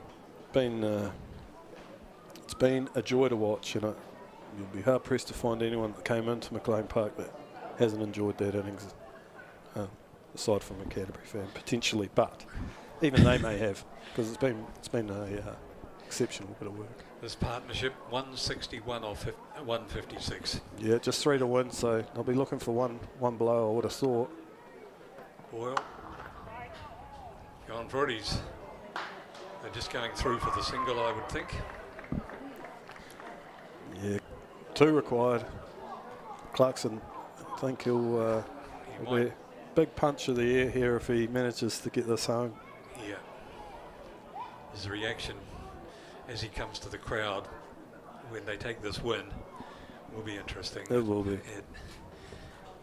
He must feel absolutely elated. He's got hold of it. That'll be another 1. So 1 to go. Scores are tied. The skipper, it's all set for him. It's all set for the skipper to take the glory. Take the glory, get the trophy and head home. Get themselves ready for the Plunkett Shield. Plunkett Shield starting on Saturday. Yeah. Down in Nelson. All to play for there as well. Yeah, there is. Boyle moves in. And he's got a bit of it. Oh, but he's got a lot of it. He's got a lot of it. He finishes with a 4, and Tom Bruce gets his 50 as well. Oh, well deserved. It's in the stars. The skipper finishes 51 not out. Clarkson 111 not out. And the Stags are home, 4 trophy champions of the 2022-23 season. Brilliant. Absolutely brilliant.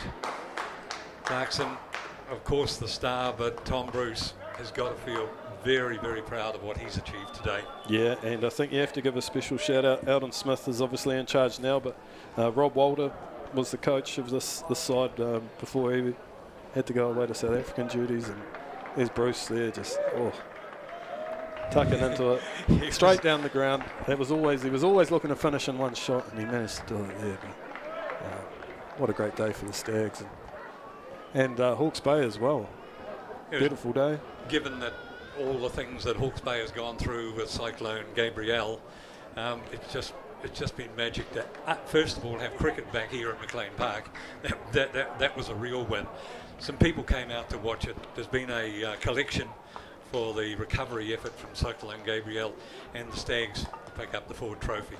Yeah, it's a good day. It's a good day up here. It's a good day if you're in green. Yeah, it's a good day for the Stags. Yeah. It's just great to see them pick up a trophy, and gee, it's hard to go past Clarkson and the statement he made today. Bat, ball, field. Tom Bruce on the left there, the captain of the side, and Josh Clarkson on the right as they walk back underneath the Harris stand. Tom Bruce lets Clarkson go first, obviously. Crowd giving a big round of applause. Not a fan in the seat here. He was on the back end to stand up. Wonderful feeling. The crowd has certainly shown their appreciation. That was amazing effort by Clarkson. And when I think back to when he first came out, he started swinging, And I said he's either going to be a chump or a champ. He turned out to be the champ. Yeah, he's the latter today, Ross. Yeah, he was indeed. And yeah, he certainly will be pleased with that. And it's nice. It was really nice that Canterbury really came here, and even though they only scored 213, as we said at the break, that was actually competitive. Yeah, certainly was. It looked competitive, and certainly after the first, the Stags were 4 wickets down. It looked more than competitive. Yeah, it looked fantastic. Truly, it looked like Canterbury had done the job at that point. And you don't want to speak about missed chances too much, but of course it's pretty hard not to look back at the game and see that chance that Nuttall created in the slip court and with the keeper. Always difficult, but you know, when you're a game like that. And way back when I was playing, I remember somebody saying, "Hey, catches win matches." Yeah, and that's very, very true. And if we have any viewers out there, we're going to get the Ford Trophy presentation up and running soon, so that shouldn't be too far away. But great scenes here at McLean Park, obviously. Nice. It's Tuesday afternoon, and people at work and everything that's gone on. It's nice to see the people came out and it's great support to see their them. team. And and they're rewarded. The Stags played really well today. And when they go down to Nelson, as you said, there's plenty on the line down there. The Plunkett Shield. They play Auckland in a make-up game that was postponed because of Cyclone Gabrielle and everything that went on then.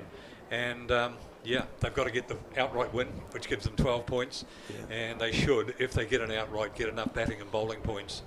They need 14 points to actually overtake Canterbury, as it is, to win the Plunkett Shield. So these guys have got a big week coming up. They won't be able to relax, and they might be able to have a bit of a relax tonight maybe, but by tomorrow morning they'll be on a plane and heading away. And yeah, not wrong, Ross, but you know, you don't win a trophy all the time as well, and a lot of pre-season, a lot of hard work goes into it. So I hope these boys enjoy themselves. And as they mentioned on the awards night on Saturday night, was they played so well in the Super Smash. Yeah. Halfway through, they were odds on to make the final. It was absolutely unbelievable what happened in the second half, but most of that came down to lack of players for injury, one reason or another. Just about to cross down to Bob Carter doing the Ford Trophy presentation. Oh, sorry. So that is Bob Carter, in fact, doing the presentation of the Ford Trophy. And yeah, as I was saying, the Super Smash, and they missed out on that final, so they're just monstrously disappointed to miss out on that after playing the first half so incredibly well. I like these scenes though, Ross. You know, obviously it's always tough being on the losing end of the final. It is indeed. It's really, really hard. Canterbury, well, they came here with the intent, of course, today, minus a lot of their players, as we've said, but they put on a good show. They batted. They just didn't quite get their batting right through the middle stages and couldn't put on a big enough total. But their bowling was pretty much on the mark. They were right there for a long, long time, but just couldn't with Clarkson and Tom Bruce. A lot of these players will be better for that experience today, and a lot of young guys, and they'll be back. Canterbury's really strong association. They always get there or thereabouts. And in all sport, you always talk about experience in finals, and there's nothing that can really compensate for that. You've got to be there. You've got to be on the park in a final to understand what a final really means, and the pressure and everything that goes with it. Yeah, and quite often the loss and the hurt of losing a final is what drives you. Yeah, next time you get the does opportunity. indeed. Canterbury and Central District Stags, Canterbury Kings, Central District Stags, about to see the Ford Trophy.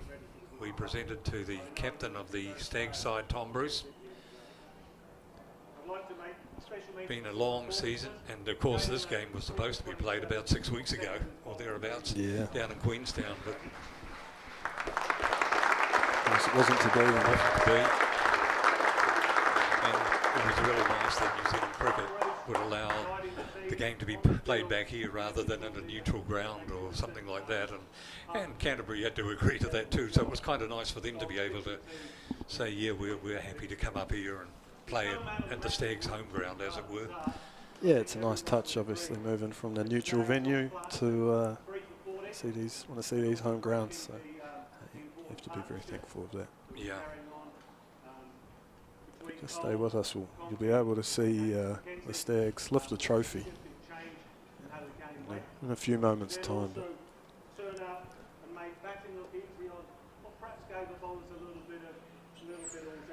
the Stags had a very good start to this competition to get to the final. 6 wins from 10 games and top of the Ford Trophy round bottom table. Yeah, they've been the front runner in this competition throughout. I think they've always been around about the top of the table and top qualifier, obviously. So, yeah, fantastic season for them. And it is. This competition, all 3 forms of the domestic competition, the Super Smash, the Ford Trophy and the Plunket Shield, really interesting in the way it pans out, because all the other pressure on players, I mean, there's the Black Caps, there's New Zealand A, there's injuries to contend with, so you don't take the same team out every time. No, that's right. And here we have Tom Bruce coming to lift the Ford Trophy, receive it off Bob Carter from New Zealand Cricket. Take a few photos with it, and I look forward to that, hoisting him that and watching the boys get round in there. Looks like he's going to share a few words as well. I don't know whether we can hear if we're quiet. I think he'll be thanking Josh for waking up and getting to the ground.